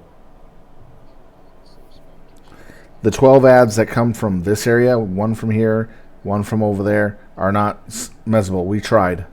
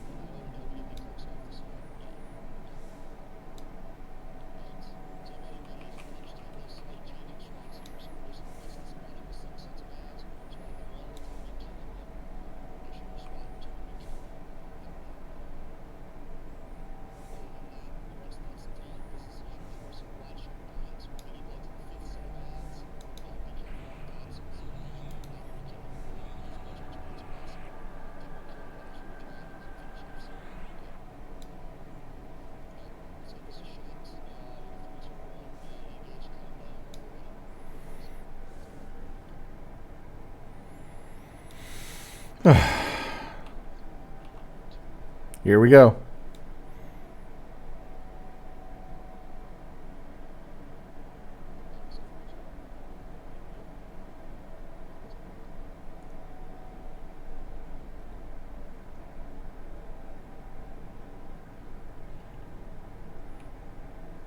I'll send my pet in to help out. No taunt.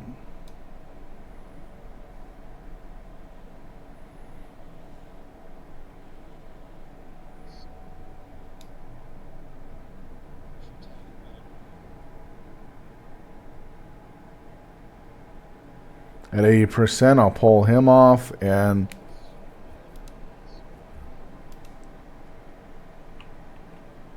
Ads.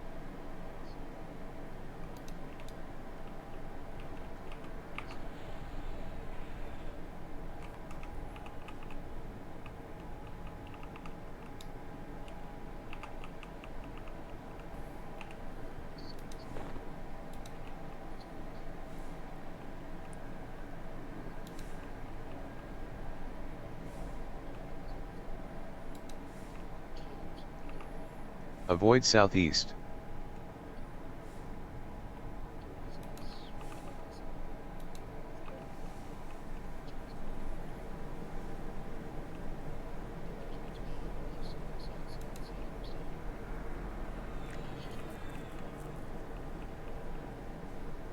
Avoid northeast.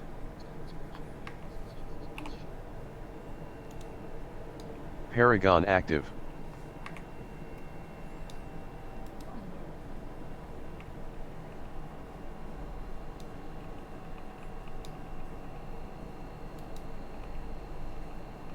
Avoid SW.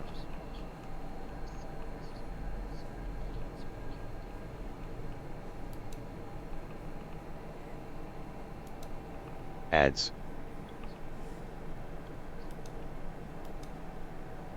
and they don't have the target. Avoid Jeez. northwest.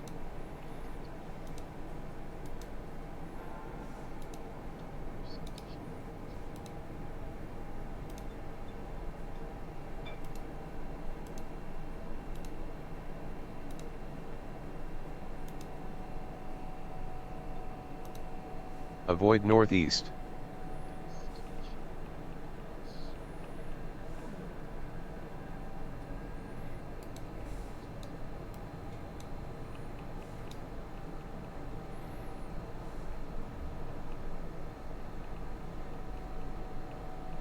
Paragon down. Avoid northwest.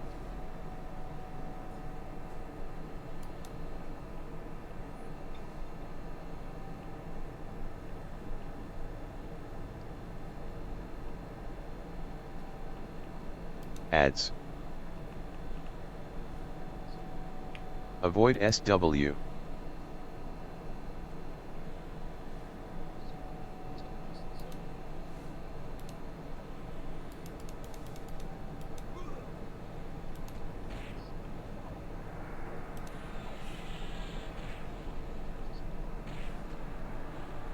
Avoid southeast.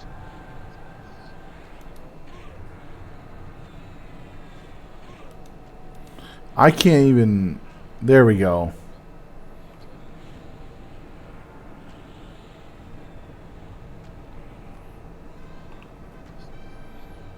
Paragon active. Avoid northwest.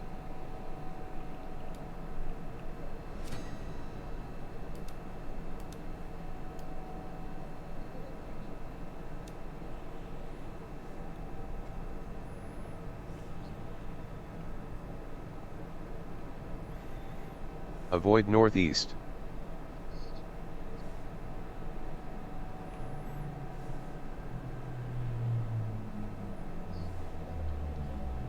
Ads.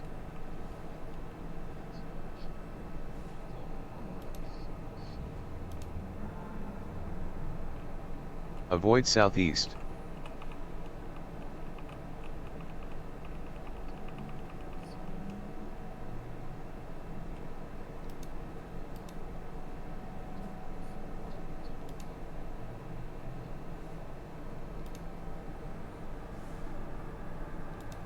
Avoid SW.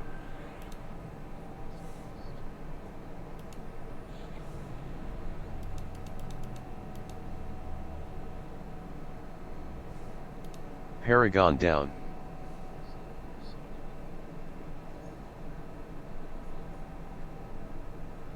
Avoid southeast.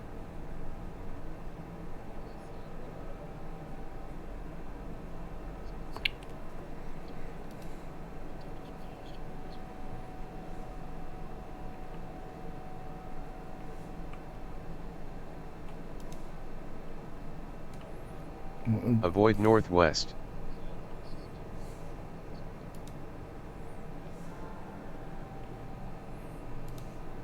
I Your can't. promised healing on Sylve Talon's warder has ended.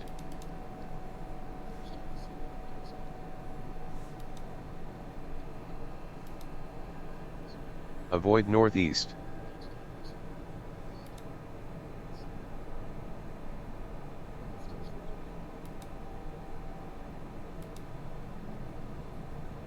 Your promised healing on Sylve Talon's warder has ended.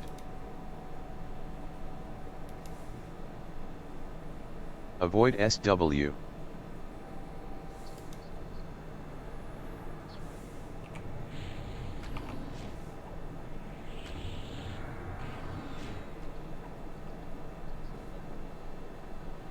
Your promised healing on Sylve Talon's warder has ended. Avoid northwest. Pharaoh faded.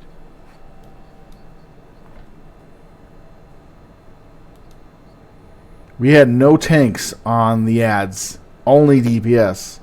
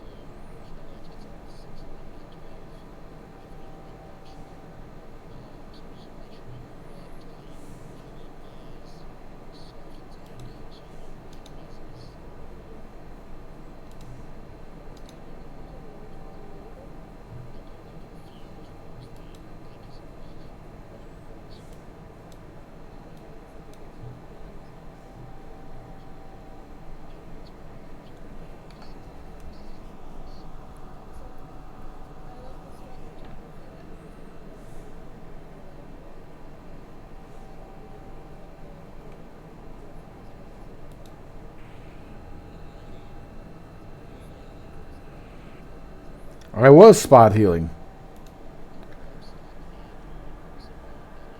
It's just that I was fucking with the assist key.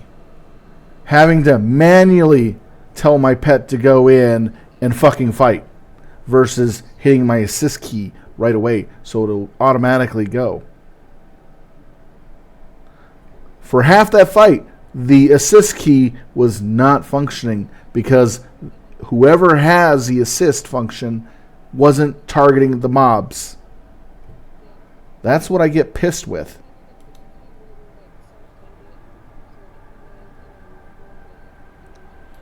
And I rely on assist quite often.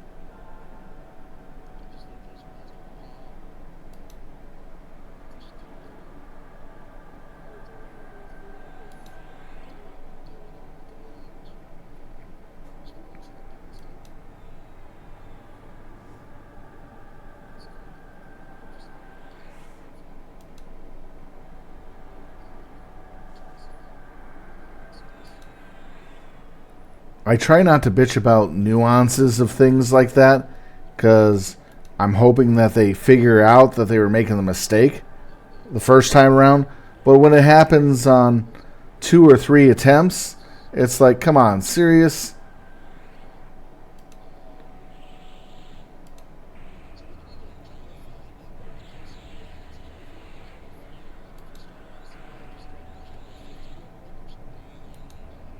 Pharaoh faded. Then I have to manually hit taunt for my water so it'll start taunting.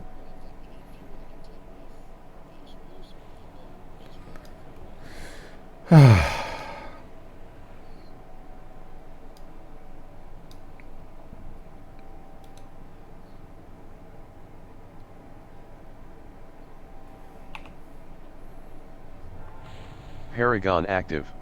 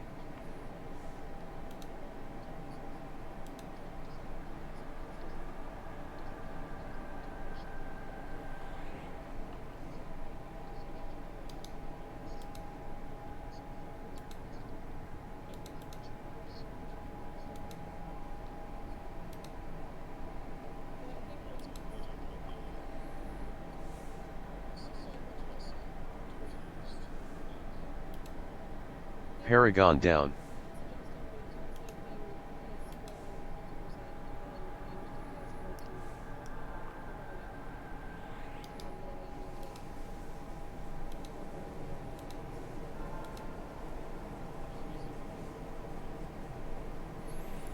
In all honesty, a Beastlord can handle tanking that mob if we have this setup right here, along with this. These 3 keys can keep that mob tanked effectively with our Beastlord pet until it can be mezzed or a tank can pick it up and start fighting it. So we can temporarily hold the mob, but we need a Beastlord per NPC so that it gives it time for the raid to pick it up and kill it.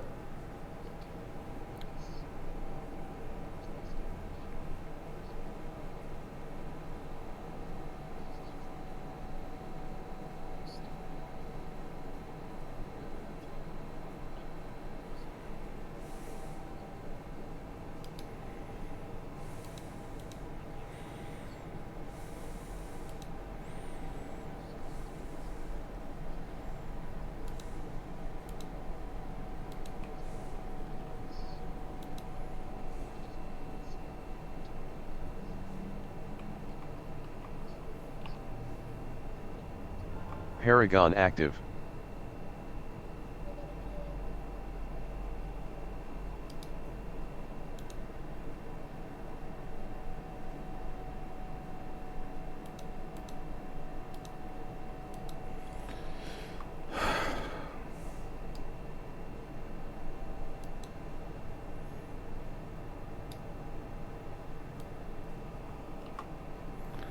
I'm also pretty sure Beastlord can tank one of those mobs as long as you have the 18-second heal and the primary heal available along with a shielding until a tank can pick it up or it gets mezzed.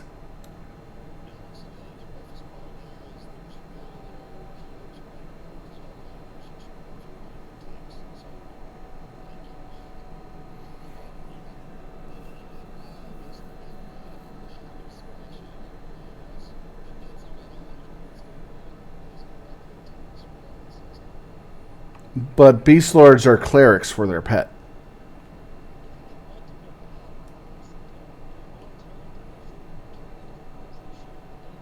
Paragon down.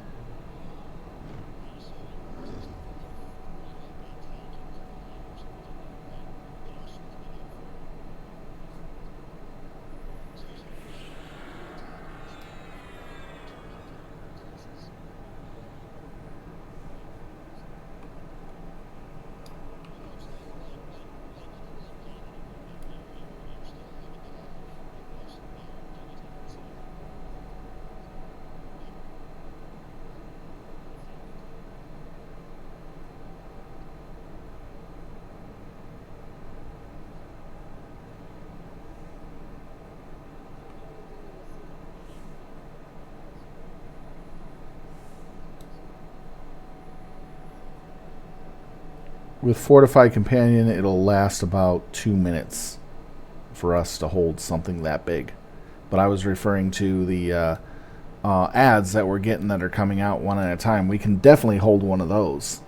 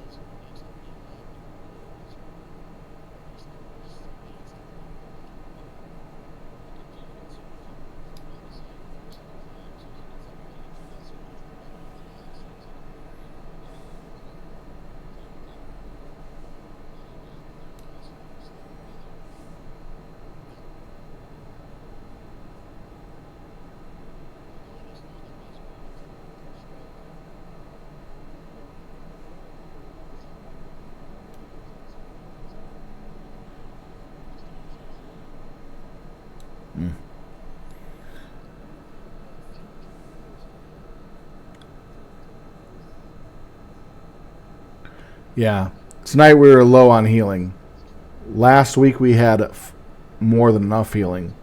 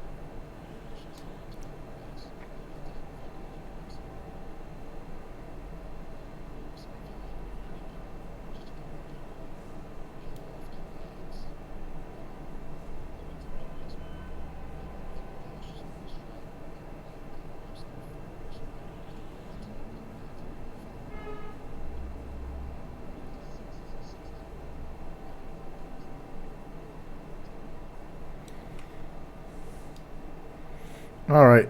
It looks like we're done for the evening. We're going to come back tomorrow to do this fight again. We will probably bring it down tomorrow. So with that being said, we are deciding on what type of tactic we're going to use.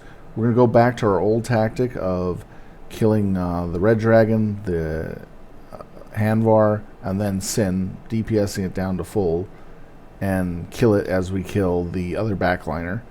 And that way we go back to the top liners and kill them. What's going to happen is how we're going to deal with the ads, since we found out that half of them can be mezzed. You're right about the mezzing. I admit, and we're going to mez 6 of them and kill 6 of them. So that makes it easier on the tanks. The whole thing of it is getting those mezzes off fast enough that the tank doesn't die. So with that being said, that's what we're going to plan on doing in that direction. Even with the heals that we have, we should be able to do it. We are under the amount of healers that we should have today because we went more with DPS. So we should have about the same or more healers tomorrow. So we're hoping that they'll be online for that. With that being said, thank you for watching this evening. We'll definitely get this event taken care of tomorrow. That's what we're hoping for, and hopefully you'll be there to watch it.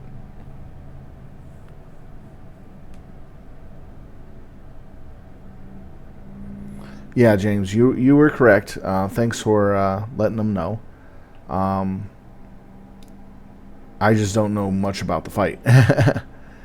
So we're just trying different strategies. Tonight was trying a different strategy with having the raid off to the side, dealing with the ads first. We found out that didn't work too well. It went too long because we didn't have a tank over on the DPS side that was killing the ads. They were expecting the DPS just to kill right on through and get it done quickly, but that wasn't the case. So we're going to pretty much do it the normal way that we're supposed to do it and get it done quickly as possible. Hopefully that works. It's just getting that perfect setup from the first 2 dragons to the 3rd dragon perfectly. And then once we get that, we should have the ads taken care of pretty darn fast.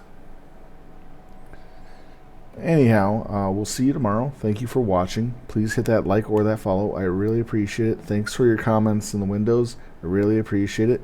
I try to explain the fight as best as I can as we go through, and hopefully you enjoy the show.